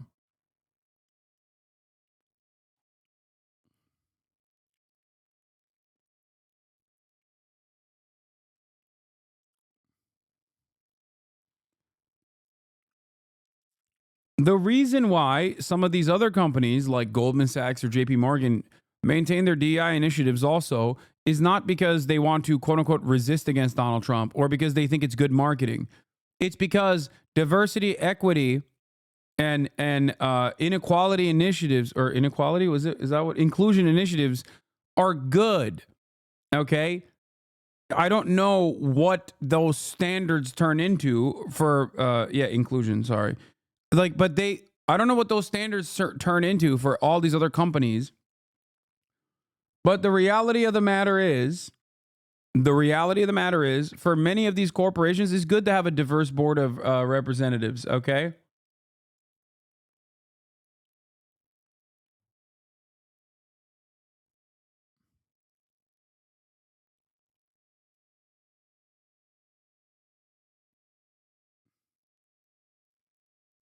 A lot of the DEI is silly, and it's just a way for the HR teams to engage in busy work. But at the end of the day, making sure that your work standard, or making sure that your hiring practices don't immediately overlook like black or brown people, is probably beneficial for these companies, so they're keeping it. Okay? That's it.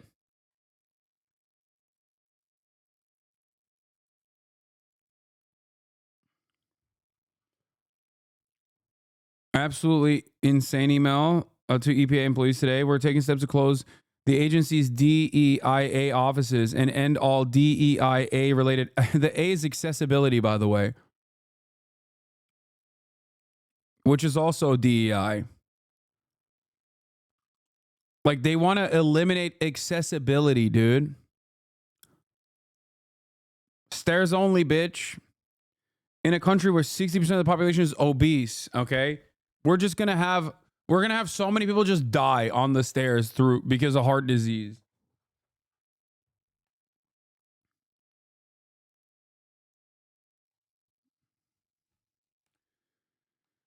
Ay, ay, ay. What a ridiculous way to operate.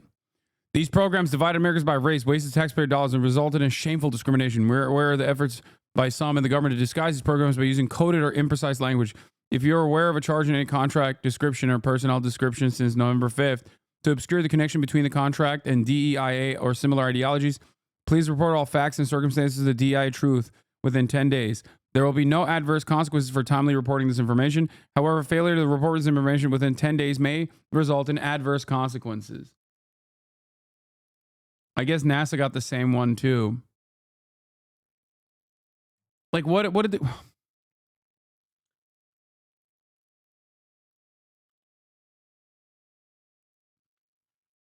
DHS here, FEMA got the same message word for word. It's so psychotic, dude. That we're ruled by psychopaths, okay? Wife at OSHA also got it. He didn't give himself a pardon. And if you look at it, it all had to do with him. Hey, Sean Hannity here. Hey, click here to subscribe to Fox News YouTube page and catch our hottest interviews and most compelling analysis. You will not get it anywhere else. Let's talk about the moment you walked back in this office, this desk, this room, your carpet. How'd you feel? Well, it was a lot of work. And as you know, I felt that we shouldn't have had to necessarily be here. Could have been done, a lot of work. Could have been, it would have been over. We wouldn't have inflation. We wouldn't have had the Afghanistan disaster. We wouldn't have October 7th with Israel, where so many people were killed. And you wouldn't have a Ukraine war going on. But with all that being said, I think it's bigger. It's bigger than if it were more traditional. Only the second time in history somebody didn't have consecutive terms. Yeah. Well, they say it's historically bigger. I don't know about that. But I can say it showed us a couple of things. These are clips from the Sean Hannity interview that's going to air at 6 p.m. Pacific, and I'll be watching it when it goes live, of course. Wonderful stuff.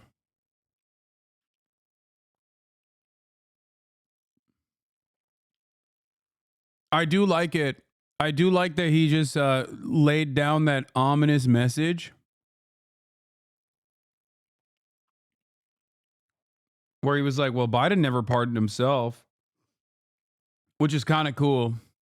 It'd be dope if he just like wanted to arrest Biden, dude. I'm not gonna lie.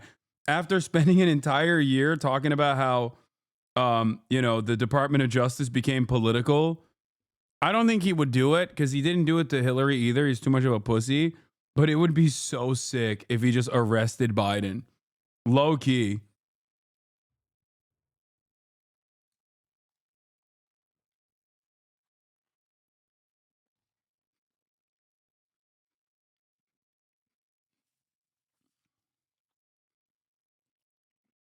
Notice that the radical left, their philosophies and policies are horrible. Hey, Sean Hannity here. Hey, click here to subscribe to Fox News. My lead source tonight is the independent senator from Vermont, Senator Bernie Sanders. And it's great to have you here, Senator Sanders. You were there at the inauguration speech yesterday. Out of the first 24 hours of the Trump presidency, has anything surprised you? No. I think in terms of the speech, Bernie got a haircut. I suppose if you're a Trump supporter, you thought it was good. If you're a Trump opponent, as I am, you did not think it was good. But I think the main point, and kind of you inferred to that a second ago, we're going to see a whole lot of stuff. Every single day you're going to see all kinds of stuff. But it is terribly important, in my view, for the American people to stay focused on the most important issues facing our country.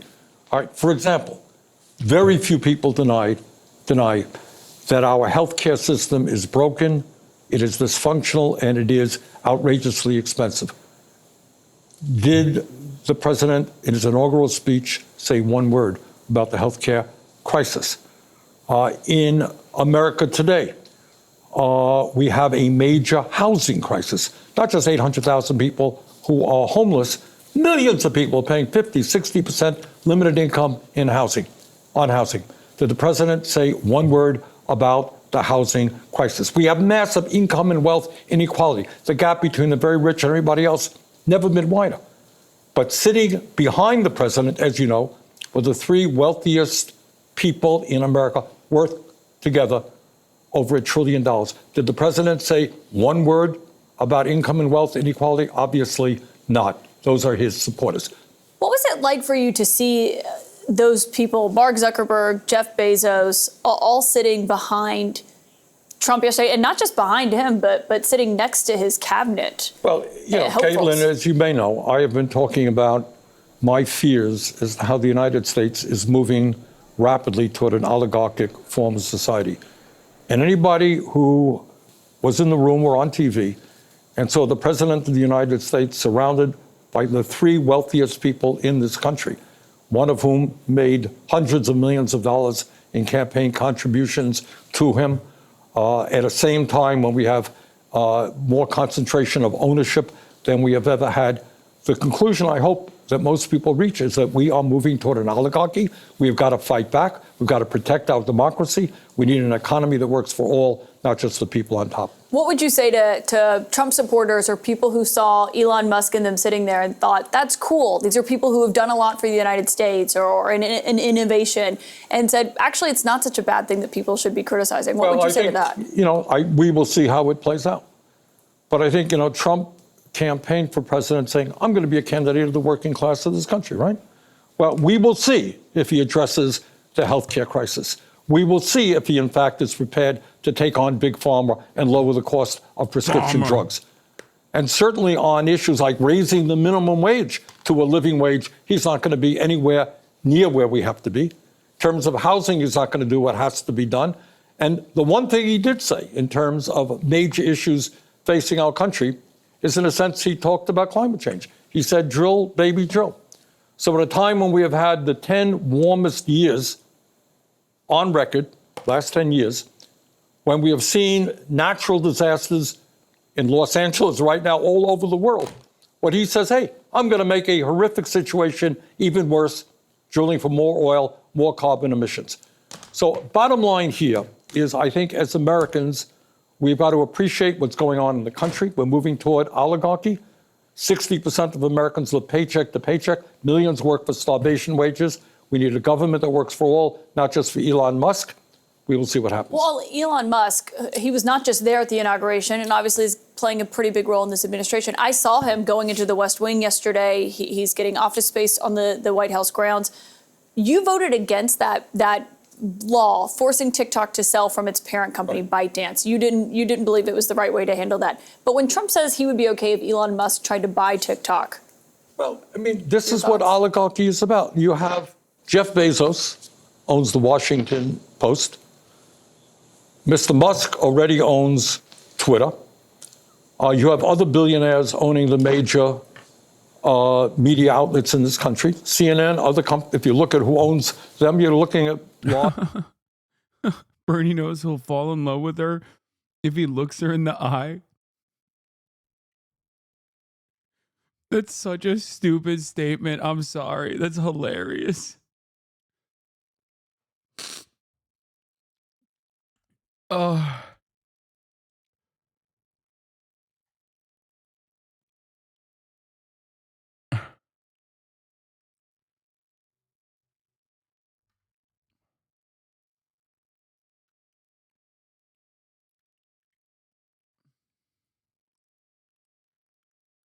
Oh my God.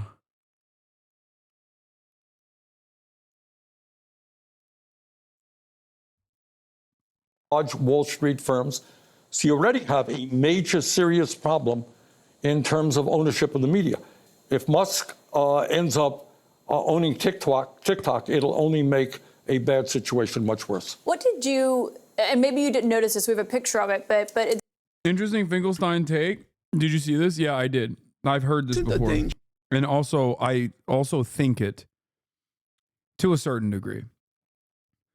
I think I play fast and loose with fascism and Nazism in general. In terms of like ideology, there are obviously markers and limiters, but like I don't make the distinction between like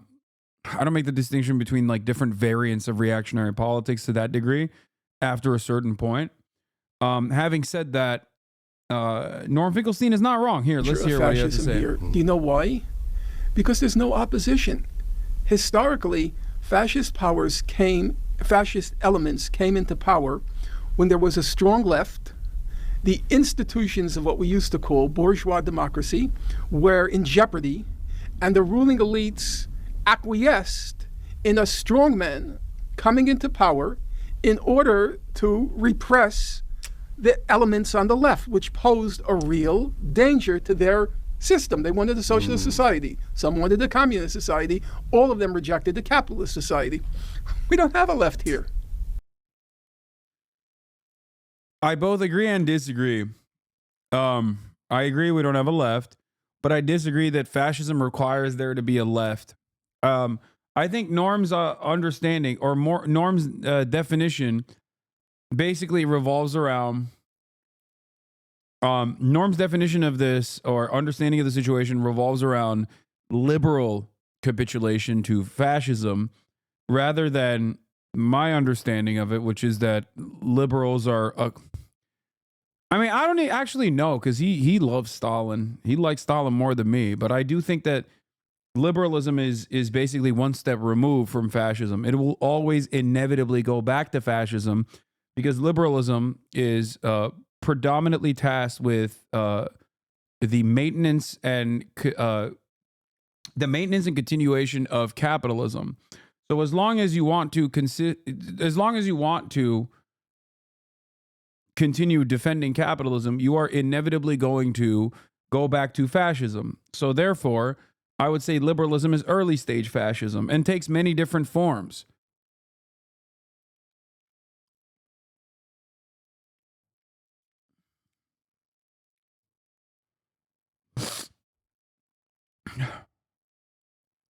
I don't think that there needs to be in a country like the United States of America. I think Norm would say, understandably, that there is no real left. There is no left whatsoever.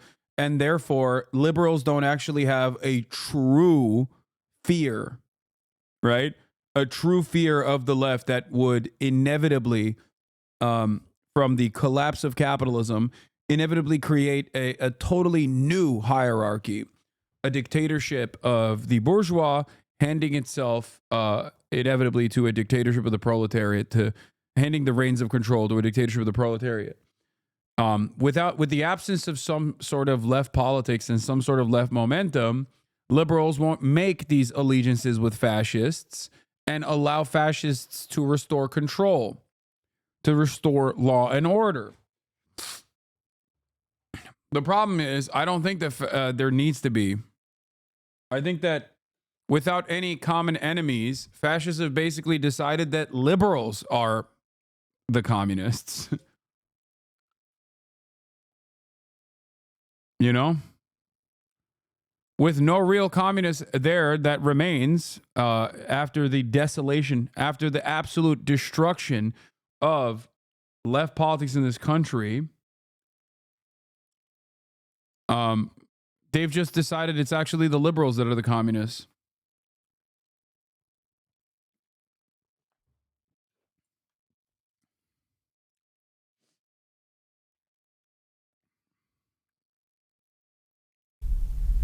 So we don't need, if there isn't a danger of. Anyway.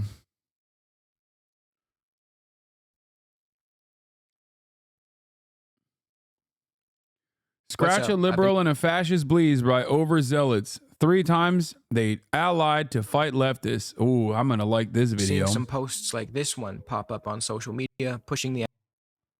Oh my God. Liberal response to fascism, the atomic bomb. Communist response to fascism. Oh my God. This is one of my favorite. This is literally the intellectual liberals. I'll have you know the Confederates were Republican take, okay? I love this World War II revisionism coming from liberals because as you know, liberals are somewhat well-read. Now, just because you're well-read doesn't mean you read the right things, okay?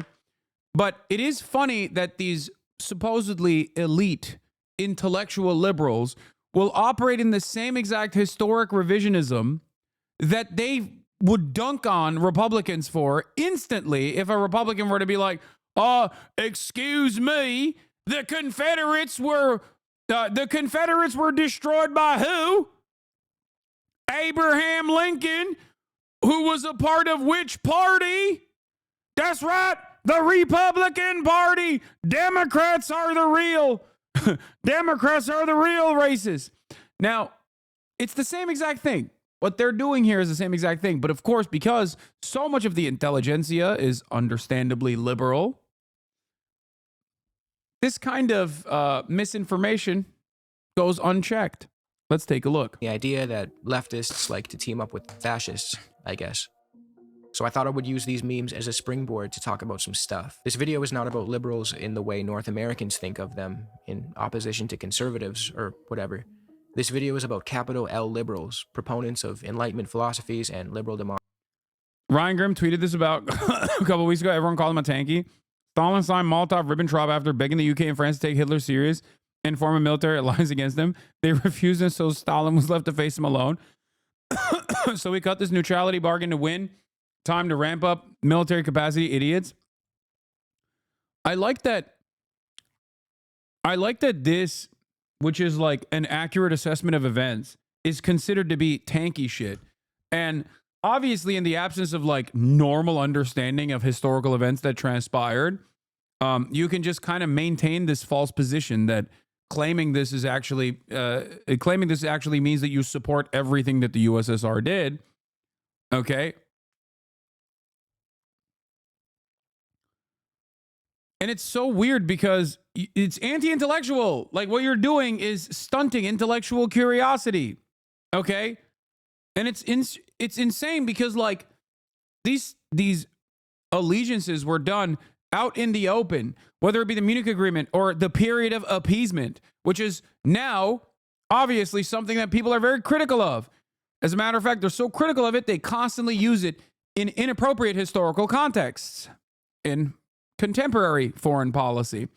Now, what's strange to me, however, is that the greatest thing that Stalin did, probably his greatest W of all time, like straight up, was defeating the Nazis. So that's kind of the whole story about World War II. Like what do you think happened there? You know what I mean? He just like the Nazis considered the Soviets and socialism to be the most significant enemy, okay? The most significant enemy. The first people that they placed in concentration camps were socialists, okay? Were trade unionists and socialists. They considered socialism to be a Jewish invention, okay? So while you hear that from the Nazis and you hear that from the Soviets, you try to like laser in on this one historical agreement that the West also literally did. And you just, I guess, forget all the things that happened after this? Like, what are we talking about? Bro, who the hell said W. Stalin? I don't know. People who were freed from concentration camps all the way in Eastern Europe. Maybe those people said W. Stalin. A lot of people used to say W. Stalin. It's what Stalin did after that wasn't so great, okay? In terms of its own, in terms of a lot of the mismanagement and you know, the affairs of the USSR. It's like, it is his greatest W. What are we talking about?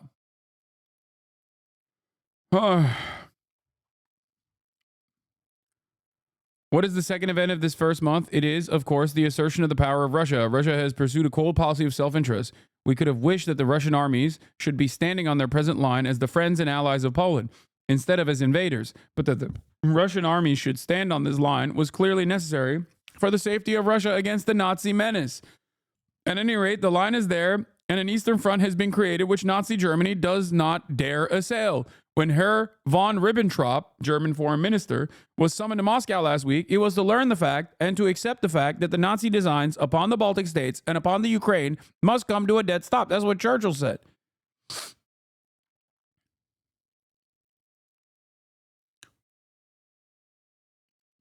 Anyway, I love Ryan, but why is Stalin relevant right now? Well, for us, the reason why Stalin is relevant is because we're quite literally talking about the, a revisionist history from World War II that liberals like to that they love to fucking point to. Stalin killed 30 plus million people. G, I know. No, he actually, that's not true. He killed 100 plus million people. And also, no, he killed a 200 plus million people, actually. Never mind. I just decided he killed 300 plus million people. He's so much worse than the Nazis. Notice how there is also, at least in Europe, there used to be a term called the double genocide theory. The double genocide theory dictated, brought about by liberal thinkers, that it was actually, well, it wasn't brought about by liberal thinkers. It was actually brought about by fascists in the aftermath of World War II to make the claim that Stalin was actually just as bad, if not worse, than Adolf Hitler. Okay? You understand that, right? So whenever you do the, oh, well, Stalin killed 100 million people, ain't nobody saying nothing about that. You're actually doing the bidding of fascists. The reason why you're doing the bidding of fascists, not realizing that you're doing the bidding of fascists, unless you're literally a fascist yourself, is that if you look at the numbers on the board and you look at all the people that Hitler killed in concentration camps, that's like what, 12 million, maybe 15 million? Okay. Stalin killed 100 million people. That means Stalin is much worse than Hitler, right? Maybe Hitler was just a little guy. Maybe he was misunderstood. That's the way fascists propagandized initially. Now they don't even have to do that because liberals have done the propaganda for them.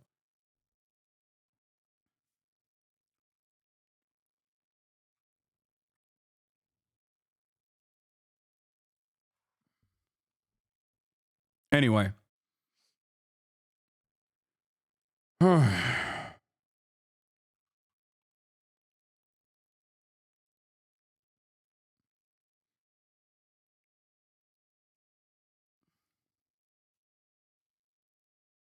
All right, let's move away from Stalin.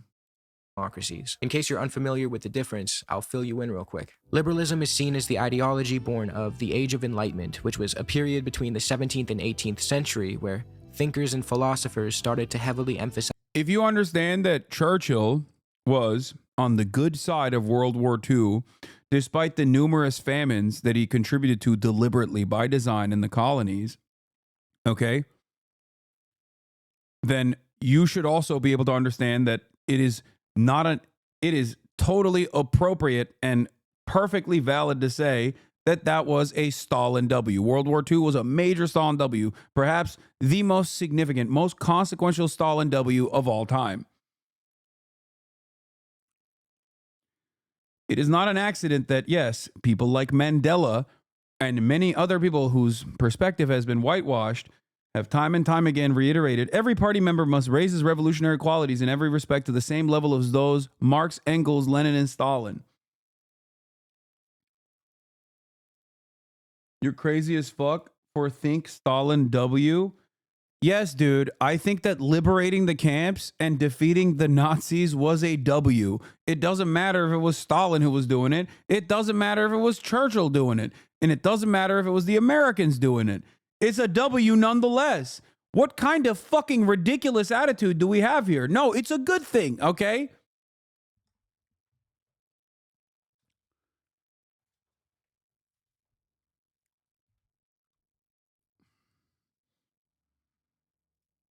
Rationalism and empiricism in contrast to superstition and dogmatism. From there, we saw an emphasis on personal liberties, separation of church and state, progress, tolerance, and democratic governance. Things that I think are great, by the way. This served as a turning point in history where the age of the monarch, the feudal lord, and the serf was to be left behind, and the age of the free man was to come. A lot of the ideas that came out of this Enlightenment period served to drastically improve the quality of life going forward. Since such an emphasis was placed on freedom and individual liberties, the economic system that was tied to this movement was capitalism. At the time, capitalism was seen as a way to maximize personal liberties, a way for anyone to work their way to a free... Like, I would go so far as to have endlessly more charity to our founding fathers here in the United States of America than I do to Stalin in terms of the American Revolutionary War, okay? Like, those dudes were literally fucking slavers, man. What are you talking about? And I still give them that W for defeating the English, okay? Like, that's crazy. That's crazy that, like, that is not only permissible thought, but, like, the fact that you even bring up the founding fathers being slavers is, like, a big fuck you to American history. But God forbid you say Stalin W for killing fucking Nazis. Like, that's crazy. That's insane, dude. And happy life, and an improvement to feudalism, and all the unspeakable economic arrangements that preceded it. During this period, capitalism was a very progressive system, but the people of the 18th century had no way of knowing how dangerous this economic model would be in its accelerated form. They couldn't properly gauge the ecological devastation or immense capital concentration that was to come in the next couple of centuries. There were some Enlightenment thinkers like Jean-Jacques Rousseau who had a hunch that this shit could go wrong, and he wrote about it in his work, A Discourse on Inequality, where he took aim at things like property and wealth disparities and argued that inequality was likely to lead to despotism. But for the most part, the ideas that emerged during the Age of Enlightenment served as a massive step in the right direction. Fast forward to the modern day, and we see that Rousseau's predictions were spot on. But this doesn't mean that all the ideas that came from the Enlightenment were bad or destined to age poorly. As someone critical of capitalism, I believe that by implementing a new and more equitable economic model, we can truly live up to the values and ideals of freedom thought up during the Enlightenment. I see libertarian socialism as the logical extension of Enlightenment principles, but I digress. So, when I use the term liberal in this video, I will be referring to people or states that claim to be proponents of the ideas that emerged during the Enlightenment. The US and other Western countries claim to be liberal democracies, regardless if the party in power calls themselves liberal or conservative. This video is not going to be me attacking liberalism as much as it will be a critique on those who claim to uphold the ideas of freedom and democracy insincerely, just to use them as a cudgel to bully others who may want to organize their societies differently. There's a long history of nominal liberals acting illiberally, siding with authoritarians and discarding... No, you don't understand. That was good, actually. That was good because the alternative was far worse. The alternative was a democratically organized socialist society. So, of course, we had to put a fucking fascist despot in charge and rewrite the Constitution. Like, what? Excuse me. That right there is neoliberalism through and through.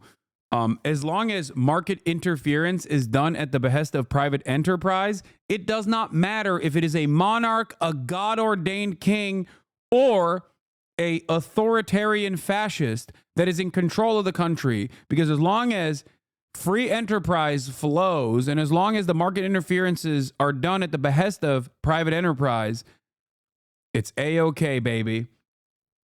Regarding the values that make up what they claim to believe in, just to destroy countries and people who hold ideas different from them. So with that out of the way, let's talk about the phrase... Who's that? His name is Pinochet. And a fascist bleeds. This is a common catchword in certain political circles, and you might have seen it on the internet. People who use this phrase are often referring to the proclivity of past liberal democracies to side with fascists in their attempts to destroy leftist movements all over the world. Another kind of Stalin banger take was when he said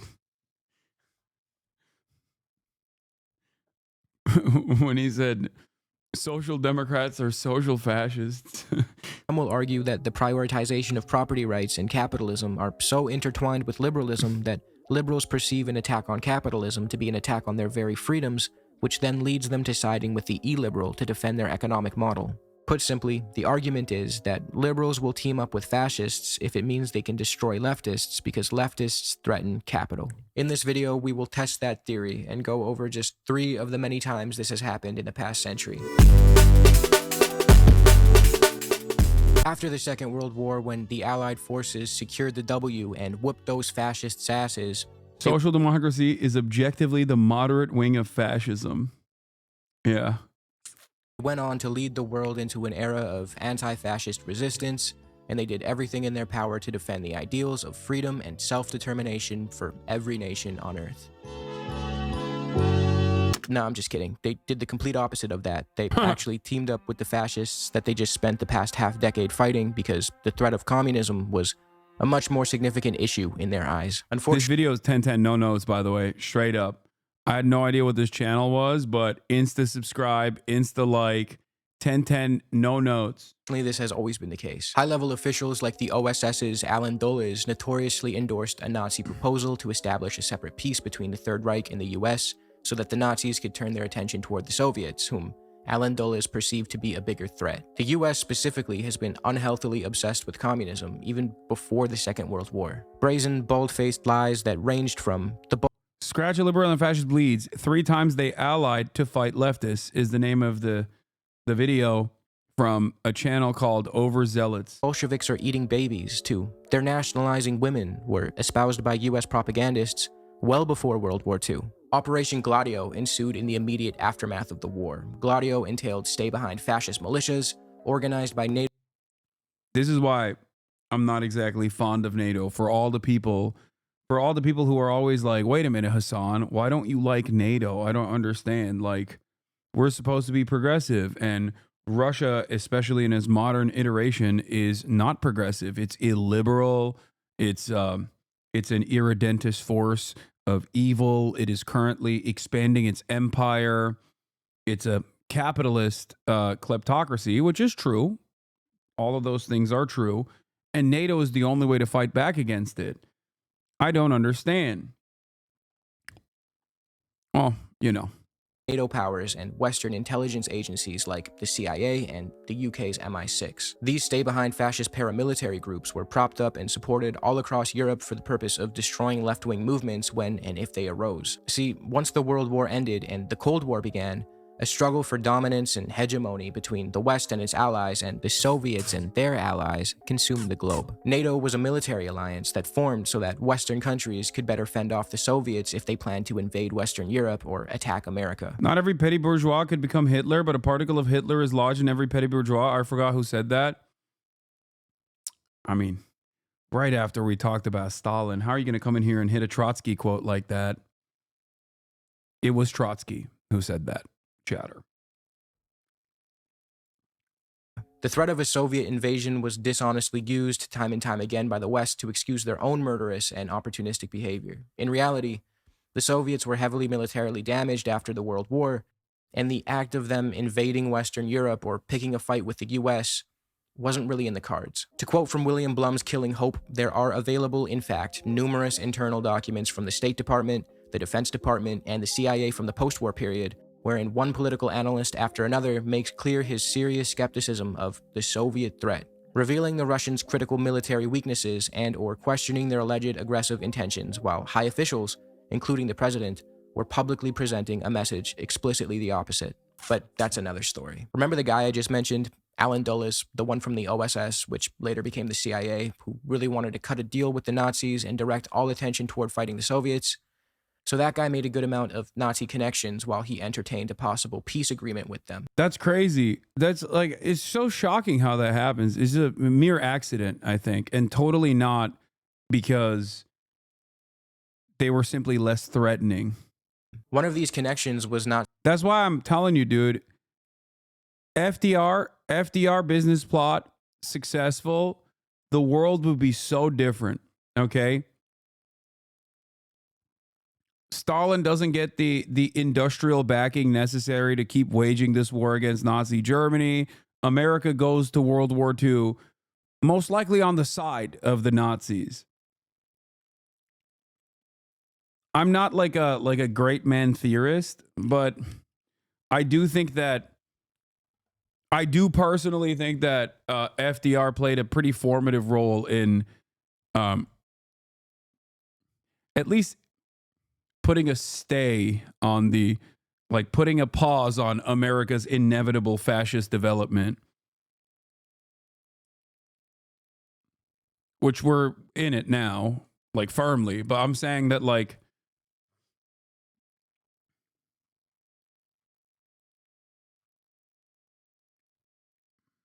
but he pushed it back at least, I don't know, 40, 50 years with that act alone. Nazi General Reinhard Gehlen, who, knowing that the Nazis were going to lose the war, informed Dulles of his idea to form clandestine guerrilla armies composed of Hitler Youth and other fascists who would stay behind after the war to fight off communism wherever it popped up. Since Dulles was paranoid about a potential Soviet invasion of the West, he believed that he had to develop these stay-behind fascist militias and assist them. Dulles later went on to bring Gehlen and some of his other Nazi friends to Fort Hunt, Virginia, where they had dinner with a bunch of US officials who came up with a little plan.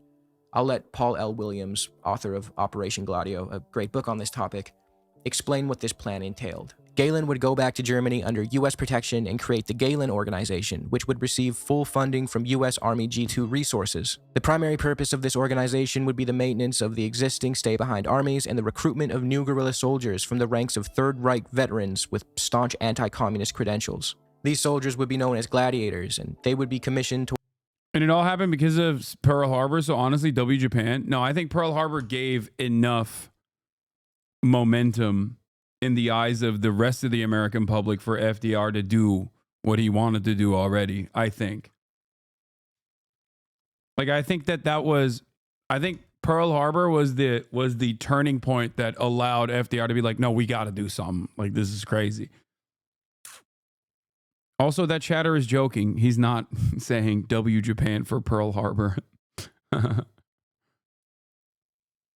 to ward off communist invaders in the Great Theater of post-war Europe. The operation in which they were engaged was to be known as Gladio, after the short swords Roman gladiators used to kill their opponents. So not only did the Western liberal democracy fund literal Hitler Youth death squads and other fascist paramilitary groups...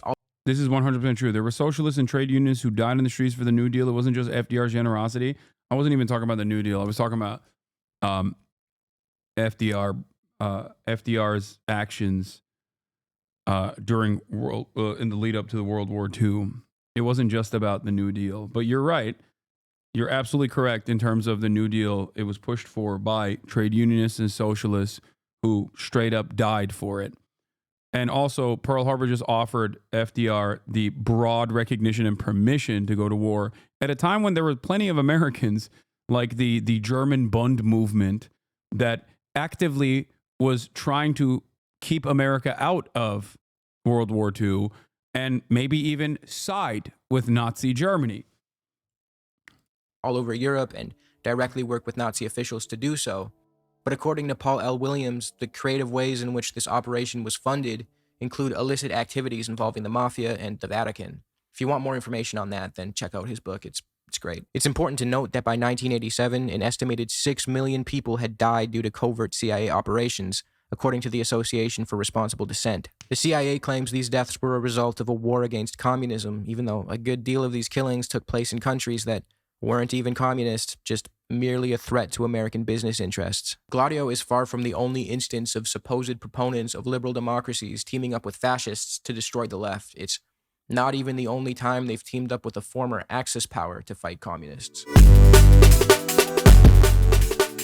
Shortly after the Japanese surrendered in 1945, the US began using the Japanese soldiers who were still in China to help fight the Chinese communists. At the time, China was engaged in a civil war between the communists led by Mao Zedong and Zhou Enlai, and the nationalists led by Chiang Kai-shek. Although the Chinese communists provided significant assistance to the Americans during the Second World War by offering intelligence on Japanese occupiers, rescuing and caring for downed US airmen, and more, the US ultimately chose to align more closely with the Chinese communists were the most fucked over. Okay, number one most fucked over. Chiang Kai-shek and his nationalists. The OSS, which later became the CIA, estimated that the majority of Chiang's military effort was actually directed against the Chinese communists and not the Japanese occupiers who wreaked havoc all over China. Once the war had ended, Chiang had incorporated Japanese units into his army and began working heavily with officials who had collaborated with the Japanese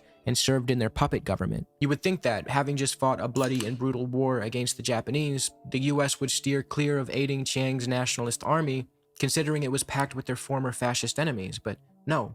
Since Chiang Kai-shek was relentlessly anti-communist, the US had no qualms about supporting him and his nationalist army. In fact, in President Truman's memoirs, he wrote about using enemy Japanese troops to hold off the Chinese communists. Quote, "It was perfectly clear to us that if we told the Japanese to lay down their arms immediately and march to the seaboard, the entire country would be taken over by the communists. We therefore had to take the step of using the enemy as a garrison until we could airlift Chinese national troops to South China and send Marines to guard the seaports." The US transported nationalist troops all over China and Manchuria. About 500,000 of them were sent by ships and planes in the attempt to get them to important centers and ports before the communists. The American involvement in the Chinese Civil War quickly reached the point of having US Marines sent into China to guard railroads, mines, bridges, and more for the nationalists. This eventually escalated to US involvement in the fighting as well. US soldiers began attacking areas controlled by the communists. There are also reports of them indiscriminately shelling civilian villages. An interesting detail that caught my attention while researching this conflict was the fact that even after the US troops attacked Chinese communists and the villages they controlled, the communists would still rescue downed American airmen and tend to their wounds whenever they would crash. William Blum chalks this up to the fact that, at the time, the US was internationally respected and admired, and Chinese peasants, communist or not, may have still looked up to the Americans. After a while, the US troops who were stationed in China... It's so crazy. The American motion, especially post-World War II, is kind of wild because virtually everyone, including revolutionary figures that America considered to be enemies of the state, like Ho Chi Minh, literally consistently looked up to the Americans as like titans of enterprise / incredible revolutionary figures. Like the amount of glaze that everybody had for America, and America just cast aside that goodwill over the course of the Cold War by just being the most horrifying monsters on the global stage. Straight up, bar none. You can talk about all of the awful mismanagement, death, destruction within the USSR all day, every day. If you want to talk about that, they rode tanks into Hungary to quash the counter-revolution. How dare you, Hasan? Whatever. Okay, fine. But it is nowhere near the generational fumble of goodwill, or rather, if you want to have my opinion on it, the abuse of said goodwill that American leadership post-World War II used, weaponized at the behest of empire and complete domination and complete destruction. Yeah, Ho Chi Minh literally wrote a letter to America thinking we took our Constitution seriously. He admired the sentiments of freedom, but were dismayed when he finally visited America. Even after, he loved the founding fathers. He was like, yo, these guys are great. America's great. It's the land of prosperity and freedom. Can you please help us? And the Americans were like, help you? What the fuck are you talking about? Yeah, we'll help kill you. Or, well, we won't be able to, but we'll die trying in the process and kill a shit ton of civilians in the process. Also, another direct analog between the Viet Cong, which at the time was before, this predates, I guess, the terrorism designation, technically, but the coverage of the Viet Cong was damn near identical to the coverage of, you might have guessed it, Hamas. Okay? The Viet Cong are attacking and killing collaborators through ruthless torture. The Viet Cong, how dare they attack our brave American soldiers for, simply napalming a fucking village. The Viet Cong do not care about liberation. They want to kill the southern Vietnamese. And the puppet government that we installed that was ruthless and brutal in and of itself, and also, to make matters worse, incompetent. All of this was written about extensively in American newspapers. And you might be shocked to find out college students back then were also on the right side of history, where you would sometimes see posters talking about how the Viet Cong were heroes that are worthy of celebration. Viet Cong also had terror tunnels as well. Anyway.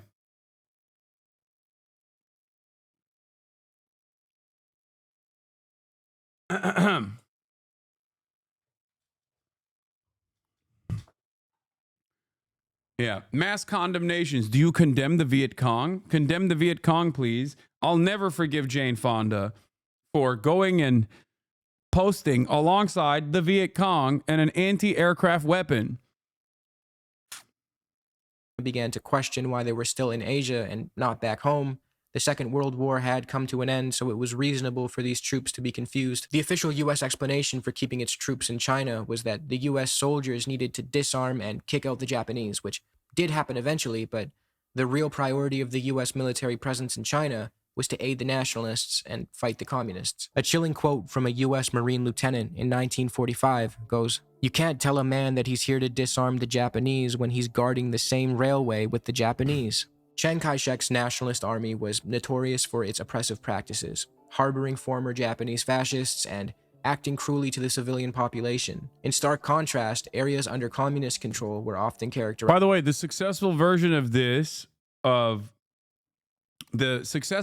of like openly collaborating with those who collaborated with the Japanese colonialists happened in South Korea, just so you understand. In terms of like scratch a liberal and a fascist bleeds 3 times they allied to fight leftists, it's actually not 3 times. It's virtually every time. America, historically, has never had an issue with aligning with brutal autocrats. Okay?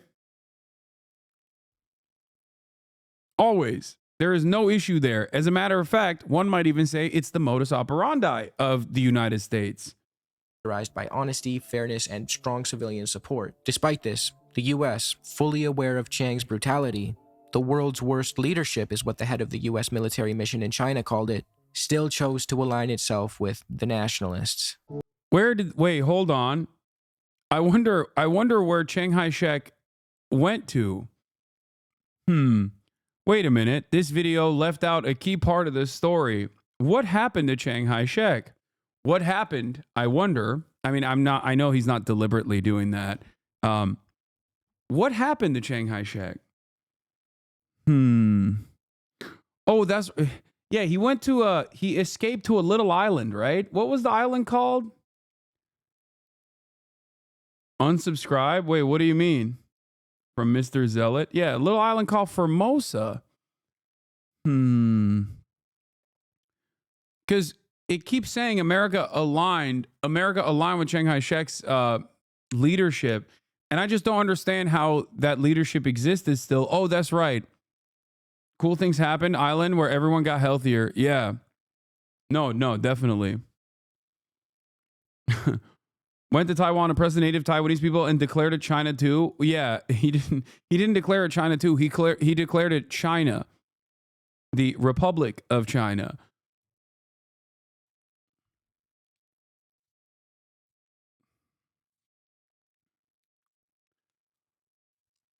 And had grand designs for what the true boundaries of the Republic of China actually would look like in terms of like on a map.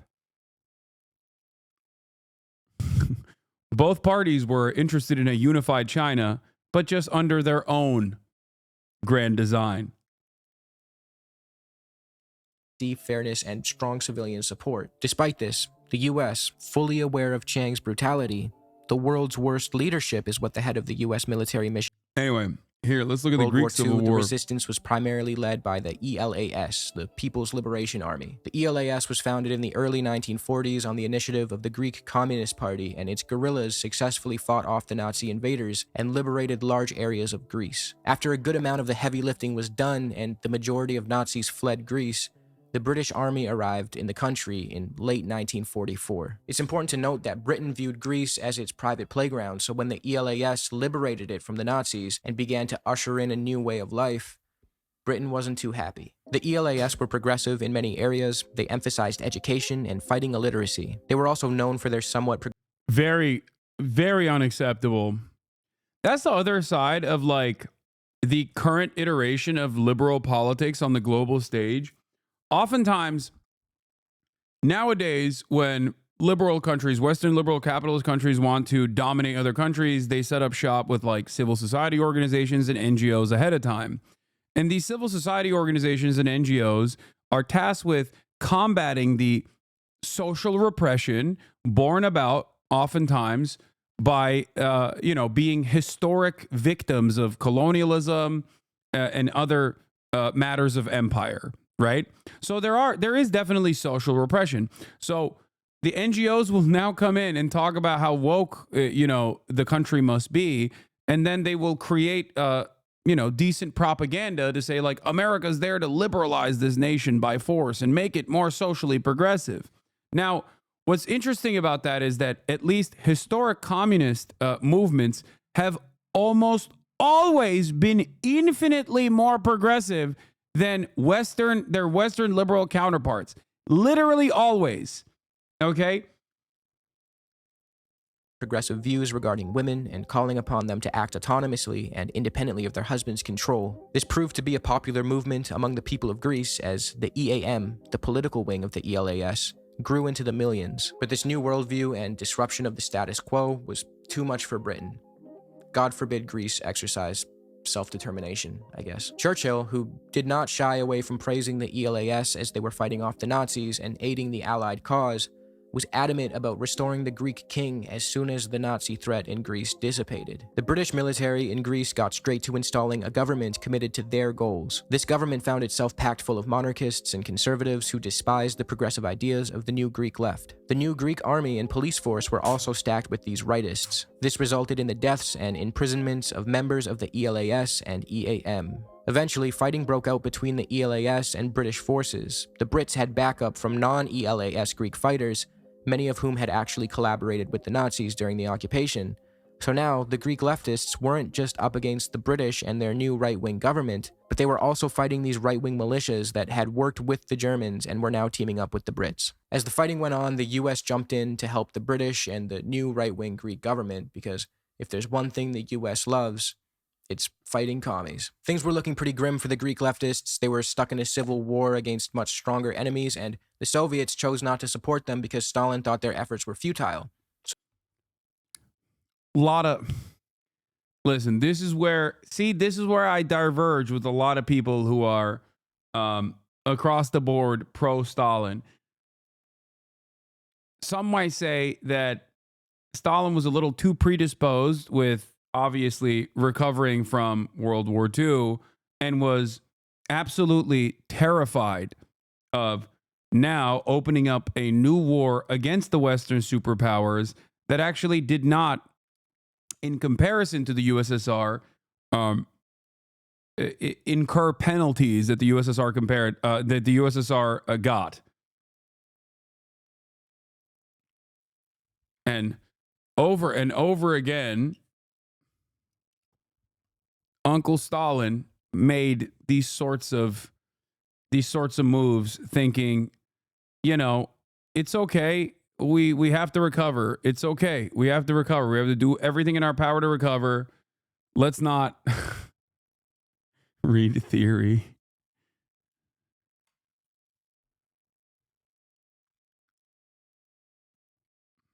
Yeah. Disbanding the Comintern at the behest of Western leaders. Always being the last guy to help. To be fair, 20 million of your youth labor force getting killed is probably very difficult to recover from.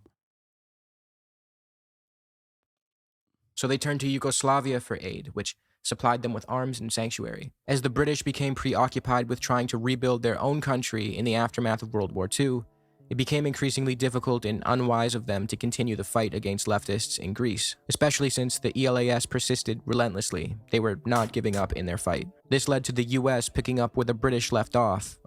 Turkish political streamer Hasan Piker says Russia should have invaded Greece. Yes, unironically. And then they should have invaded Turkey. What are you talking about? Yeah, the USSR should have both invaded Greece and Turkey. Hot take. Yes, my country too, please.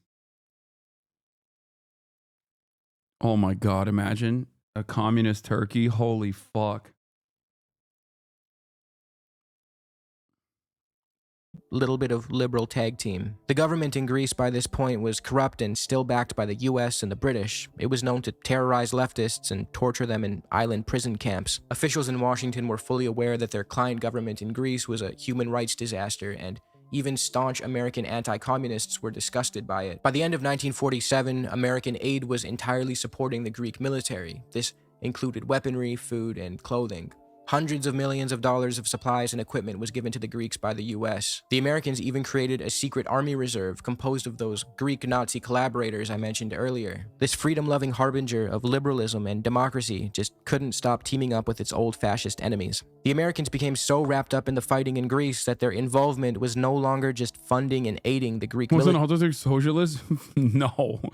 What are you talking about? Absolutely not. In their fight against the ELAS guerrillas. The US military mission eventually took over the development of battle plans from the Greek generals and sent over 250 American army officers to the country to make sure Greek army divisions were complying with US directives. By 1949, the US had successfully defeated the ELAS and fulfilled its goal to keep Greece as its little puppet state. The US remained heavily involved in the Greek government, with Greek prime ministers coming to power only after US suggestions or demands. This caused Greek politicians to grow upset at the American influence over their country and the lack of Greek autonomy. The US did not appreciate these troublemakers drawing attention to how much undue influence the US had over Greece, so in 1967 it supported a coup and a subsequent military dictatorship. Their best bet was to just get rid of democracy altogether, I guess. The fascist junta that took over Greece in 1967 ruled the country brutally until 1974, and it too enjoyed the support of the US. George Papadopoulos, the de facto leader of this junta, was on the CIA's payroll for about 15 years leading up to the coup and was a Nazi collaborator during the 1940s under the German occupation of Greece. Like I said earlier, this video is not me attacking liberals.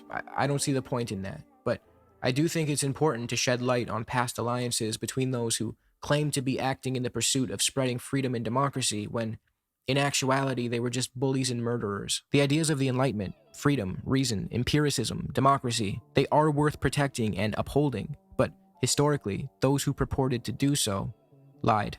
Before I go, I would be remiss to act as though the Soviets never flirted with the idea of working with fascists.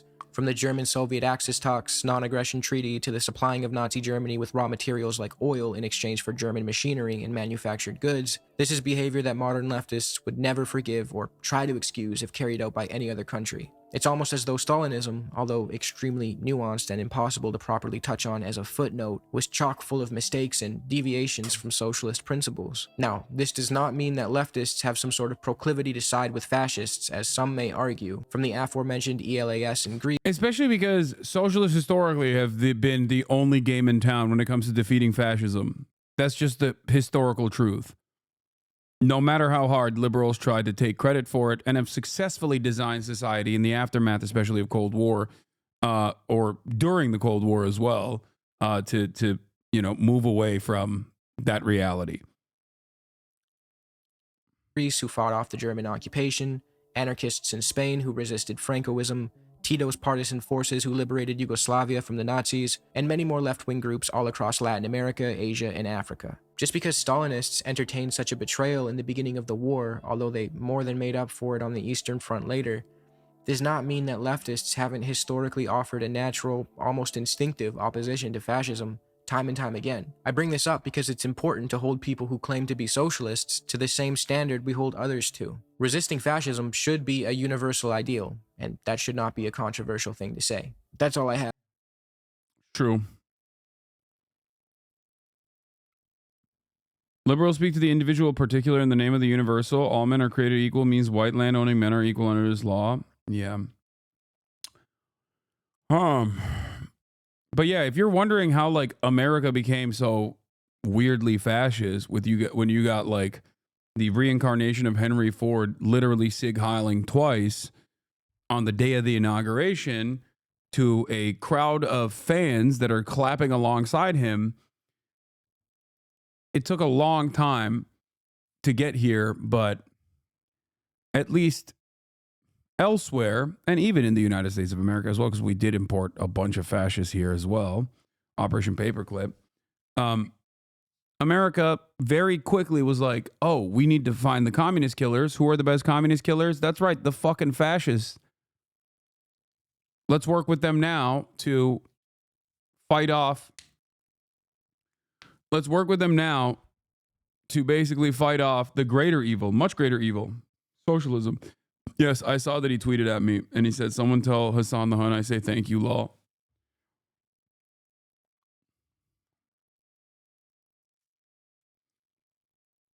Why didn't the U.S. ally with the Nazis against the USSR then? I already gave you the answer. I mean, you can say it's a much simpler argument to make for at least England, right? But for the U.S., there was a lot of people who wanted to align with Nazi Germany.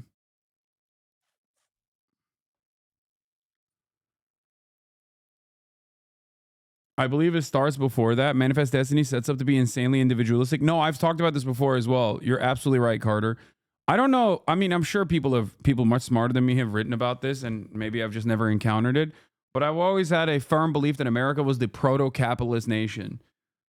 Proto-capitalist nation before we even figured out what capitalism was, because of Manifest Destiny. Like permanent land grabs in the creation of the American state created this mentality where there was permanent conquest to be had. It was like capitalism was the state religion and is the state religion in the United States of America because it was so perfect. It's so perfectly applied to American historical materialist development.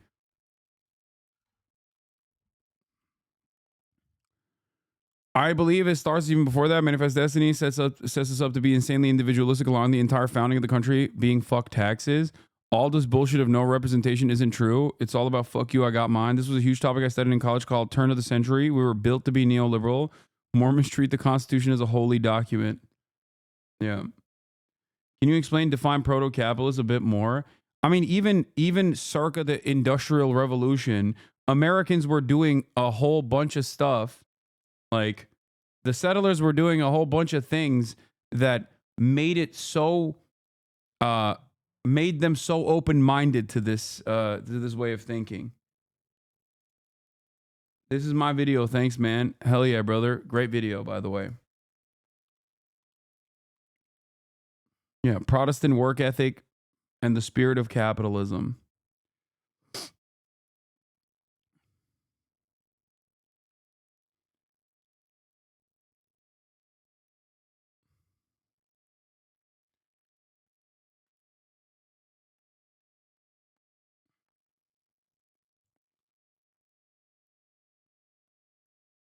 Matt Christman argued that England was the proto-capitalist state as we understand it in Hell on Earth series about the 30 Years' War in the 1600s. Well, we are the continuation.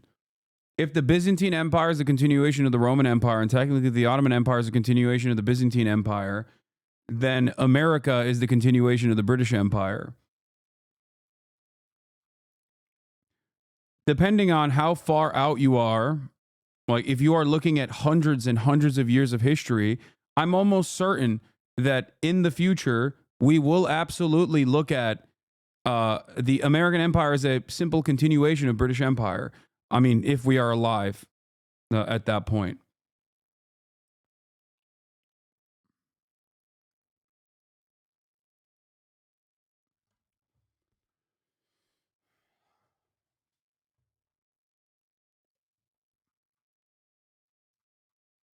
That's how I feel about it.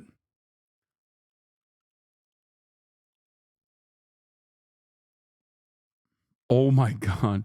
This is a great video that also defends that capitalism was born in England. Way too big to react, but recommend it. It's how capitalism conquered the world. 5 hours long. That's crazy.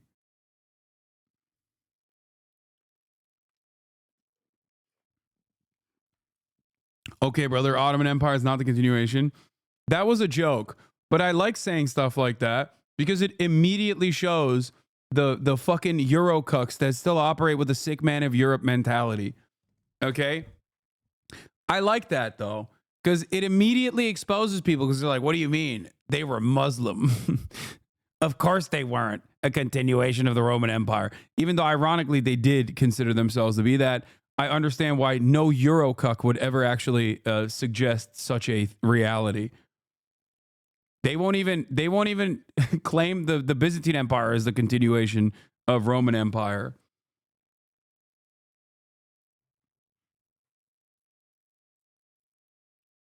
I'm from Chile. I was just joking. Constantinople and Istanbul, second Rome, Moscow the third.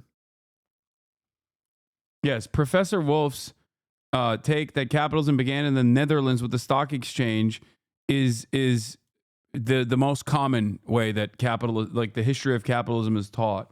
That's why people saying it actually started in England. England is the original proto-capitalist nation is somewhat alternative history.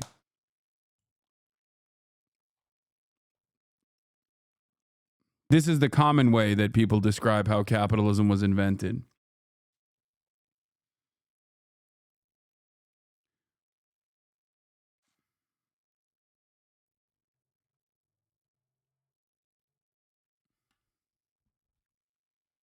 Just FYI, content is popping off on Red Nose, super popular. Damn. Maybe I got to get into it. If Germany gets to sell cause of the Holy Roman Empire, then the Ottomans get it too. Okay, to be fair, Germans have nothing. So that's why they kept inventing, famously, different mythos for their country. Okay? They literally they just have nothing. All of it is made up. All German mythology is just made up. Hitler did a great deal of that, okay? Because he was so goddamn embarrassed to be descendants of swamp people, okay? Descendants of swamp people that lived in fucking mud huts, that like most of German history is just that he was like, I have to make something up. This is so embarrassing. We are literally swamp barbarians. We are literally Shrek, okay? We're Shrek. I looked at our history. It's all just Shrek. It's a nation of Shrek. What the fuck? That is so embarrassing. We got to make shit up immediately. All mythology is made up, though?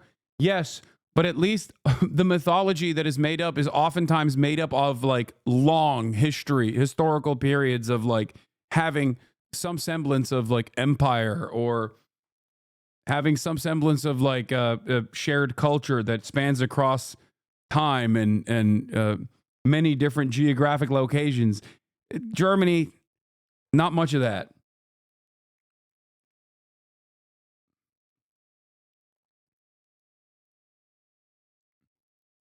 That's why when you look, well, yeah, why do you think Hitler's doing a Roman salute, which already was an invention by Mussolini, who at the very least was understandably obsessed with Roman mythology because it's fucking Italy. You know what I mean? At least Mussolini had something to dive into, to mythologize. The Germans didn't, so they just made a bunch of shit up. We're like, oh yeah, let's pick some parts of Nordic runes. We were Vikings, and also we were Romans as well. Ironically enough, the greatest W of German mythology is actually pushing back the Romans for an extended period of time, but literally Caesar's writings describe the Germanics, the Gauls, and the Britons as like the same people, but they made their huts from different mud. Yeah. Barbarians, barbarin. Yeah, they stole a little, they stole a little Hindu stuff too.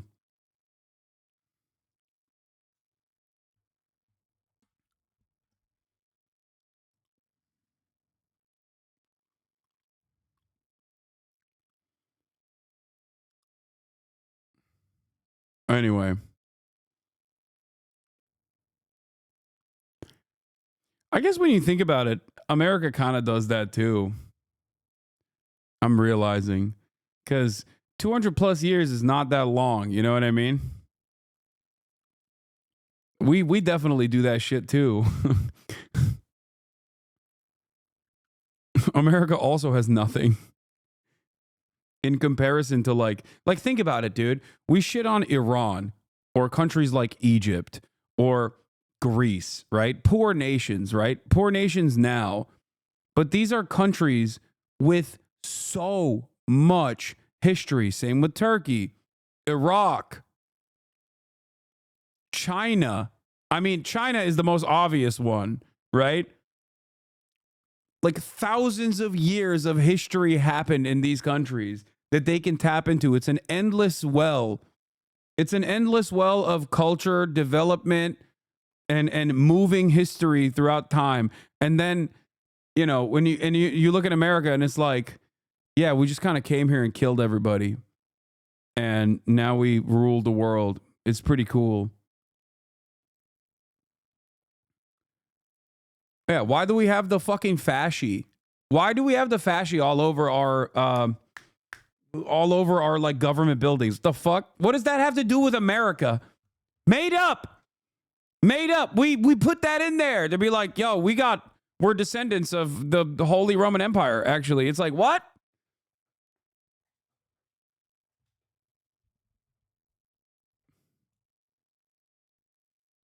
Like, why? Why do we have the fasci? What the hell? I guess that's technically no different. Yeah, it's the same shit that Hitler did. Literally no different than what Hitler was doing when he was like, yeah, we actually totally are also the continuation of the Roman Empire. Please. We were not living in mud huts in the swampland. Don't you dare say that.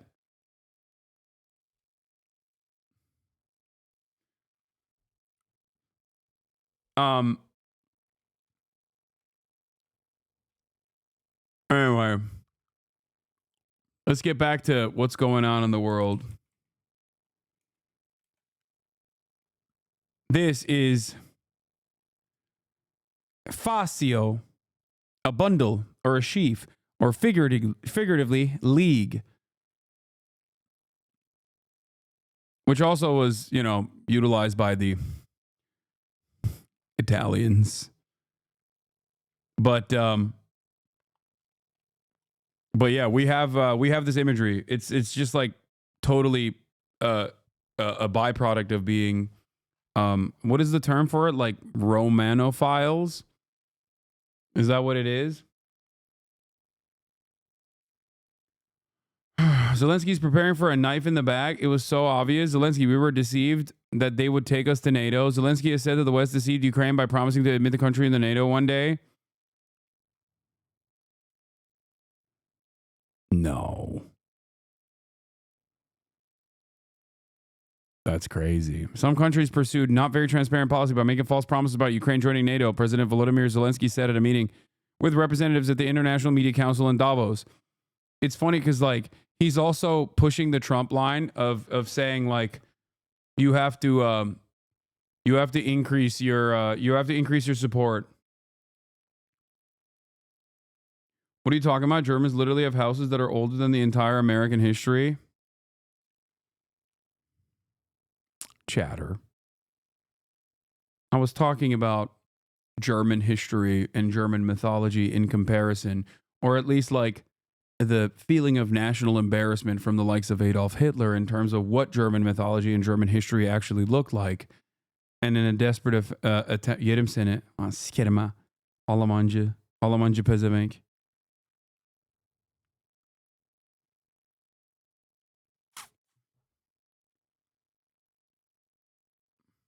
Also, I was making a similar joke about America too, so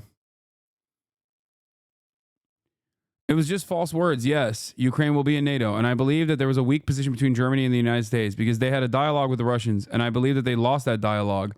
They lost because they always appealed to the fact that they once had agreements with the Russians, the president of Ukraine said.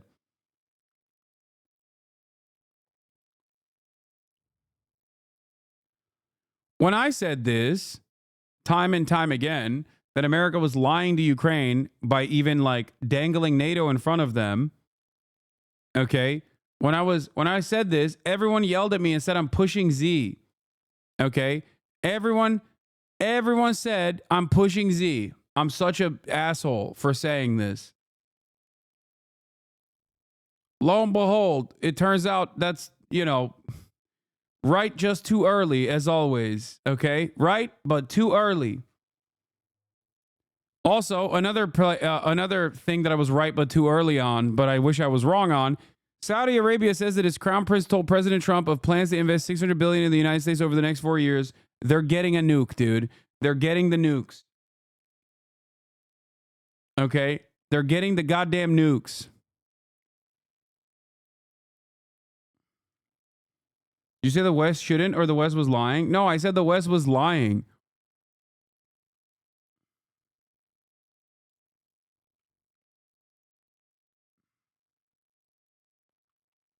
Even my own father was talking about how they were going to let them in the NATO, and I held firm that that would never happen, so I get you.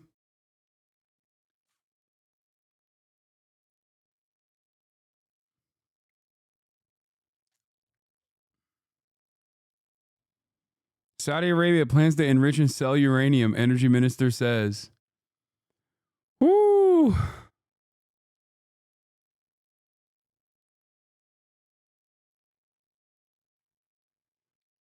Oh, brother. Remember when I said this is a bad thing and that it's not going to be good? And I jokingly said, oh, great. 9/11 this time with nukes. And then Fox News clipped me and said, this pro-terrorist streamer who is a rabid anti-Semite wants 9/11 to happen. The very same Fox News that is also pro-MBS and also most likely in favor of giving MBS and Saudi Arabia nukes. That very same Fox News.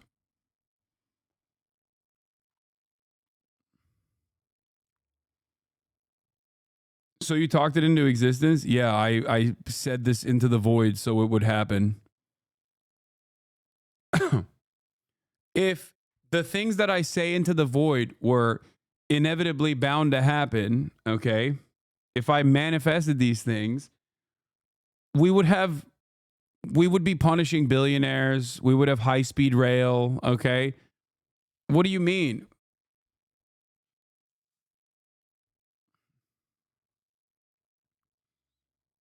Ukraine war soon to be over, you think? I don't think so, but maybe I'm wrong on that. I've said that Donald Trump is Saudi aligned, and I think that in the interest of OPEC Plus, like continuing the war is not great. Having said that, however, especially for Russia, I don't think that Donald Trump is oblivious to the interests of the military-industrial complex and the interests of a lot of wealthy people in Ukraine. So I've maintained the position that was confirmed once again, or reaffirmed rather, recently when Donald Trump said that foreign aid was being halted for 90 days, except for except for, you guessed it, Ukraine and Israel. So I don't think that he's going to, I don't think that he is like going to have gay sex with Vladimir Putin in the way that like Rachel Maddow thinks, and then give all of Ukraine to Putin or something, or whatever liberals say he's going to do. I think that that betrays America's actual interest in Ukraine, which is the continuation of some sort of war where you're still giving weapons. You're still dumping weapons into Ukraine.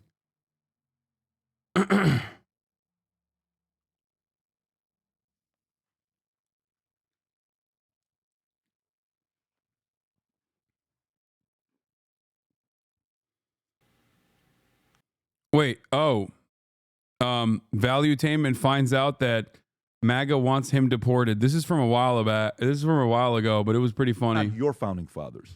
Guy posts a picture of the Shah of Iran, says that's your founding father. So funny. But that tells you what, you know, a part of this, there's a nationalist. This was during the H-1B debate where Patrick Bet-David found the truth the hard way, that a lot of the people that he's been serving do not consider him to be, a lot of people that he's serving do not actually consider him to be an ally or even a real American.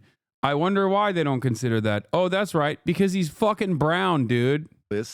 And there's white nationalists. White nationalists, Vinny, don't want. He said there's nationalists and then there's white nationalists.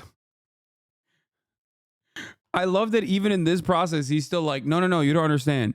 There's like some people who are racist towards other people, okay, not me. And then there's people who are racist towards me as well. And that's kind of messed up, okay? That's kind of messed up, guys. Why are you racist towards me? I'm one of the good ones.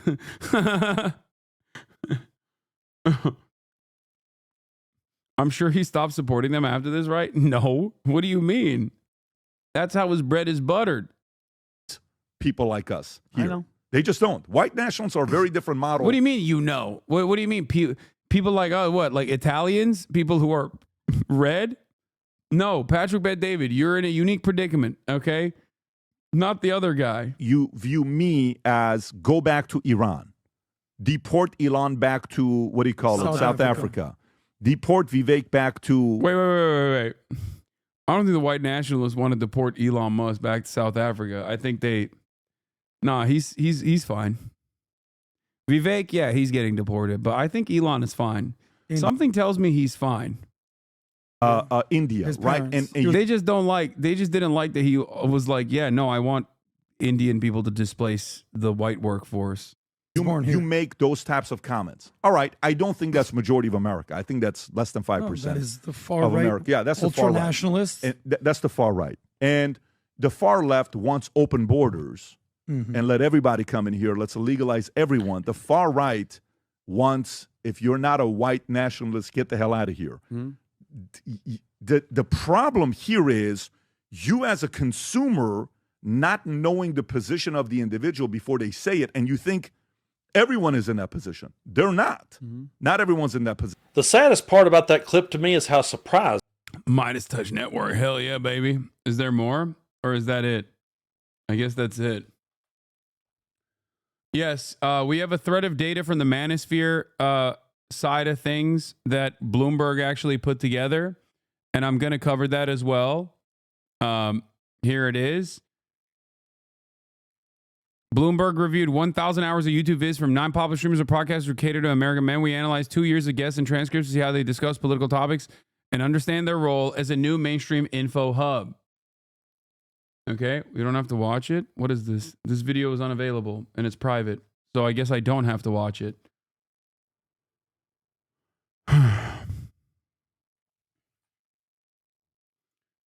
Yeah, I'm excited to look at this though. But I guess I can't until I create a freaking account. Also, I need to pee. So let's listen to Jon Favreau, the liberal equivalent of such, real quick. We're just days into the second term of President Donald Trump, and Democrats are desperately looking for a path forward as Republicans now control both chambers of Congress and the House. Our next guests may have the answer. With us now, the co-founders of Crooked Media and the hosts of Pod Save America, Tommy Vitor, John Favreau, and John Levitt. Thank God you guys have the answer. I wanted to ask you so many questions about diet, about exercise. How do I keep my social theory? So I got a couple things I want to ask you guys about to kick it off. But first, it's great. It's awesome. It really is that you all served in the Obama administration, because when people are saying all is lost, it's all over. Reminds me when we got elected in '94, Republicans, U.S. News had, it's like, is it the end of the Democratic Party? And I put it on, my coffee table in my office, threw that one away pretty quickly. After Barack Obama won, and I wrote this down, won by 7.5 points, 365 electoral votes. The House, Democrats didn't have a 1-vote majority. They had a 78-vote majority. The Senate, not a 3-vote majority. Democrats had an 18-vote majority. So you guys have to be laughing every day because, power is like vapor. It disappears pretty damn quickly. You guys have to be laughing when you hear Democrats going, it is the end. Republicans have a 1-vote advantage in the House. I mean, can you guys talk Democrats through that and explain how this does happen? Elections happen, and it's not the end of the Democratic Party. I'm just kidding. I'm not going to put you through this. Is that Connery's pants on the top right? How dare you?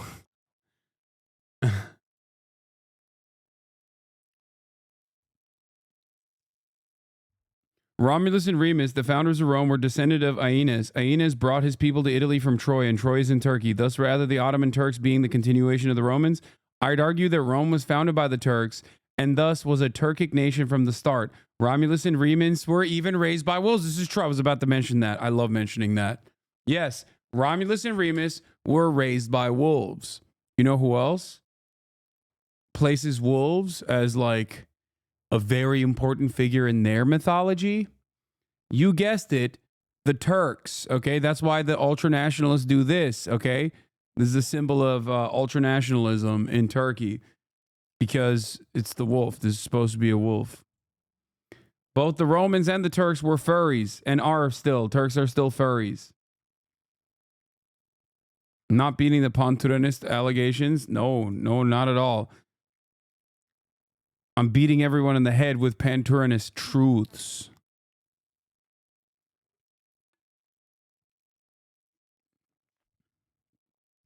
Gift link. Thank you. Thank you for the gift link, chatter. So, as Donald Trump was sworn in as the 47th U.S. president on Monday, he was surrounded by his family, donors, wealthy tech executives. Just a few feet farther away stood a political newcomer who has been credited with encouraging lots of votes, Joe Rogan. The fact that Rogan, the host of the world's most popular podcast, watched from the Capitol Rotunda as Republican luminaries like Florida Governor Ron DeSantis were confined to the overflow, speaks volumes about the new dynamics at play in Washington and the media writ large. Over the past 2 years, a set of massively popular podcasters and streamers cemented themselves as the new mainstream source of information for millions of young men, and according to new Bloomberg analysis, used their perch to rally those constituents in support of Trump and the political right.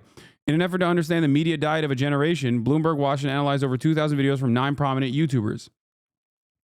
The YouTubers were Aiden Ross, Andrew Schultz. Well, Aiden Ross is a kick streamer, but the Nelk Boys of the Full Send Podcast, Logan Paul of the Impulsive Podcast, Joe Rogan of the Joe Rogan Experience, Theo Vaughn this past weekend, Sean Ryan of the Sean Ryan Show, and Patrick David of PBD Podcast, and last but not least, Lex Fridman of the Lex Fridman Podcast.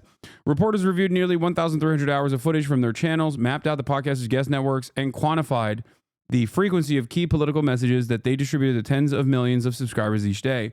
To hear them tell it, America's in a desperate place, destabilized by soaring inflation, migrants streaming across the border, and the beginnings of the Third World War. Gender politics have gotten out of hand, while schools and the medical establishment duped the public. All true, baby. All true facts stated. You know what I'm saying? The same message was communicated in Trump's inaugural address on Monday. Now that Trump is back in power, the broadcasters are well positioned to help build support for this political agenda, for his political agenda. Why did you read Patrick's name with an Indian accent? Patrick Bet David? Do you think that's an Indian accent? No, that's Patrick Bet David's accent.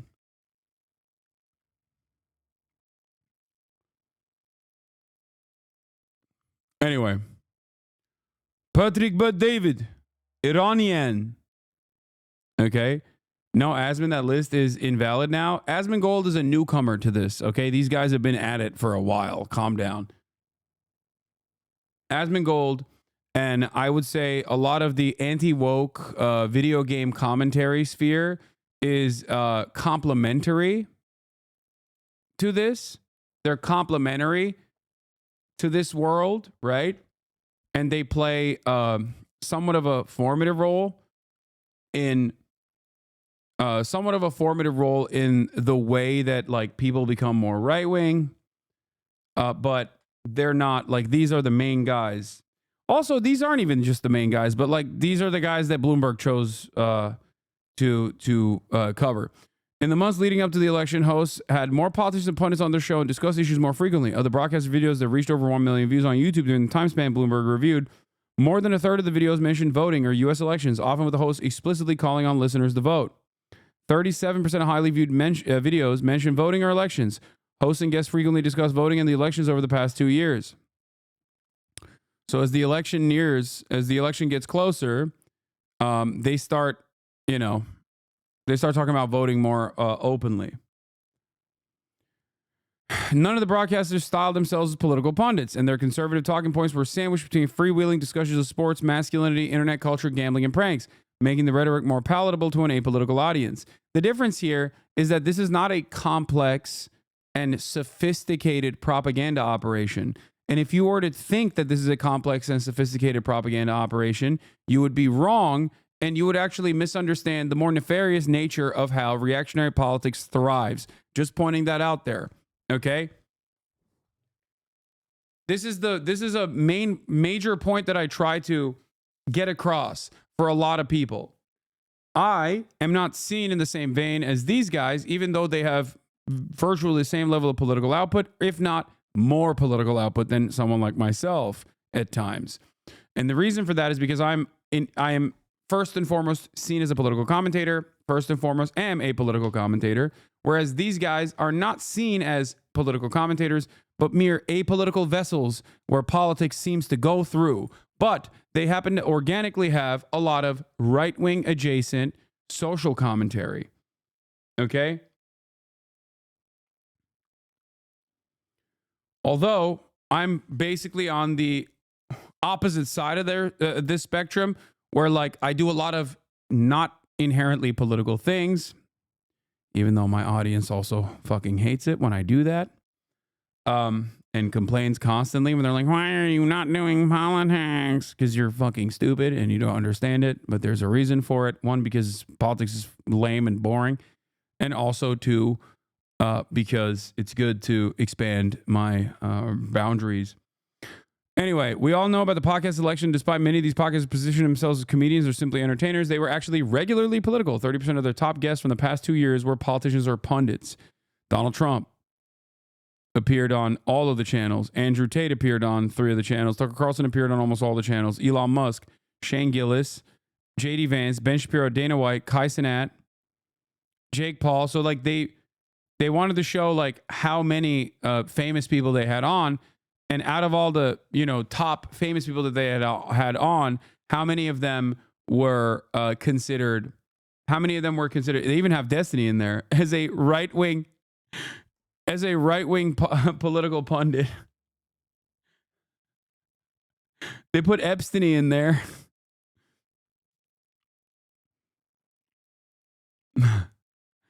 Even more interesting, they and their guests often talk about the same topics and ideas, which mostly align with Trump's agenda.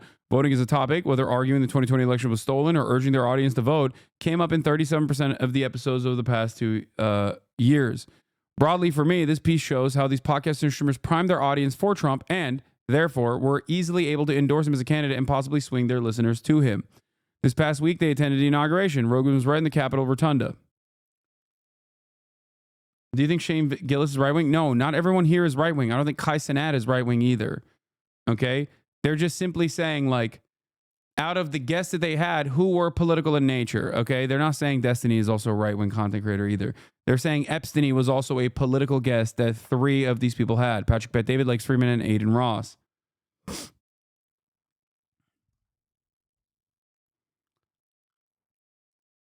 The ones that they have bolded out are political guests. This is a list of like some of the top guests that have been on almost all the podcasts. Okay, that's it.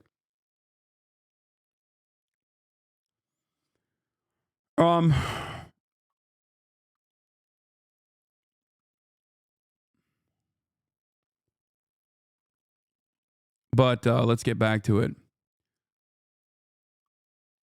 According to Edison Research, close to 50% of people over the age of 12 listen to a podcast monthly. Rogan's 3-hour interview with Trump in late October drew about 50 million views on YouTube. Zuckerberg, for his part, recently loosened Meta's policies on Facebook and Instagram to allow more of the type of rhetoric that's common among podcasts, such as disparagement of transgender people. He added Ultimate Fighting Championship CEO Dana White, who encouraged Trump to join as a guest on such podcasts, to Meta's board.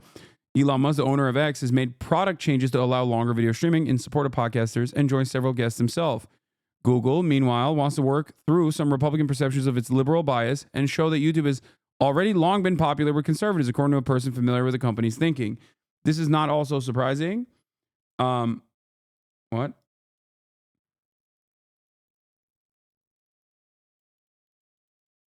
What are you guys arguing about? Shut up. Anyway, YouTube has always been a fairly right-wing, like had a pretty robust right-wing media ecosystem. And therefore, it was always funny when people tried to make the false assertion that YouTube was woke or something. I mean, YouTube played a pretty formative role in the right-wing media ecosystem being created, and actually many people going down the right-wing rabbit holes and becoming more far-right than they previously were before they started encountering the YouTube videos of Joe Rogan, and then slowly but surely through a sequence of guests that Joe Rogan had on his podcast, become fans of the likes of Milo Yiannopoulos or Stefan Molyneux or Gavin McInnes or numerous other people. Over the weekend, before the inauguration, many of the podcasts were coveted guests of the parties hosted by YouTube, Spotify, and other organizations. YouTube declined to comment. Spotify said podcasts offer candidates a direct and influential way to engage with their audiences, noting that both Trump and Democratic rival Kamala Harris took advantage of the medium. I think that this is also an abdication of duty from the Democratic Party and the awful ways in which they campaign, that basically all of these websites are completely captive to the right-wing politics.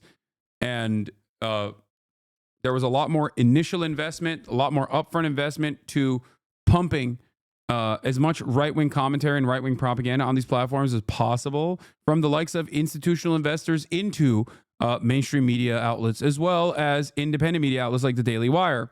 That's precisely the reason why you have the likes of Ferris Wilks, for example, an oil baron in Texas who was recently in some controversy by the Texas state legislature for virtually buying out Texas politicians, key Texas politicians like the Attorney General Ken Paxton, and also the lieutenant governor, and even the governor Greg Abbott was being yelled at by the Texas state legislature in a bipartisan manner for his direct involvement in influencing Texas state affairs.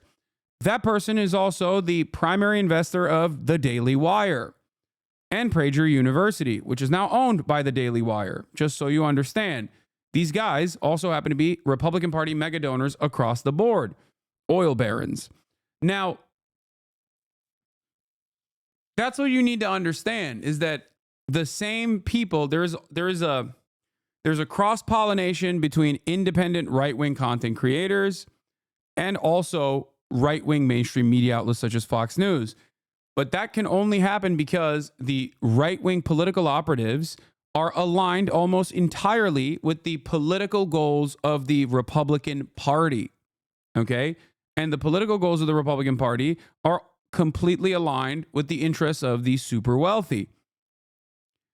The problem with the Democratic Party not being able to recreate this exact same thing is because the Democratic Party presents itself as an anti-corporatist party, or at least is supposed to present itself as an anti-corporatist party, but it is a pro-corporate party in the same vein as the Republicans are. Having said that, however, the voters of the Democratic Party are not as pro-corporatist as the voters of the Republican Party are.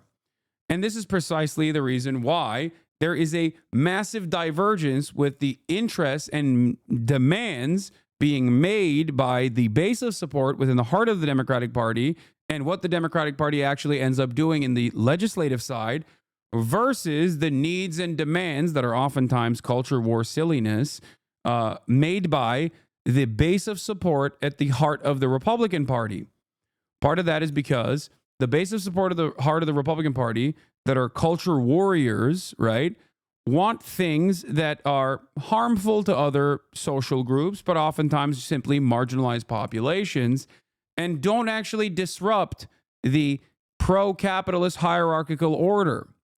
On the Democratic Party side, however, the culture warriors that want or demand things oftentimes want like diversity, representation, and the like, things that I don't have an issue with, things that I think are good.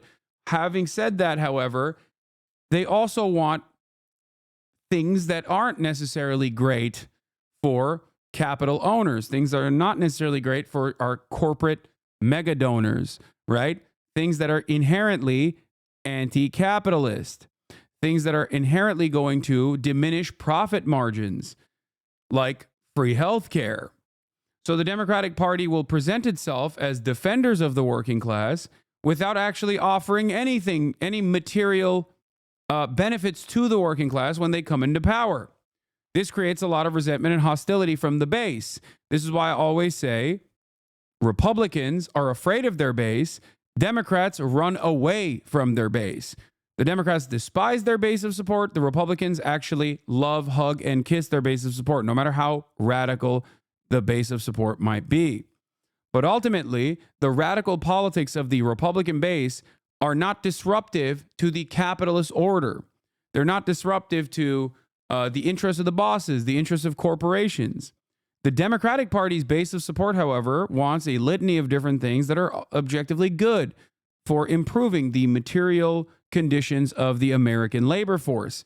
And that's precisely the reason why the Democrats oftentimes spend more time disciplining its base and also purging its ranks with what they declare as radicals, people like Bernie Sanders, or oftentimes they try to ensure that the progressive or radical members of the Democratic Party are made to be servile, made to be docile.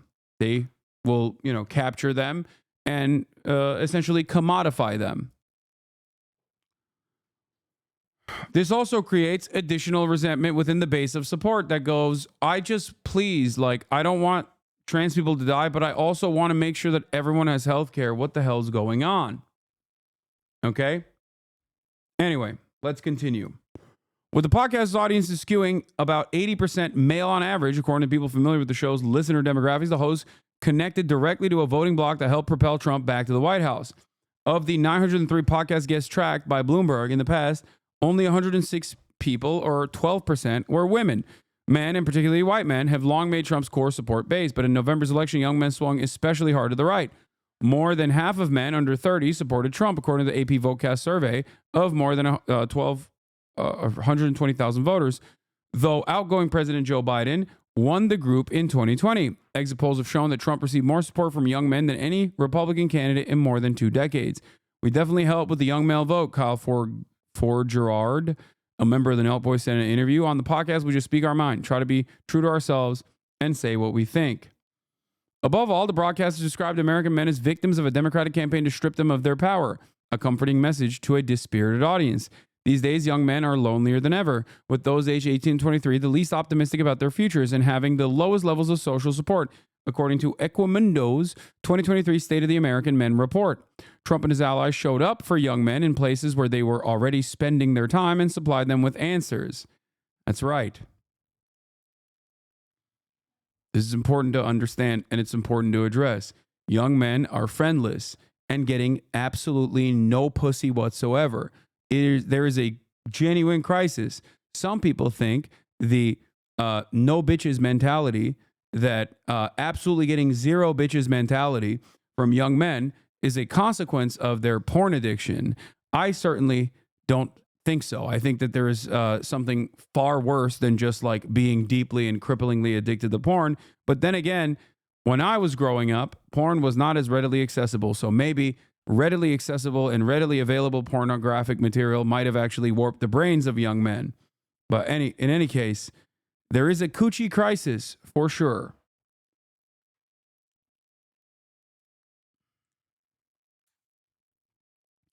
Trump is expected to continue prioritizing the broadcasters once the administration gets underway, treating them like an alternative press corps, said Aaron Ginn, CEO of AI infrastructure startup HydraHost and the co-founder of the Foundation for American Innovation, a center-right think tank for conservatives in Silicon Valley.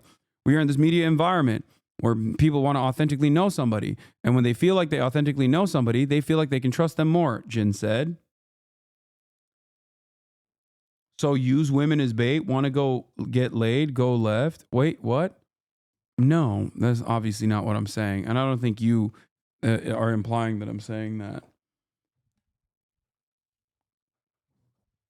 But I will say, whether you were genuine in that as a criticism or not, that is how a lot of people perceive the left. Like constantly in a state of misunderstanding people and weaponizing those misunderstandings in the most annoying ways possible. So the left does, and I'm not talking about the Democratic Party, I'm talking about the actual left here. The left does have a marketing problem. The left does have a branding problem. Now, I am of the mindset that the left's branding problem is marginal and inconsequential in comparison to the far more obvious problem that the left has, which is that it's the only group of people that are dedicated to anti-capitalist thought and anti-capitalist sentiment being expressed when, you know, Red Scare propaganda and the Cold War has purposely gutted the American labor force and also any kind of, political dissidents that might have even remotely anti-capitalist thought baked into their commentary. This is precisely the reason why I am one of the only people alongside like many other content creators that have very little impact in this space in comparison to the endless, unlimited faucet of right-wing misinformers.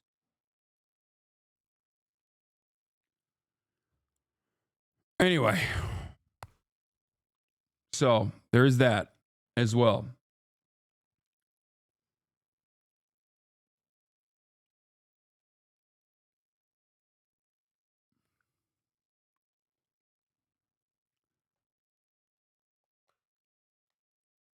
This report should have talked about the people on the sidelines that are sometimes accidental initial funnel into this world. For example, how Rage always praises and hangs out with the likes of Sneeko, how Kai always mentions that Aiden is the best streamer ever, or how even Speed, as much as I like him, regularly collabs with Aiden as well. This web, intentional or not, is much larger than this single circle, in my opinion. Yes, these guys are massive content creators and are inherently also seen as quote-unquote apolitical.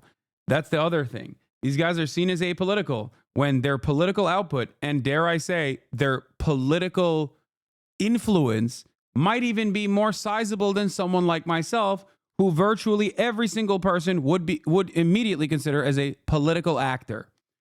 Okay? That's it.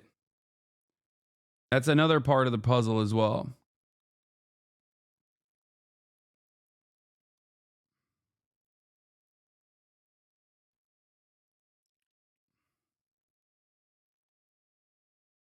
Anyway, I've seen the rise of people using the phrase idpol, and I wonder what to do with it, because I agree sometimes, but it needs to be done with so much precision. I think a lot of people lack. I mean, I understand why everybody fucking hates identity politics, because the most common way that identity politics has been used is basically weaponized against people that you are purposely misunderstanding the point of. It's rarely ever used against people who are actually engaging in the other side of identity politics: white identity politics, male identity politics, straight heterosexual identity politics, and things of that nature. Now, having said that, radlibs are fucking annoying. Okay? They are. And I say this as someone who is a man, okay? A heterosexual man, a heterosexual white man. So obviously, I draw the ire of a lot of rad libs in the similar vein, and they are poison for coalition building. That is just the fucking truth. Okay? It's just the truth. And many of them, when they hear me say stuff like this, will immediately go back to writing Twitter posts. But ultimately, they're no motion ass motherfuckers. They got no motion whatsoever. So it doesn't really matter. So I let them chirp all day, every day. Okay? Now, while they don't have any motion, they're still annoying. And people can fucking see them be annoying. And people actually say, well, this is how all of these woke lords are like. Okay? This is how all of them are like. This is just how they operate. And I happen to believe that a lot of that rad lib shit actually stems from a sense of powerlessness. Okay? That's where it comes from. They just know that they have no motion whatsoever and they can't make political changes. They can't make systemic changes. So what do? They constantly engage in cultural critique.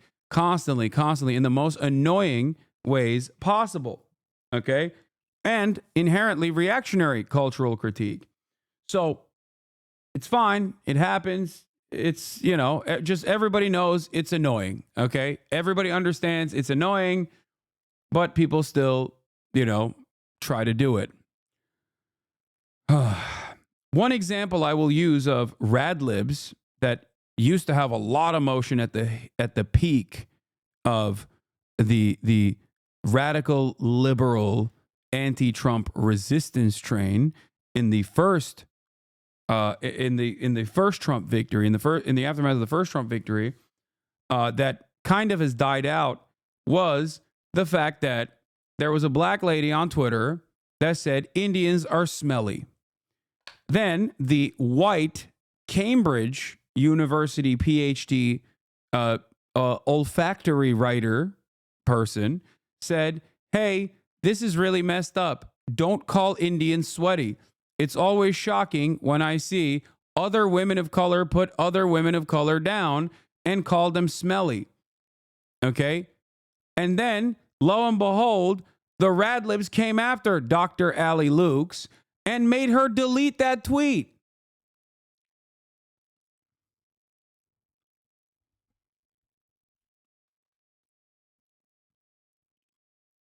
She deleted the tweet and also apologized.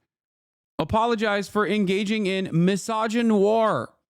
It is not misogynoir to say, hey, don't say Indians are smelly. What the fuck are we doing? That is insane. The smell PhD lady was correct. Okay? It does not matter.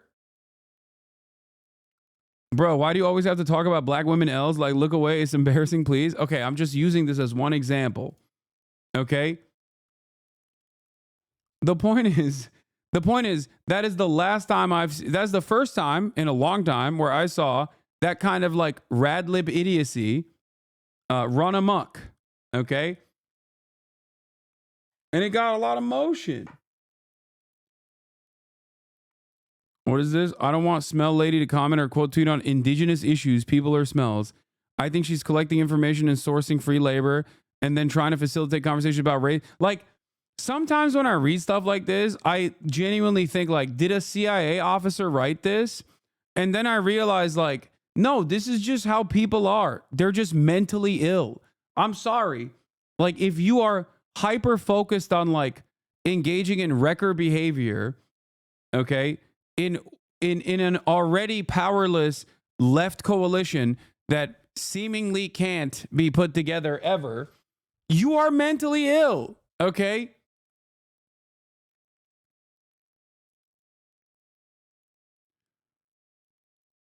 So you both don't want her to comment or tweet on it, but also are commenting that you don't think she knows indigenous people exist because she hasn't commented on it yet. You're mad at her for both actions she could possibly take and are determined to get outraged regardless. Yeah, I think she's collecting information and sourcing free labor and then trying to facilitate conversation about race without really centering white supremacy as something she benefits from. Like, I'm just setting up that boundary because white academics do source here and they fiddle, they prod, and they mind. She seems nice and well-intended, but I'm not into it. Like, this is a modern example, yes. Like, people shouldn't do this. And another thing that I always talk about, for those of you who don't know, okay? Another thing that I always talk about, if you're new here, maybe you're unfamiliar, maybe you've seen clips of me talk about these things and don't fully understand. Maybe you got duped into believing that I'm like this as well, okay? But I get very mad about stuff like this. And as a matter of fact, my haters will often clip me responding to someone like this in a heated moment and then say that I'm against that marginalized group or something, like indigenous population would be the group now, or trans people would be the group if I were to yell at like a radlib who is, pro-trans and thinks I'm not doing enough or whatever. The thing that I get very frustrated about this kind of sentiment is because I can smell the fucking narcissism in it. A lot of people will literally just, in the left, that want to be kind people, that want to be open-minded people, will just will succumb to standpoint theory, okay? And we'll go, oh, this person could not be like narcissistic in an incredibly unproductive way because they are using emancipatory language.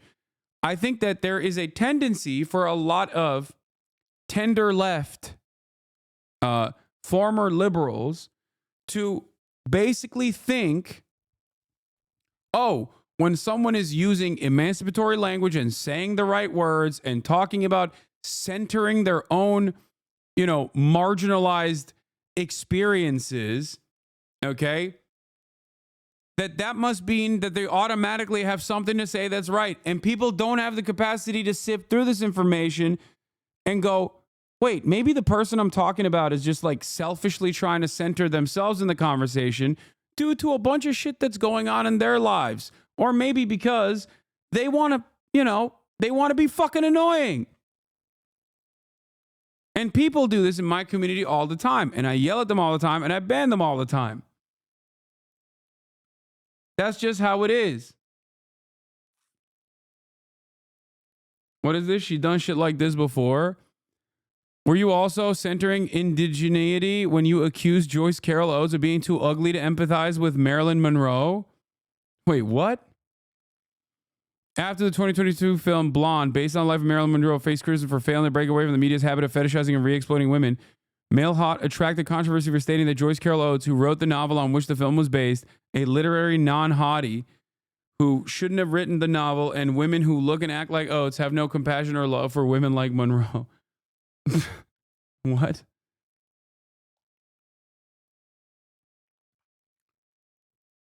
Like, that one lady, leftists tend to be too credulous of right-wing populists just because they use similar language.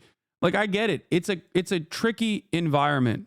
These are tricky waters to swim in, because if someone pops off at like a random, let's say black person, a black woman who is criticizing me for being a man, okay? For being a man and also saying that like the labor movement was predominantly dominated by men and we can't enjoy, we can't actually, there's no more coalition building with men. We just have to be anti-men. Let's say in this hypothetical, a black woman on TikTok said this about me, right? Now, you don't know anything about me in this process. You heard that person use emancipatory language, even though their perspective was anti-labor and inherently anti-solidarity and inherently reactionary, right? And I respond to that by saying, this person is all three of those things that I just mentioned, okay? Well, if you yourself are a black woman or a black man, you've heard white guys that look exactly like me, that sound exactly like me, say disparaging things about black people 1,000,000 times over. So it's understandable that you will go and look at that situation and go, that guy's a fucking misogynist. He's doing misogynoir. I get it. I understand. That's why I say these are tricky waters to swim in, especially when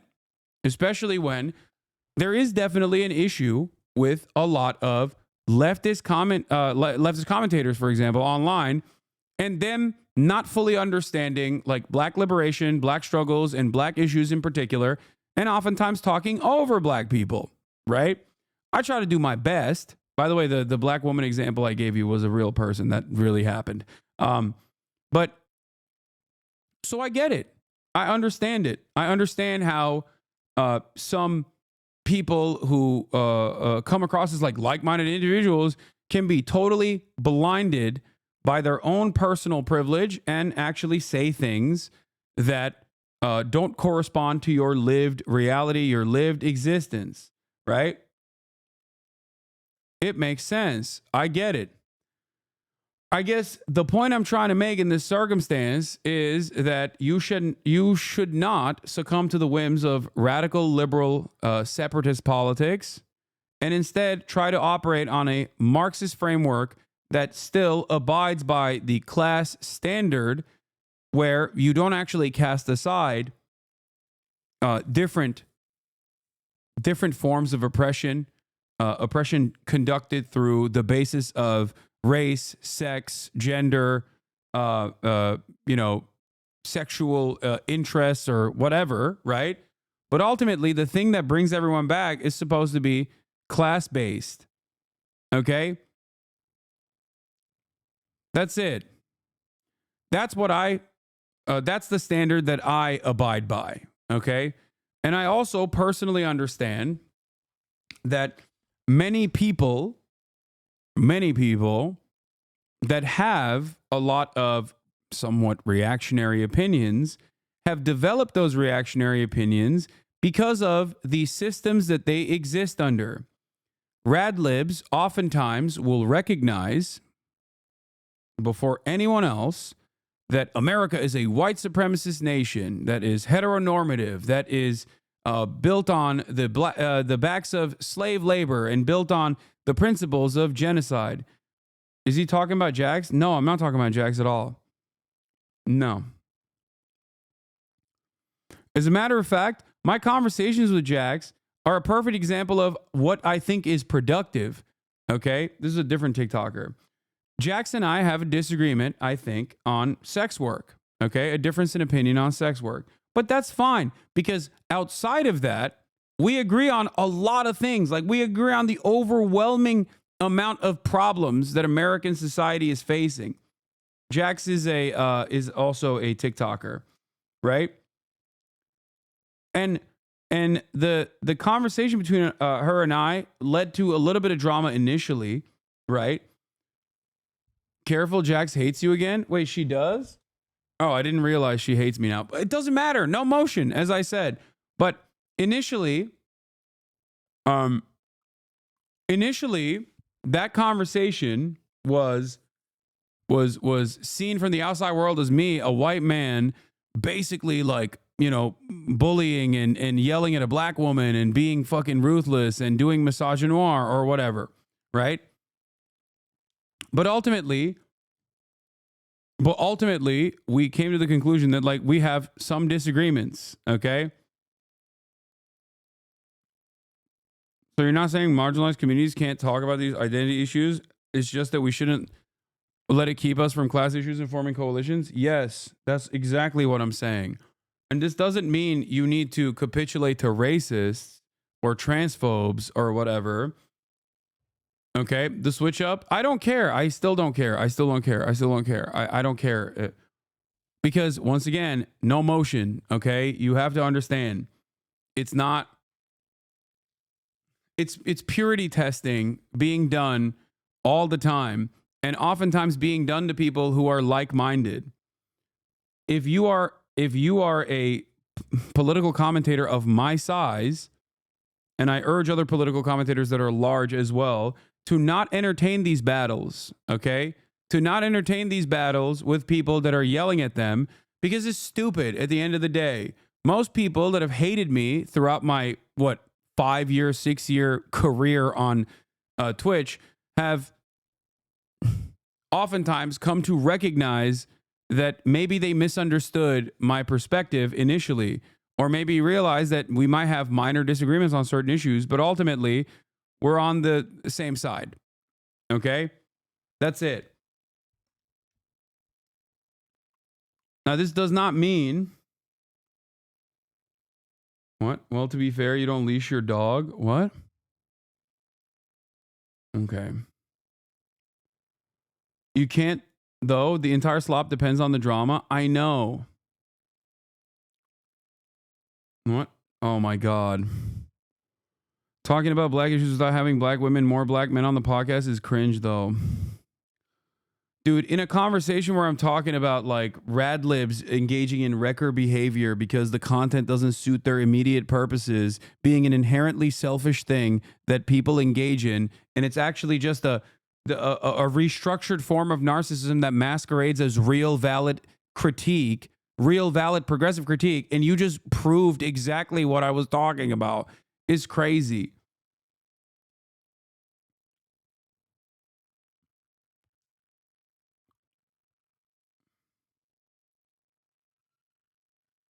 Like, I am a rich white heterosexual man, okay?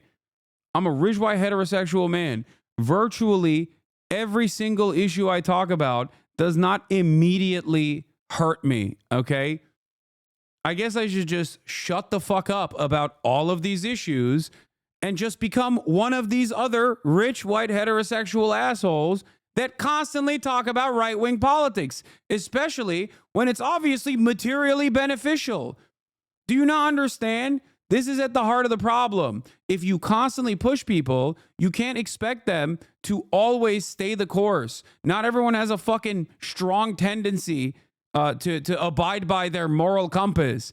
People do inevitably respond to people being fucking annoying and go, guess what? This is why I left the left. That's how it works for some people, especially when there are so many financial structures that benefit people leaving this kind of annoying leftist politics behind and moving to the right. This is not a threat, by the way, before people just immediately assume, here goes Hasan. I knew it. I was right about him. He's threatening to go to the right or some shit. That's not what I'm saying at all. Okay? I'm not saying that. And by and large, these sorts of subtle instances of critique that are inherently just people wanting to be recognized, wanting to be heard, that masquerade as like some broader, real, progressive critique of a progressive content creator are fucking annoying and also have a tendency to reassert the reinforce the problem that I was mentioning, which is wrecker behavior.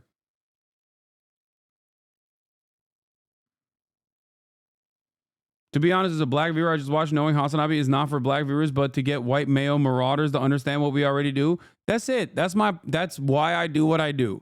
My job, and the way I see it, is to get oftentimes white,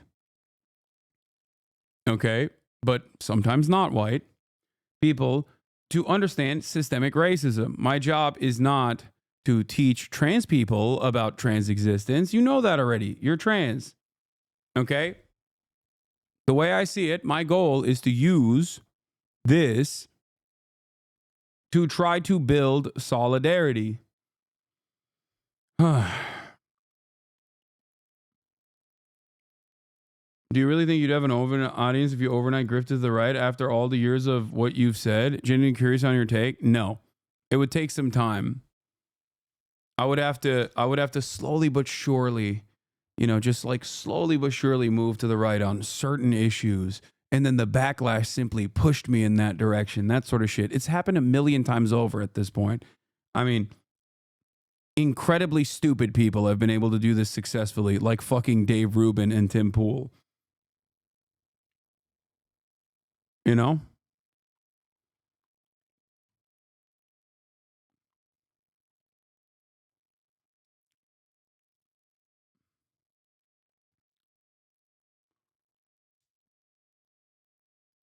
So, anyway. Yeah, I also do have a firm belief that if you fucking left the left because you got annoyed with the left, and like what you're just admitting that you have no moral compass. Like your heart wasn't really in it, I guess. Okay?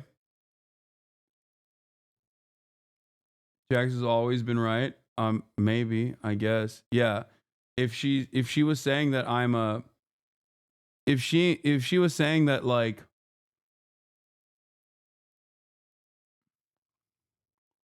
there's a bit of a switch up from what you said surrounding if people and when people leave the left is not because of any kind of annoying people, but because they have no spine and no true basis in empathetic morals. I have no idea if I'm reading it right. No, I'm saying, I just repeated that. I am saying that. Yes. Yes. If annoying people are able to push you away, if annoying people that constantly egg at you are capable of pushing you away from your political trajectory, then yeah, your politics are not rooted within empathy.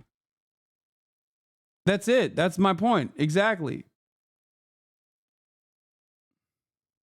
Delay, baby. Lamau, hit send on that shit before you explain that. Okay, thanks for the clarification. Yeah. She made a tweet about you with the Blake Lively situation saying that she was vindicated. Yeah, okay. Yeah, she's right. I fucking hate women. You know, that's me. A woman hater. Who cares? Who cares? It doesn't matter.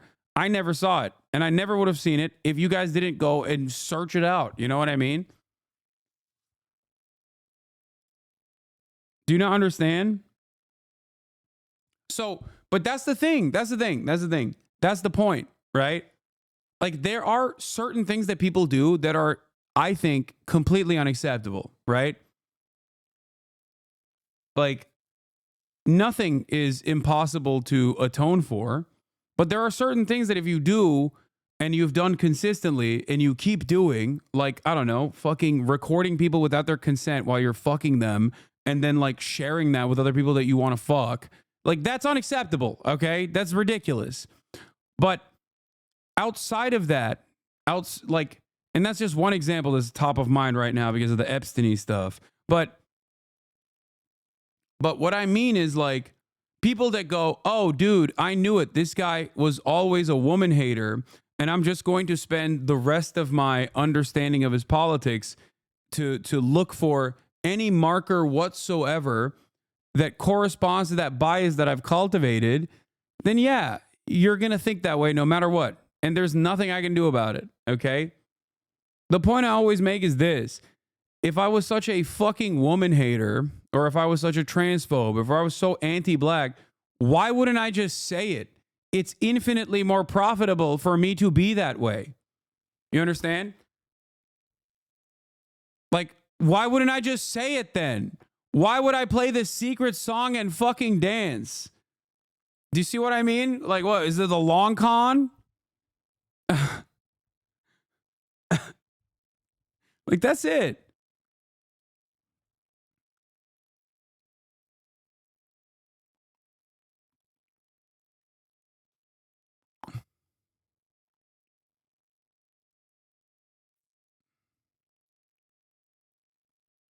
What? You might have BPD. Critique is annoying. I'm one of the good ones. Deflect the worst behavior. I'm not a rapist, so I must be a feminist. Some people are motivated by things other than money. Yeah, like you. You're motivated by the unimaginable amount of mental illness that you're demonstrating in the chat right now. Is that what I said? 15-month subscriber. This is precisely why I say, like, this shit sucks, okay? It sucks. You always get mad at me? Yeah, because you're fucking mentally ill and fucking annoying in the exact ways that I'm describing how people think leftists are. That's why. Because you proved the fucking example while I'm in the process of describing what's fucking annoying about the way people think the leftists are. Use your fucking brain. Radfem, I'm a misandrist. I don't care. I don't care that you're a radfem or a misandrist. Ultimately, what the fuck is a misandrist? Again, powerless. That's the point. You're powerless. As a misandrist in a patriarchal society, you have no fucking power. So what do? The only power you have is to annoy people like me. That's the only motion you have. So you just constantly unload. That's it. That's the point. That's literally, you are proving the example that I'm giving you.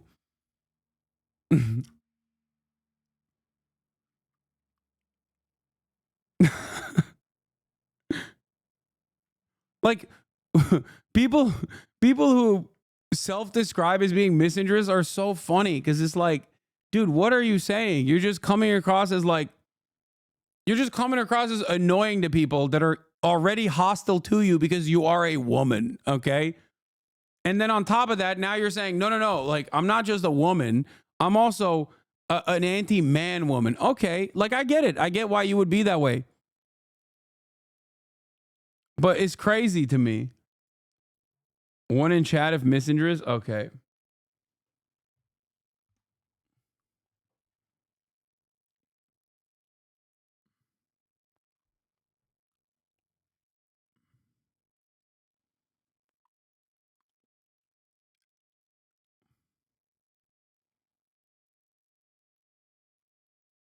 Anyway.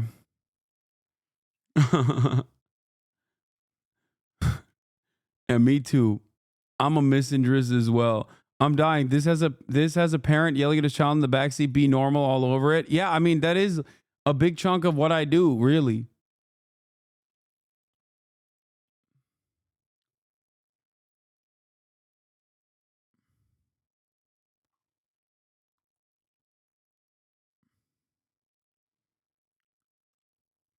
But my point is, I am not your enemy. And if you think I'm your enemy, well, I might not be able to solve those problems. Okay? That's it. Like, if you think my output is inherently hostile to and you know, playing a formative role in making people be anti-women, for example, it's like, yeah, I guess you're right. What do you want me to say? You know? But regardless of how fucking annoying that person is, okay, that's not going to change my perspective. That's my point. Every single group online that carries the torch of whatever marginalized position that they come from, whatever marginalized background they come from, have yelled at me and said that I am insufficient or outright hostile to their objectives, to improving their lives. Every single one. And my position on none of the issues I talk about has changed. Now, the reason why it hasn't is because I still maintain the position that if people are being fucking annoying to you and you're not getting love from these groups that you advocate for, and that's all it takes for you to just drop that political cause, then you weren't actually, on board with it to begin with. But having said that, especially for the entry point of politics, I think a lot of people personally don't understand that in order for other people that are not like-minded and are inherently hostile to your worldview, in order for them to dip their toes in this kind of politics, you can't always be fucking annoying and inherently hostile. I get why you are, especially because the world sucks. And like, for example, if you're a trans person, you already encounter transphobia on a daily fucking basis. So you have a hair trigger, right? And I get that. I understand that. But, try to go against your judgment here in this environment, specifically so that we are more welcoming of people that aren't immediately open-minded to the way that you exist, because most people are not. But they're not that way because they're just evil. Even though their output towards you is obviously evil, they're not inherently evil. They're not unchangeable figures that are just bad people, right? They're victims of their social conditioning. And my job is to always try and work against that. My job is to approach the subject matter, understanding that most people develop their bigoted opinions because this is what they learn and they never actually think about it critically. Okay?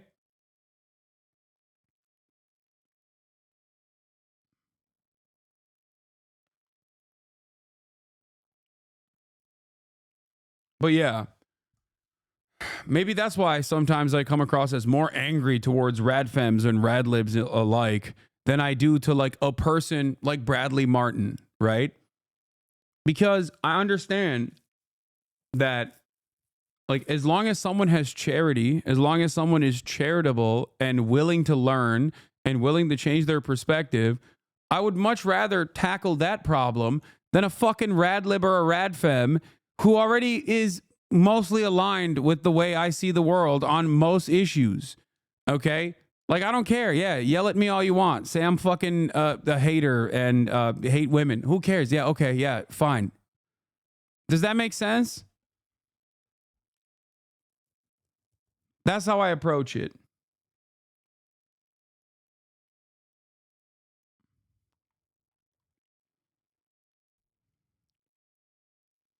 I used to think you were a racist, misogynist, etc. because I didn't watch your content, but saw others who would talk about you and call you those things. Eventually, I got tired of the LARPing and did my own research, aka downloaded Twitch, and I was surprised to find that you are none of those things.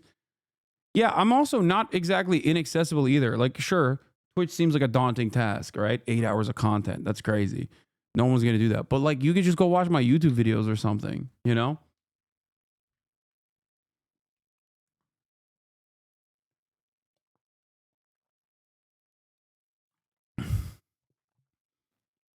I kind of disagree that a lot of these people see the world the same way. They often have an extremely black and white view of people, do not see redemption as possible, and are fundamentally opposed to things like restorative justice. I know. But that is also American social conditioning. What you just described right there is just how Americans are.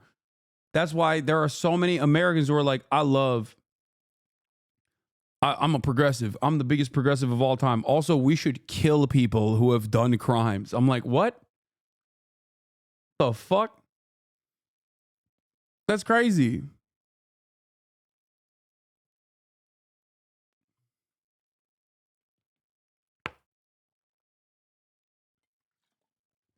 I used to genuinely be a misinterest because of TikTok, and I started hating your content because I thought you were misogynistic, but I realized even though you may have some blind spots, you really do try to understand women and aren't against us in the same way that Andrew Tate is, lol. I can't expect everyone to have identical politics to me, and you're right. We generally morally align, so I need to chill for real. That's my hope. My hope is that people will arrive at this conclusion where it's like, you can have disagreements with people, okay? It's normal. It's, dare I say, healthy, okay? As long as you don't let those marginal disagreements become the only point of contention and the only thing that must be discussed at all times, because that spells disorder, that spells chaos, that is wrecker tendencies that a lot of leftists have. Okay? I used to literally mix you and tram race together and dismissed you. Yeah, there's also an entire infrastructure, an entire industrial complex of content creators who present themselves as like apolitical drama slop tubers that fucking despise me and will literally say, I am every bad thing combined. Sometimes in the same video, they'll say, I'm anti-white, I'm an anti-white racist, and then they'll turn around and say, I'm an anti-black racist. It does not matter. The entire point is to disparage me. So obviously, I don't fault people for, coming to those conclusions without actually, going through the content themselves and figuring it out on their own. But I do always maintain the position that as long as you stay in here for an extended period of time or watch a fucking full video about any subject matter that you saw a clip from, you will most likely realize that you were duped initially.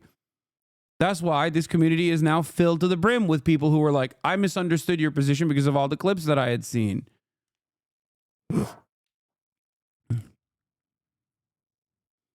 Yeah, D fans will start doing Berlin stuff under every mildly positive post about you. I know. They immediately will just be like, they found that one tap, that one vein to tap over and over again, where they'll just like fucking totally lie. Like you did with Candace Owens. Wait, what? Candace Owens? Candace Owens is a right-wing content creator that did a documentary about how George Floyd was not actually killed by a police officer, but instead was he actually died because of a drug overdose. Like, what the fuck are you talking about? She's a white supremacist.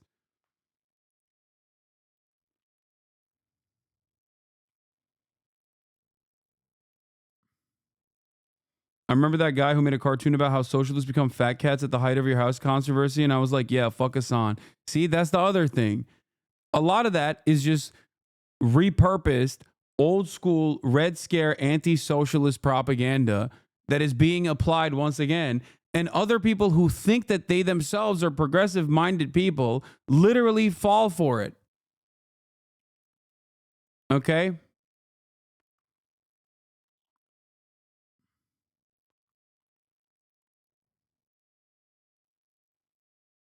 I used to occasionally watch another leftist account who didn't like you, so I was like, oh, I guess he's just an asshole, but I came here and agree with the vast majority of the time and think you're not bad. Thank you.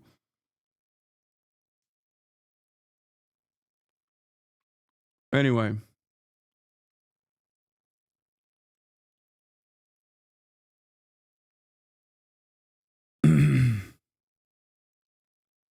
I literally saw someone on Reddit today describe you as an anti-Semitic sex tourist.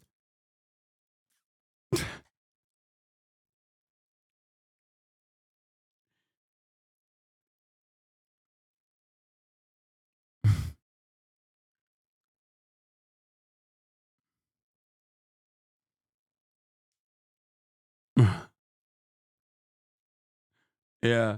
No, they say that. They used to say that all the time. They said that when I went to Japan. They were like saying I'm a passport bro. Like, dude, I'm sorry. But if you genuinely think that like I fit the mold of a person who has to go to a country that America has dominated to be able to like get laid or whatever, or need like a servile woman who I can dominate with a power structure, with an unjustifiable power structure over them, you're out of your fucking mind, dude. What are you talking about? Like, you could say that about a lot of people, okay? But saying that about me is fucking hilarious. Like, what are you talking about?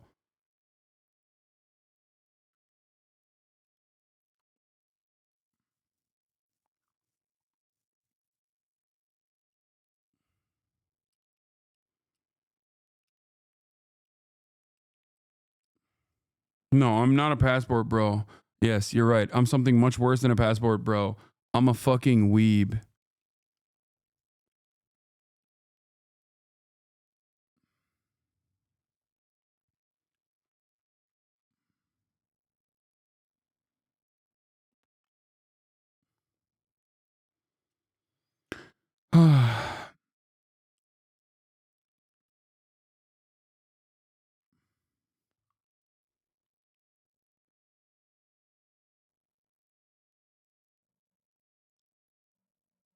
Anyway.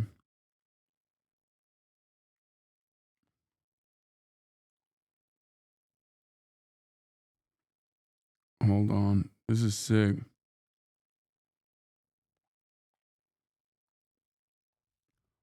I personally don't agree with every opinion of yours. I do agree with several points, mostly regarding the wildly bad America has done and still does, but I enjoy watching your stuff because it's always good to have another voice in the room to bounce thoughts off of.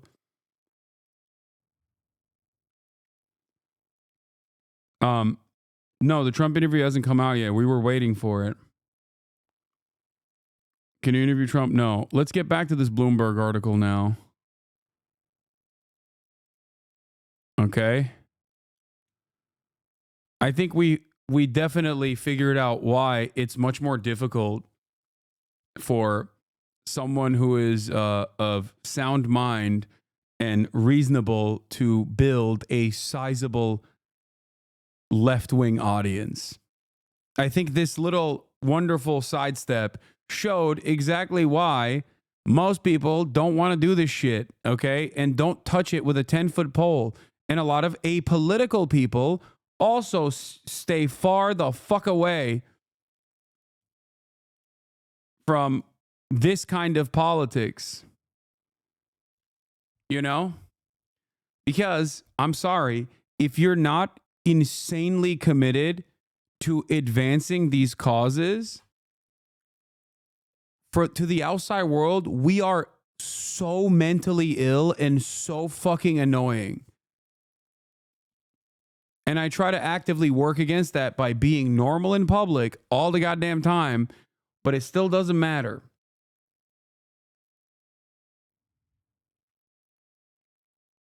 You feel me?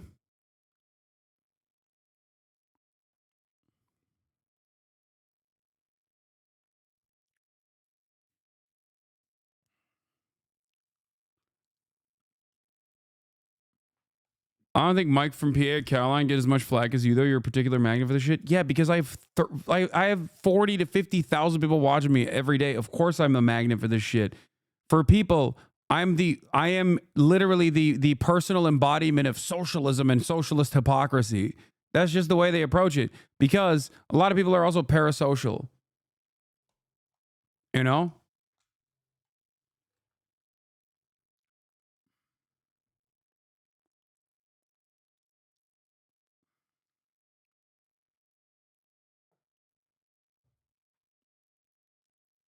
But that's it.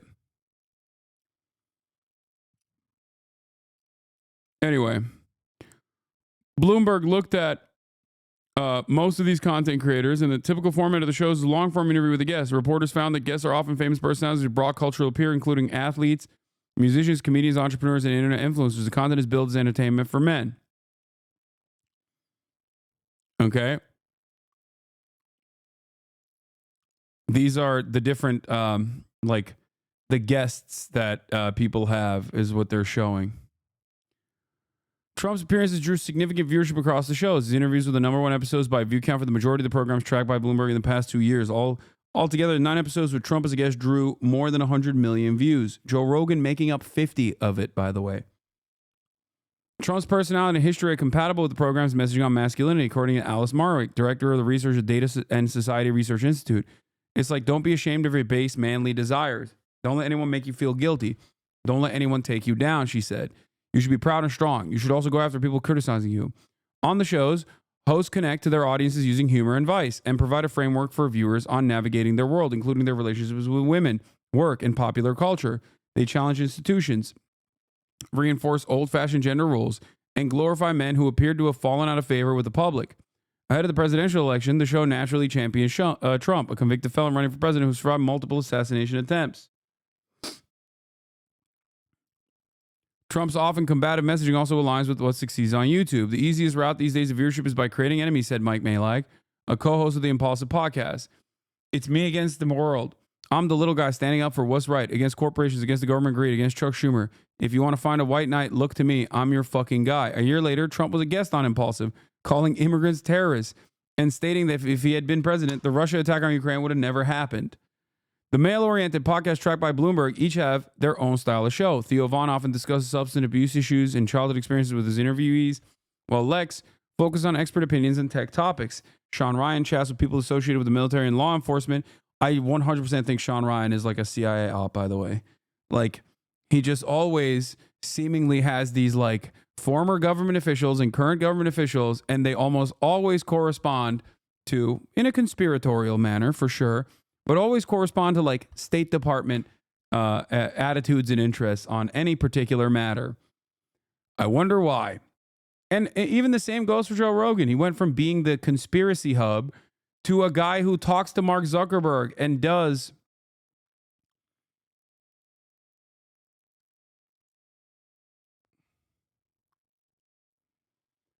to a guy who literally to a guy who literally fucking does reputation laundering for wealthy billionaire defense contractors. Is fucking nuts. Anyway, programs, flagrant, follow the most typical host interview talk show format, discussing news and popular culture, all while challenging political correctness. Yet even as the podcasts have tried to brand themselves uniquely, similar themes and characters appear across the network.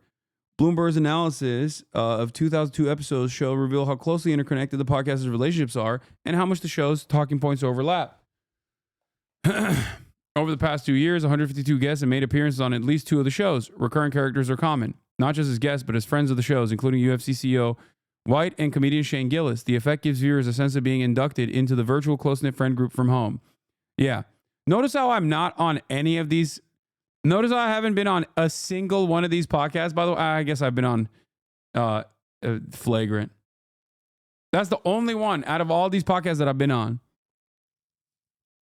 Interesting.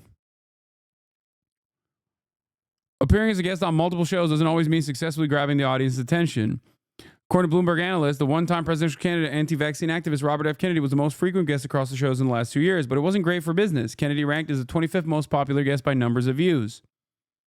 Yeah, probably because there's a certain quality to Robert F. Kennedy that doesn't lend itself to the auditory medium.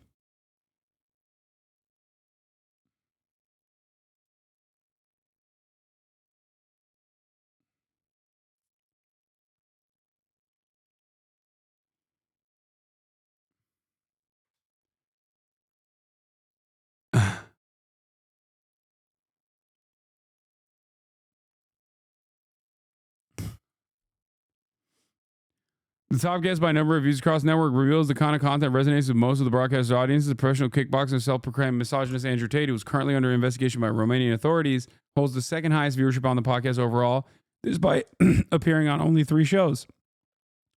Tucker Carlson, the former Fox News host who appeared on 6 of the 9 channels tracked by Bloomberg, ranked 3rd by numbers of views, according to the analysis. Yeah, Tucker Carlson is popping, dude. I hate it.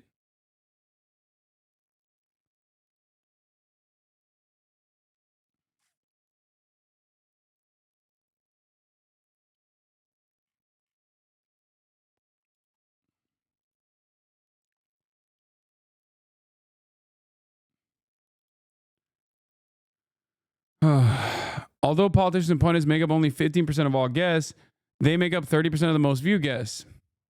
As the election drew closer, more politicians and pundits were invited on the podcast. Anyway, look, the way I see it is this, okay? These guys are, I don't think they're card-carrying right-wingers, okay?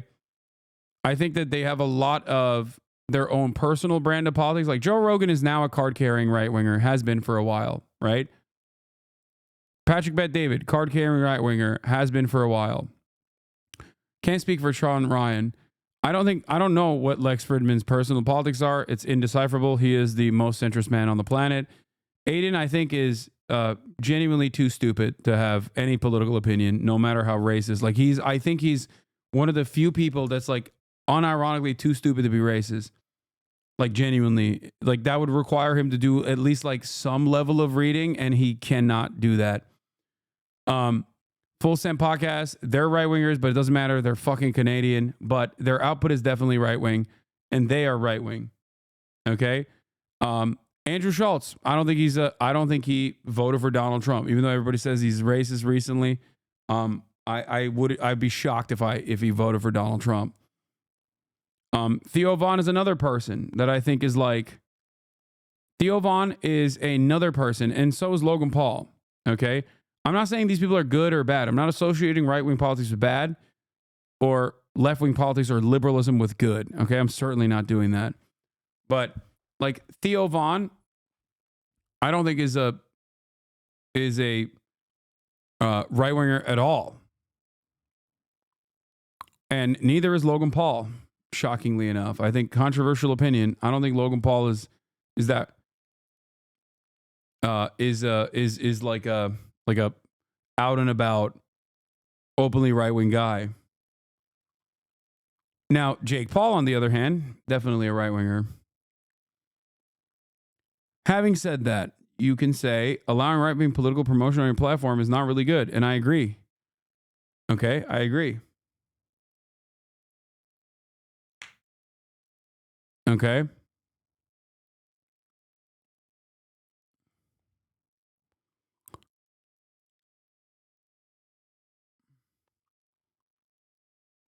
The Sean Hannity Trump interview is live already. Logan was such a surprise to me because I've been following him for so long. It just seems so far off from who he was or claimed to be.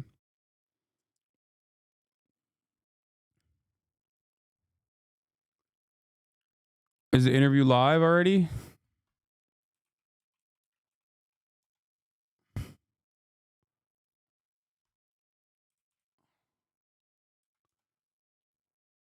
It's crazy. I watch Fox News Live so much that the first thing that pops up when I type live in my war going on. But with all that being said, I think it's bigger. It's bigger than if it were more traditional. Only the second time in history. Yeah. Somebody didn't have consecutive terms. Yeah. Well, they say it's historically bigger. I don't know about that. But I can say it showed us a couple of things. It showed us that the radical left, their philosophies and policies are horrible. They don't work. You look at crime, you look at what's gone on at the border. Guys, you look I at think what's this guy's a right winger. I mean, the crime that's going to happen, but I think we got there just in the nick of time. But we still have you covered better than anybody. We have terrorists in our country by the thousands. We have murderers in our country by the tens of thousands. We have numbers that came out, 11,000 people that murdered are now free and walking around in our country. And of them, I think 48%, they say, killed more than one person, and they're walking around. They came out of jails from other countries. And, people, they've emptied their jails. I would, if I were the president or prime minister or something of another country, I'd empty my jails right into America, into the United States. Why not? And many of them did it. If you look at Venezuela, their crime rate is down now 78%. Because they took their street gangs and they moved them into the United States. And you're seeing that in Colorado and Los Angeles and other places. And we're going to take care of it. So did Biden really say to you when you came up to the front of the White House, welcome home? No, did somebody say that? I read it somewhere. I don't know. Maybe he did. I really don't know. So you left him a letter. It was funny with Peter Doocy, and Peter said, "Oh, Mr. President, did Joe Biden leave you a letter?" He did leave you a letter. He did. And you had left him one, but you've never disclosed either one of them. Well, a lot of people now would be a great time. You know, it was interesting. A lot of people thought it was sort of like a setup with Peter Doocy and myself, and I have a lot of respect for Peter. But he just asked me a question about the letter. And then I remember that, it's like a custom, you leave it right in the drawer of that beautiful desk right alongside of us. And so I opened it up, and I actually gave the letter to Peter. And did he got to read it? I guess. I haven't. You don't know if you read it? I just sent it to him a little while ago. All right, before we get into, there's so much substance. You are inheriting a lot of problems, a lot of things that actually scare me. And I want to get to all of that, but I will get to all of that. All solvable problems, Tom. I agree. They're all solvable. Not easy. With time, effort, money, unfortunately, but they're all solvable problems. We can get our country back. But if we didn't win this race, I really believe our country would have been lost forever. Were there moments, I mean, when you think of what they threw at you, and I know you signed this declaration about no more weaponization, and we know that the preemptive pardons came up on Joe's way out, but you were facing a civil trial, a criminal trial, conviction, sentencing, Jack Smith, D.C., Florida, Fonnie Willis. I mean, you fought through all of that to get back right here in this office. What people don't know is over there's a little red button you push. You scare people. People think it's the nuclear button, but it's really, something else. It's something you use it for a different purpose. But the question I have was, at any point, did you doubt you would be back here? So it's a great question. It's something I don't think about. I never really thought about it. I don't think about, gee, will I be back? I just do it. I get it done. I get things done. I'm good at getting things done, and I set my mind to it. As you know, we had a great election in 2016. I had a much better election in 2020. And if I didn't have that election, I wouldn't have run. If I thought that I didn't get the number of votes, and it was reported that I got almost 75 million votes, and that was their numbers. That wasn't the numbers. That was their numbers. That was more than anybody has gotten in history, any sitting president had ever gotten. And you lost. Had I gotten like 50 million, 40 million, or 60 million, I would never have run. But that was like a poll. But I had a different attitude. Too big to rig. Poll came out just in the last 24 hours by Insider Advantage. That's Matt Towery. He nailed 2016, 2020, and 2024. Great pollster, as you know. Right. And he gave you a 56% approval rating. He also said of Congress, and I had a town hall with members of Congress last night, that 70% of respondents want Congress to unite behind your agenda. I watched that show. It was a great show, and you had some great people in the background. Yeah. I know every one of them, and they're really patriots. I just saw the love, as the speaker, who was doing a terrific job, the speaker is answering questions, and I saw the acknowledgement and the love they had. And those are tough people behind him. You know, these are not easy people. There are others that are tougher. I said, well, I don't know. This is a tough group if they want to be. They're not, nobody much tougher. Does Trump not know But it's they're BDS? very I know, we unified. should cancel I think they're him. going to do a great job. But they have a small majority. You went through over 200 since we've got here, and we have breaking news today that we'll get to in a minute, and especially as it relates to the border and some other issues. But you're going to need to do some of these things legislatively. You will probably play the largest role in uniting them both Why in is the he House looking and at him Senate. like that? Because they have sex chatter. They literally, like, this isn't even homophobia. This is just like straight up like the truth. They have the craziest sex in the Oval Office. I like the concept of the one bill. I guess I said one big beautiful, and that's what everyone faced. Actually, it's sort of a nice sound to it. But I do like that concept. It could be something else. It could be a smaller bill and a big bill. Right. But as long as we get to the right answer. Now, I will say that Los Angeles has changed everything because a lot of money is going to be necessary for Los Angeles. And a lot of people on the other side want that to happen. And North Carolina, too. Fast. Well, they don't care about North Carolina. The Democrats don't care about North Carolina. What they've done with FEMA is so bad. FEMA is a whole nother discussion. Do I think Trump is redeemable? All it does is No. complicate everything. FEMA has not done their job for the last 4 years. You know, I had FEMA working really well. We had hurricanes in Florida. We had Alabama, tornadoes.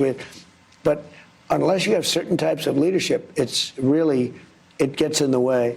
And FEMA is going to be a whole big discussion very shortly because I'd rather see the states take care of their own problems. If they have a tornado someplace and if they let that state, Oklahoma is very competent. I love Oklahoma. 77 out of 77 districts. And that's never been done before. I did it 3 times. I mean, think of it, 3 times. Never been done. Ronald Reagan had the record, 56 out of 77. I got 77 out of 77.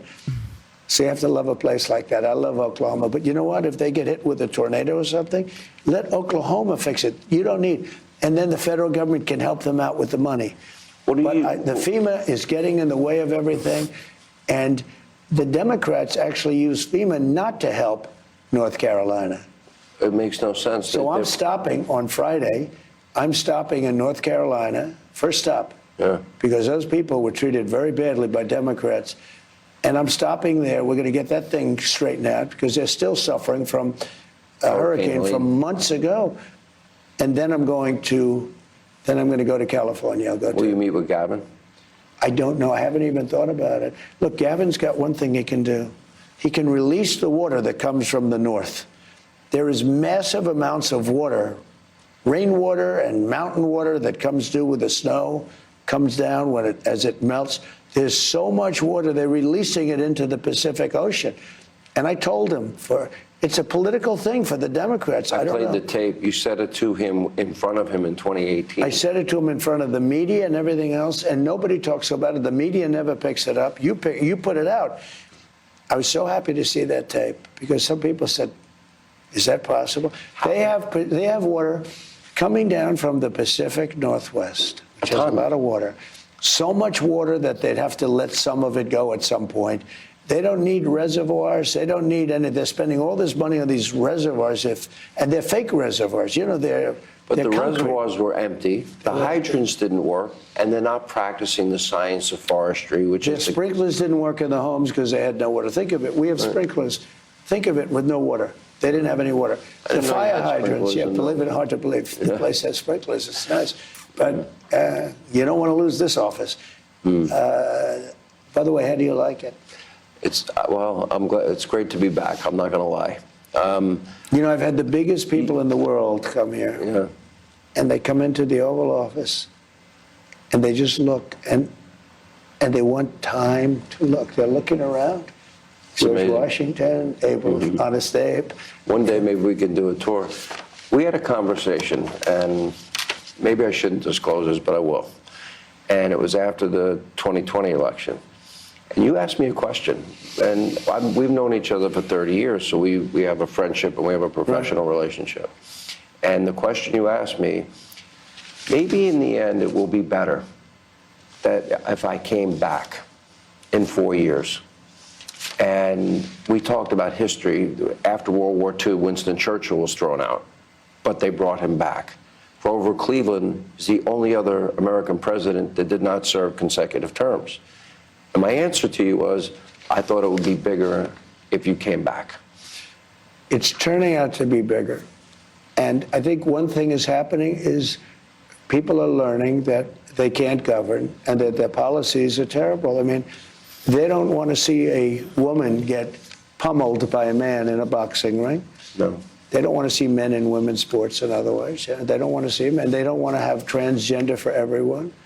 They don't want a child leave home as a boy and come back 2 days later as a girl. A parent doesn't want to see that. And there are states where that can happen. Oh. They don't want to see taxes go through the roof. Like, this is the only group of people they want to raise your taxes. They say, we want to raise your taxes. You know, if they don't work with us on the Trump tax cuts extending, that would mean it would go back to the taxes. We got the largest tax cut in history. That would mean the taxes would go up more than any tax hike in the history of our country. And normally you'd say, that's got to be the easiest negotiation in history, because if they did that, how could they ever win an election? But they'll fight us on that. They fight us on things. It's incredible. Here, I ran into... They don't use common sense. In my opinion, the Democrats don't use common sense. Well, common sense won the day in the election. Yeah, but you know the amazing thing? I'm watching now. Now it's time, and, you know, a few months have passed, and the election's over, and you see what happened, and it was a rout. I won all 7 swing states, and we won by millions of votes, the popular vote, millions. And nobody can even believe some of the numbers. And how about with African Americans, with Hispanics, with everything, how well we did? Nobody can believe the numbers. How about with youth? I won youth by 36 points. Now, maybe that's because I went on TikTok. I don't know. But I'm starting to have a very warm spot. TikTok is going to be sold, right? I think TikTok's going to maybe stay around. People like I'll tell you, people want to buy it. People want to buy it. But those that say they know say it's a spying app for the communist Chinese. But you can say that about everything made in China. Look, we have our telephones made in China for the most part. We have so many things made in China. So why don't they mention that? You know, the interesting thing with TikTok, though, is you're dealing with a lot of young people. So they love it. Is it that important for China to be spying on young people, on young kids watching crazy videos and things? I don't want China spying on anybody. No, but they make your telephones, and they make your computers, and they make a lot of other things. Isn't that a bigger threat? I'm sure that'll be part of your discussions with President Xi, which I'm going to talk about in a moment. Let me go to the border. We do have breaking news today. I ran into Tom Homan as I was walking in today. And so far, 308 total arrests, 296 detainees, and the first deployment of military assets to the U.S. border. The deployment includes active duty troops in the National Guard. And here's my biggest fear and concern beyond the Iranian assassination squads is we now know 14 million. We don't know how many gotaways. We don't know the total number. But we have known terrorists in our country. We have known murderers, rapists. We have violent criminals, cartel members, gang members. Now, I would imagine if you came from Iran. This is so insane to me that they just like genuinely say that the Democratic government deliberately and knowingly, and the law enforcement agencies deliberately and knowingly brought these people into the country. An attack on our homeland. Like, it's such a psychotic take, but it's actually extra crazy that we don't even like think that's a weird thing that they're saying. Because notice how they just say it so much that it's now become the truth. That's what I'm so frustrated by. Where like, it's just completely insane. Under normal circumstances, when someone says something like that, you're supposed to go, what? You need to get lithium pronto, dog. What the fuck are you saying? For years, and you actually make one statement before you say that. You say 100% certain. I do. That's a pretty big statement. And then I say, I pray to God I'm wrong. Yeah, I hope you're wrong too. And I won't comment, but I tend to agree with you. It depends. We'll see what happens. Look, we have a lot of great people right now. A lot of great people on this situation. This was a gross miscarriage of common sense to allow people to come in. And I believe the number is 21 million people, and a large percentage of them are criminals all over the world. This is not just South America. This isn't, you know, we talk Venezuela, that's a big abuser, but these are countries from, these Iran, are the Syria? Congo, countries that you don't even think of. The Congo has emptied their prisons out into the United States. We're not thinking about the Congo, we're thinking about South America. It's much more than South America. But prisons from all over the world have been emptied out into our country by Biden, allowing it to happen. I don't even know if he knew what the hell was going on, but who would want this? I always say to people, you know, you always like to understand, like in a business, you want to understand the other side. Why do they want something, you know, et cetera, and you figure it out. And there's usually an answer, almost always. I don't understand, why does somebody want open borders where, and they say the vote, okay, but I did well with the Hispanic vote, if you're looking at Hispanic. They say they do it because they want to think they're going to stay in power. It's going to be better for Democrats. I don't really believe that. Besides that, they cheat so much. They don't have to do that. They cheat so well. They're very good at cheating. The only thing they're good at really is cheating. But here's the thing I ask. Why would somebody say that open borders are good, where jails and mental institutions from other countries and gang members right off the streets of the toughest cities in the world are being brought to the United States of America and emptied out into our country? Why would anybody that even likes, you don't have to love our country, you have to like it. Why would anybody that likes our country, the Democrats, allow that to happen? And even now, I watch them on television, they're trying to justify it. Again, false premise that is now completely just seen as the truth. That migrants are coming in with hatred for this country. Why the fuck would they come here, dude? Well, it's not stupid. You're either stupid or you hate the country. Migrants that are coming in that hate this country, and the Democrats are letting them in, and they must also hate the country because they're letting in the people that hate this country into the country on purpose. And it's like, it's just so insane. It's such an insane thing. Like the notion that like all these people that are coming into America actually despise America. As someone who came to America, let me tell you, okay, I learned the cold, hard truth about America after I came here. I came here because I wanted to come here, and I was very fortunate, okay? I come from a relatively affluent background, and it was still a difficult thing to just like leave your family and your friends behind or whatever.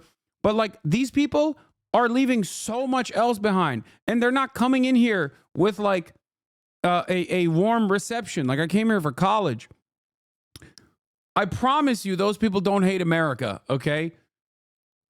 And neither did I when I first came here. I wanted to live here really bad. And I still want to live here, as a matter of fact. But the reality of the matter is, I definitely learned all of the problems that modern American society had fairly quickly, as a matter of fact. And also, that is precisely the reason why undocumented migrants, for that, and also because they want to avoid any sort of legal scrutiny whatsoever, are not responsible for a greater share of the crimes per capita than natural-born U.S. citizens. You understand? That's the point. New immigrants like America more than I do, and I was born here? Yeah.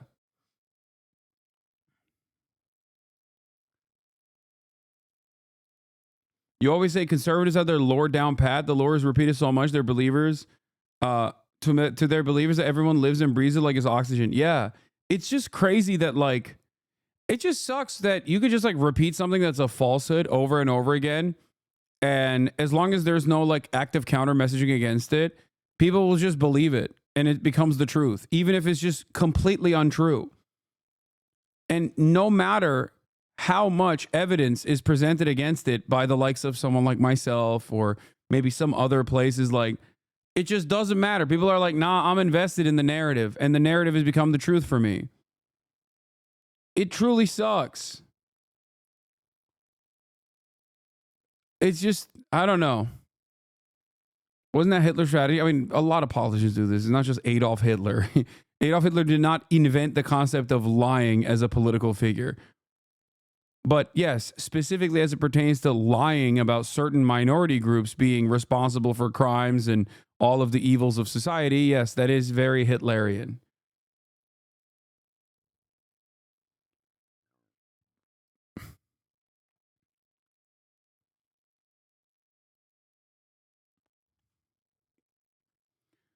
Yeah. Germany says Hitler was a communist. Yeah, no, they don't. That's the AfD that says that.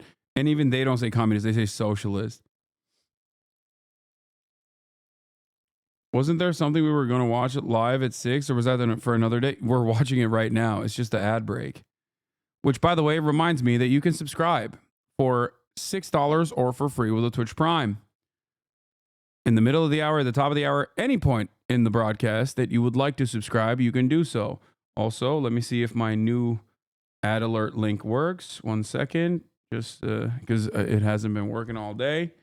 But that's right. You can also get gifted a sub if you are lucky as well. Subscribing will support the broadcast. Also allow you to avoid ad breaks if I do choose to run ad breaks in the future. And last but not least, you get to send me links and use the emojis all around the website of Twitch. Wait, hold on. Still doesn't show the dogs.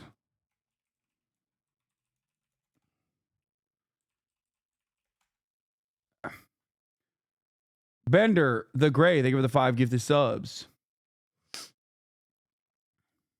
You ain't shit. Thank you. Wait, you're running ads again now? I need to know if debate operations can resume. No, I'm not running ads again.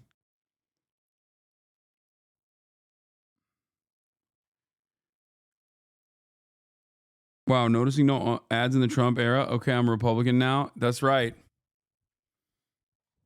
No ads in the Trump era. By the way, you guys want to see what happened when I fell on my hand? Can you tell? Can you see? Like all this is like purple.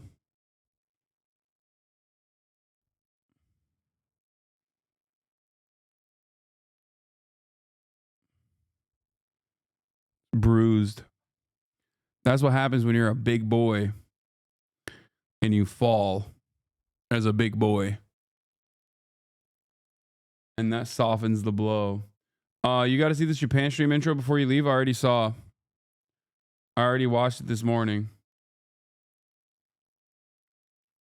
You've been jorking it so much, you got calluses? Yeah. Yeah.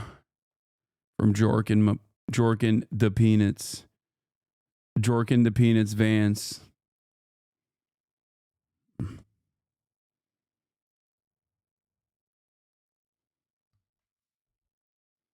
Get away? No.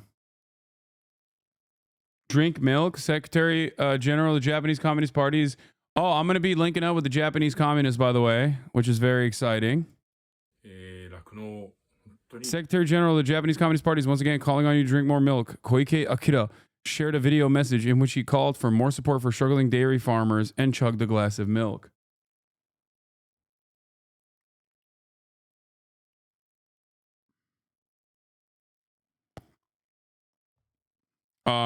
And no, the Kojima-san meetup is not happening. All right, let's get back to it. They're aiding Trump and is back. abetting in the law breaking.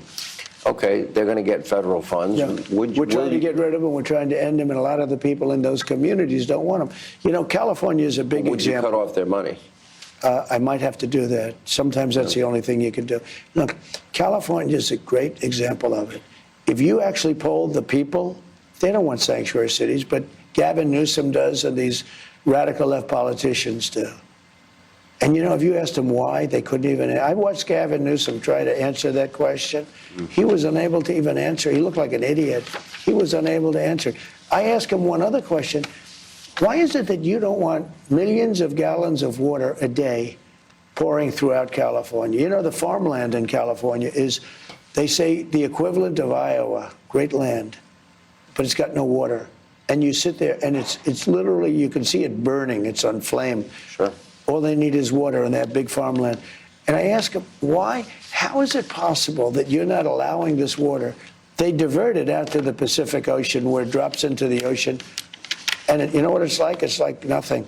To the Pacific Ocean, It's like 2 glasses of water. It's nothing. Millions of gallons of water is diverted way up north in California into the Pacific Ocean. That water, you know, they have the pipes in it. It's half pipes. You see them all the time, half pipes. People live in those half pipes now. You know, they have homeless living in those half pipes. But this is water that millions of gallons of water a week and a day in some cases, you know, depending on the flow. So much water they wouldn't know what to do with it. Your sprinklers would be filled. They can even, remember when I took criticism because I said you have to manage your forests? The head of a country that lives in forests, a number of them actually, Finland told me this, Austria told me this, the head of Austria, head of Finland, and it was beautiful the way they expressed it. They said, we live in a forest. We are a forest nation. That's beautiful, isn't it, to say that? We have trees that are the most magnificent in the world, far more beautiful than what they have in California, and much more flammable. Mm-hmm. He said, we don't have forest fires. We manage our forests. You can get a degree in forestry. Well, they'll do cuts, yeah. Can you imagine? But you don't need much. You have to clean the floors of the forest. You know, when they had forests, I go to see some of the sites I watched in California.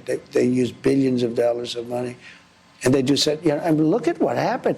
Los Angeles, that's like a nuclear weapon went off, what's happened to Los Angeles. And, you know, that thing went for 4 or 5 days. Nobody was even fighting it because they didn't have any water. Their fire departments aren't funded properly.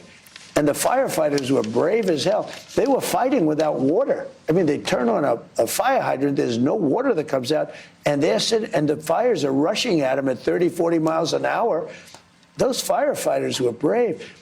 What happened to that state is incredible. And then you listen to, I remember when Ron DeSantis and Gavin Newsom were debating on your show. Yeah. And Newsom's talking like, everything's great, everything's great, just great, just great. More people left California this year than ever have left in history before the fire. But look at it, take a look. And you know, the amazing thing, these are wealthy people, many wealthy people lost their homes. I saw somebody on television, one of the wealthiest people, one of the most powerful people in the country, being interviewed as though he were a vagrant. His shirt was, and you have to know him, he's a mean, horrible human being. He's a tough guy, very tough guy, a horrible person. Yeah. But he's very rich. And he's rich, but he's a horrible person. No, he's a horrible human being. I know you have rich people that are very nice, but this guy's a terrible person. So I say, that's so-and-so. I said to Melania, I said, look at it. They were interviewing him as a guy that lost his house. He said, they took my house away. And he's literally in his underwear and his T-shirt. It looked like he just got out of the bedroom. And I say, that's one of the wealthiest guys in the country. Look at this guy. Take a look at him. Somebody will tell you the name maybe after the interview, but you won't even believe it. But he was on television as somebody that, and he was complaining they wouldn't let him go to his house, which was on fire. They wouldn't let him go because, you know, they don't want him to die. You know, some of the wealthiest, most powerful people lost their homes.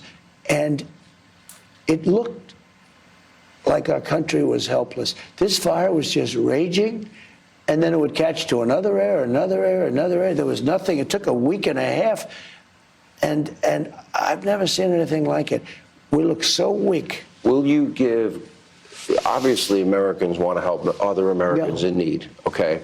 Fair enough, we do that. We got to help the people in North Carolina. They've been suffering. Well, you know that's what I want to do. That's why I'm stopping there first. You're going to stop in California? I'm stopping in North Carolina. Should the money be contingent on them practicing the science of forestry? Well, I think this. I'm going to put a statement out today, I think, and maybe it's already written. I said, I don't think we should give California anything until they let water flow down into their... From the north to the south. This is a political thing. I don't know what it is. You know, they talk about the Delta smelt. It's a little tiny fish like this. They say it's an endangered species. Well, how is it endangered? No wonder it's endangered. It's not getting any water. How do you... If you have a fish and you're stopping the water, isn't that going to hurt the fish? I did a show in 2009 from the San Joaquin Valley, Devin Nunes' district. Right. And they wouldn't give thousands of acres of farmland water to protect that. By the way, you see that now. I drove up the highway. I was with Devin Nunes, another Republican congressman, and I looked at these vast areas of land, and it looked like it was just burning. It was dark. It was dry. And then there'd be a little patch, little tiny patch of green, beautiful green. And I said, why? How come all this land has these little patches? They said, that's all that we're allowed to farm because we have no water. I said, are you having a drought? No. They've turned off the water. They turned off the spigot from up north in order to protect the Delta smelt. Let me move on to the And by the way, I don't really believe it's the Delta smelt because nobody could do that. It's not endangered either. They have it in other locations, et cetera, et cetera. They're doing seemingly everything they could do, like New York is in many ways, to chase people away. No, but could you imagine today? It's crazy. When people, and the press doesn't like, when I talk about the water that they're turning into the Pacific, the press never wants to put it on. The fake news. They don't want to put it on, Sean. You do realize that you have permanently tattooed into the forehead of legacy media the term fake news. You do realize they spent 9 years, 9 years attacking you from the moment you came down that escalator, and they didn't stop. And here's the interesting part to me, is that all of the attacks, all the weaponization, all the FISA warrants, all the Russia, and we can go on, all the various venues, the J6 committee, which kept out a lot of pertinent and information. how about the J6 committee? I call it the unselect. You know, they say the select. But they didn't win. No. What they did was criminal. That's why they got pardoned. No, they deleted and destroyed all of the information that they collected over 2 years. Why else would they need a pardon? And Hannity tries to keep the conversation on the rails so hard, and Trump is just like he's not even remotely having it. All of the information having to do with the 10,000 soldiers that I offered to Nancy Pelosi, and she's Hannity now always like, Mr. President, it. please, sir, let's get back to on track. Please, I beg of you. And he's like, no, fuck you, all dude. saying that you authorized it in the days leading up. The Capitol Police Chief asked for the guard, was begging for the guard. Muriel Bowser. How are we still talking about January 6th? Like, liberals talking about January 6th is annoying, but at least they're on the right side of being like, look at how insane it is that the former president tried to do an insurrection. When Republicans talk about January 6th, I unironically become the most libbed up person on the planet because I'm like, dude, you did it. And you're like, you're not even bragging about doing it, even though you did it, got away with it cleanly, and then released everyone that, was arrested for doing some of the more heinous stuff. And you're still like talking about how Nancy Pelosi did January 6th, actually. More than any person in the history of Congress. She lost by a number that nobody has ever lost. Like the Republican January 6th position is so insane. It's done by Antifa. It's done by Nancy Pelosi. It's done by my most loyal servants, and therefore they must be released. It wasn't actually an insurrection, but if it was done by Antifa and the FBI, even though the FBI was under my control at the time because I was a fucking president. And also Nancy Pelosi personally called off the National Guard, knowing full well how Antifa would operate, but it's also my fans because I released them from prison. It doesn't make sense. Was funding the Wuhan virology lab. There seems to be text and messages and emails that went back and forth. You talk about the unselect committee, as you call it, the January 6th committee. They had a predetermined outcome. General Milley, all these people, the Biden family members. Joe Biden ran and said he would never do preemptive pardons. It was an issue that came up when you were leaving in your first time. He heard that I was going to do it. I didn't want to do it. I was given the option. They said, sir, would you like to pardon everybody, including yourself? I said, I'm not going to pardon anybody. We didn't do anything wrong. And we had people that suffered. They're incredible patriots. We had people that suffered. You had Bannon put in jail. You had Peter Navarro put in jail. You had people that suffered. And far worse than that, they've lost their fortunes. They've lost their nest egg, paying it to lawyers. And those people, and people said, and they wouldn't have even taken, most of those people, they wouldn't have even taken a pardon. This guy went around giving everybody pardons. And the funny thing, maybe the sad thing, is he didn't give himself a pardon. And if you look at it, it all had to do with him. I mean, the money went to him. Should Congress investigate that? Well, I don't know. It's, you know, You ordered the DOJ. I've always been, look, he didn't give himself a pardon. And he didn't give some other people a pardon that needed it. And I heard Schiff went to him and just begged him for a pardon, because Schiff is a crook. Yeah. Schiff is a crooked guy. He's a crooked politician. He made up the story about Russia. He totally made it up. You know, he's a storyteller. And then after he made it up, they found out that there was a tape of the conversation made by, you know, I guess the State Department. I don't know. When you make calls, they make tapes sometimes, not all the time. He was the one talking to the Russians. So he, in the meantime, made up the conversation, totally made it up about quid pro quo. There was no quid pro quo, just there was a perfect call. It's quid pro Joe. Tim Scott was the first one to come. He read it. He said, "This is a perfect call." No, that's crazy, man. Still talking about this shit, bro. This is crazy. Oh my God. The egg prices, man. Talk about the egg prices. What the fuck happened to the egg prices, dog? I thought you were going to lower the egg prices. He went to Biden and he demanded a pardon because he thought he did something. He knew he did something. Benny Thompson won the chairman of that committee. Benny Thompson destroyed. Yeah, someone also pointed this out in the chat, but like anytime I see this fucking doddering old fool ramble about phone conversations that he had that caused him to be impeached, I'm reminded that the Democratic Party lost to him, and I can never forgive them for this. Like, the Democrats lost to that, okay? Just remind yourself, every time you hear this old man ramble about nonsensical bullshit, remind yourself that the Democratic Party lost to that guy, not once, but twice, okay? Not once, but twice. And the second time was after he literally tried to do an insurrection.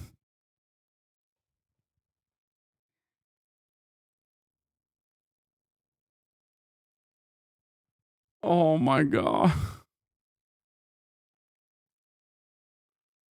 There is perhaps no greater damning indicator of the demise of liberalism at the global stage than that.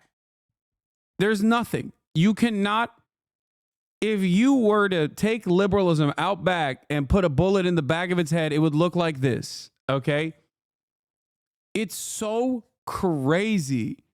It's so crazy. And worst of all, they're still trying to be like leftists didn't vote hard enough or whatever the fuck they're saying. And it's like, it's day 2, man. It's day 2. I'm already losing my mind. It's day 2. And holy crap, it's so bad. It's just so fucking bad.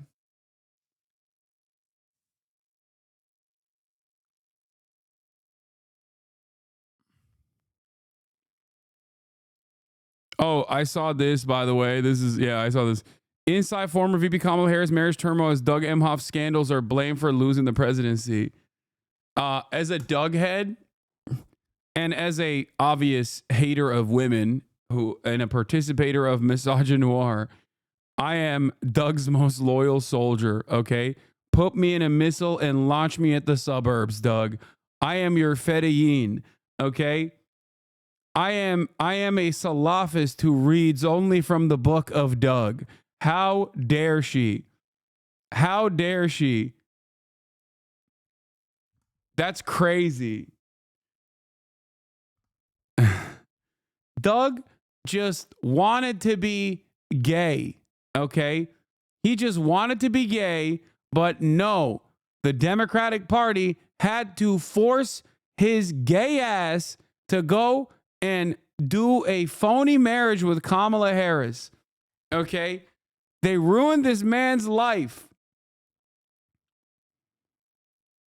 They ruined this man's life. But now President Donald Trump has been sworn into office for sore loser Harris.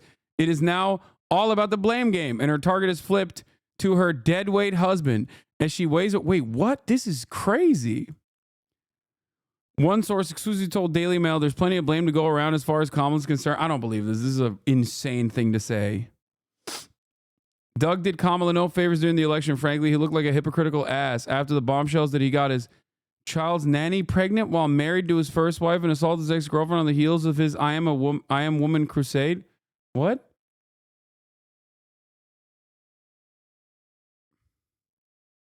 What? Was that even a thing that Doug did? Like, what? Dog, this had no motion. No one, who wrote this article? Someone who is just like on crack? Did Doug do this stuff? And even if he did do this stuff, which I don't know if he did this stuff or not, but even if he did, I had no fucking clue. And I'm an active Doug head.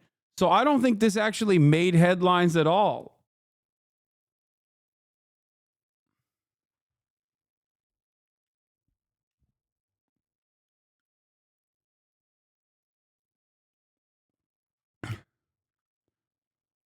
Like, guys, one thing that you need to understand here. I'm not saying that what this is untrue. This statement in and of itself is untrue. But what I will say is that if true, these statements, the power that this had on Kamala Harris's campaign is greatly overstated. Okay? Greatly overstated. It's ridiculous. I didn't even know about this.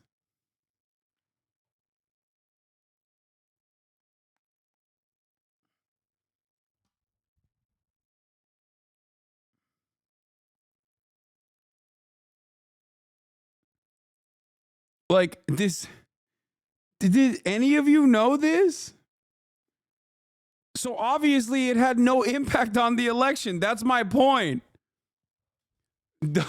Okay, all jokes aside, Doug is so much a side character, so much of an NPC that apparently he was a monster and virtually no one cared to check. Because I had no idea that this was the case. And if I didn't know that this was the case, I'm certain most people didn't know that this was even remotely important, let alone consequential for the election.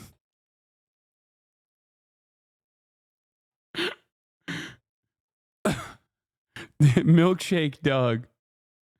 Read my history. Lamau, someone who's friends with LA, it definitely made the rounds. And the story is true. It was her teacher. Damn, let's get Ella Emhoff on the show. I'm not supposed to talk about this. Get Ella on the show. Get Ella on the show. All right, here's Trump. Is about people that were convicted or were involved in incidents where they were violent with police. Why did they get a pardon? Number of reasons. Number one, they were in there for 3.5 years, a long time. Right. And in many solitary confinement, treated like nobody's ever. Bro, you know what's funny?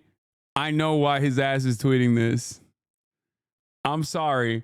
A lot of people said this as well, but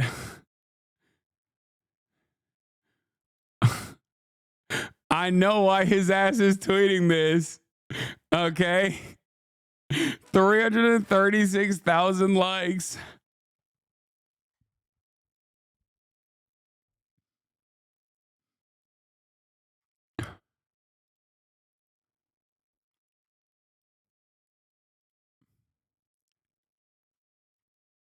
Seething. Should not have been, this should not have happened. And the other thing is this, some of those people with the police, true, but they were very minor incidents, okay? Wait, first of all, people saying you're being parasocial or whatever, I know for a fact, okay, on background, can't reveal my sources, but I know that he knows who I am, and it is because of the Grimes collab. I know that he knows exactly who I am because of the Grimes collab. They had to be collected. Make no mistake. And then they go on television and act holier than thou about this one or that one. You had 1,500 people that suffered. That's a lot of people. You know, they were looking for new people 2 weeks ago. They were looking, wait a minute, they were looking to charge new people. They have a woman who's 76 years old that they said made a statement that was a little bit out of line years after the fact. This was a political hoax. And you know what? Those people, and I'm not saying in every single case, but there was a lot of patriotism with those people, a lot of patriotism. You know, they did a recording, and you know, they asked me if I'd do the voiceover, and I did. Do you know it was the #1 selling, whatever you call it nowadays, album, whatever, song, CD, whatever you call it. You don't know, it changes every year, right? But it was the #1 selling song, #1 on Billboard, #1 on everything for so long. People get it. They wanted to see those people American released. people were aware. You told them what you would do. Joe Biden. He's talking about the January 6th choir, chat. Yes, it's that stupid. Yes, this is the president of the United States of America. Yes, the Democratic Party lost to this man, not once, but twice. Voted for me, and I won in a landslide.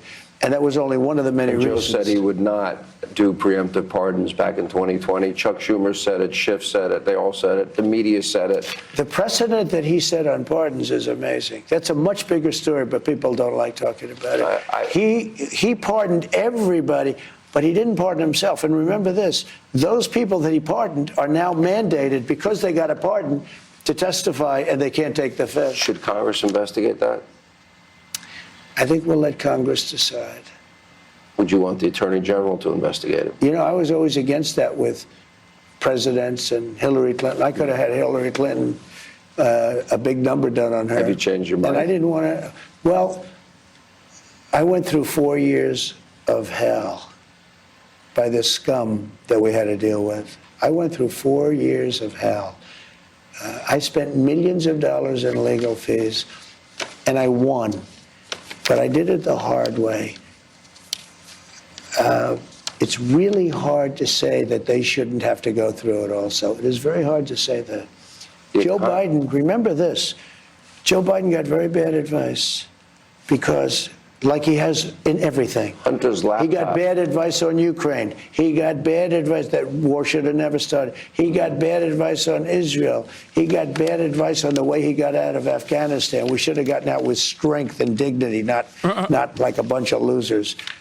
Joe Biden has very bad advisors. Somebody advised Joe Biden to give pardons to everybody but him. They wanted to take care of. Yeah, but Sean, they wanted to. I don't care. They're yelling at me. This is more important because right now the economy is going to do great. I want to know about I'm here, so the economy. But you have to understand, he had bad advisors on almost everything. It's like in the old days when the Secretary of State said he never made a correct decision on foreign policy. Joe Biden got very bad advice. You've been through two would-be assassins. You came within a millimeter of losing your life in this whole process. I know you kind of are somebody that compartmentalizes because I've known you so long, but do you ever think, and you said this in your inaugural, that you really believe God saved your life so that this was your destiny? Explain that. Well, I do believe that. I've had people that really know a lot about guns. And they said that gun, that particular gun, in that beautiful field, as I called it, in Pennsylvania, which it is, Butler, that gun's a very accurate gun, and that a bad shooter would hit the target 100% of the time. You can't miss. Okay, from that distance. Yeah, from that distance. I mean, to me, I don't know as much about it. They said it's like for a golfer sinking a 1-foot putt from that distance. And my son Don and my son, both of them, Eric, they're great shooters. Both of them are great shooters. And they said it's amazing, it's a miracle. I think it affected them because they can't believe that happened. I turned. If I didn't turn, the turn was like split-second perfect timing. So something happened, and I don't think you can call it just luck. The chance was like 1/8 of a second, or we wouldn't be sitting here. Think of it, in a volume of time, 1/8 of a second, I was in the right position. Do you believe that moment, people say to me, they see a change in you. Do you believe you've changed? Is this, for example, increased your faith in God? Yes, I think so. I don't think I've changed, but I think that has taken place, yeah. Because when you look at statistically, I should never be here. I mean, if I don't turn my, I'm looking at an immigration chart, my favorite chart ever in history. Yeah. Even if the numbers were bad, I would. I mean, we're talking about assassination, and you're telling jokes. No, can you but believe it's terrible. No, I remember that day like when I turned, and it had to be at an exactly 90-degree angle, and I said, throw down the chart or something to that effect, and they bring the chart, and I'm literally looking exactly at the right angle. I couldn't have even been a little further or a little bit less. It would have whacked, because it was 1/8 of an inch. The entire ride was 1/8 of an inch. Will you investigate these assassination attempts? And you stated that you will release the files, all of the files, as it relates to the JFK assassination. And by the way, this is his desk. Yeah, that's right. This is where John Kennedy, little John Kennedy. Bro, he's been lying about there. this shit. He's been lying about this shit since like 2016, 2017.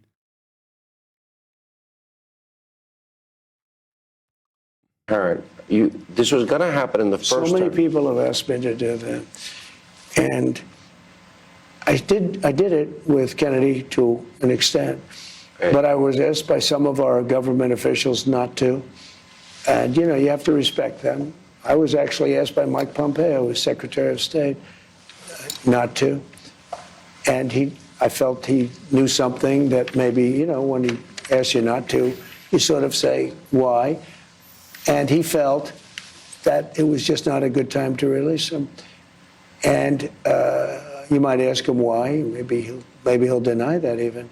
But he did. He asked me. And some others also, though. They didn't want the Kennedy stuff released. And they're professionals, and I respect them. And they're working for me and the country. They're working for the country. And so I didn't release. But I'm going to release them immediately. Upon we're going to see the information. We're looking at it right now. More Hannity from the White House as we continue.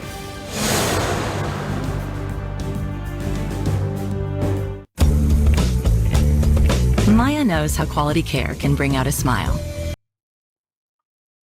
Aren't you supposed to be in Japan? Soon.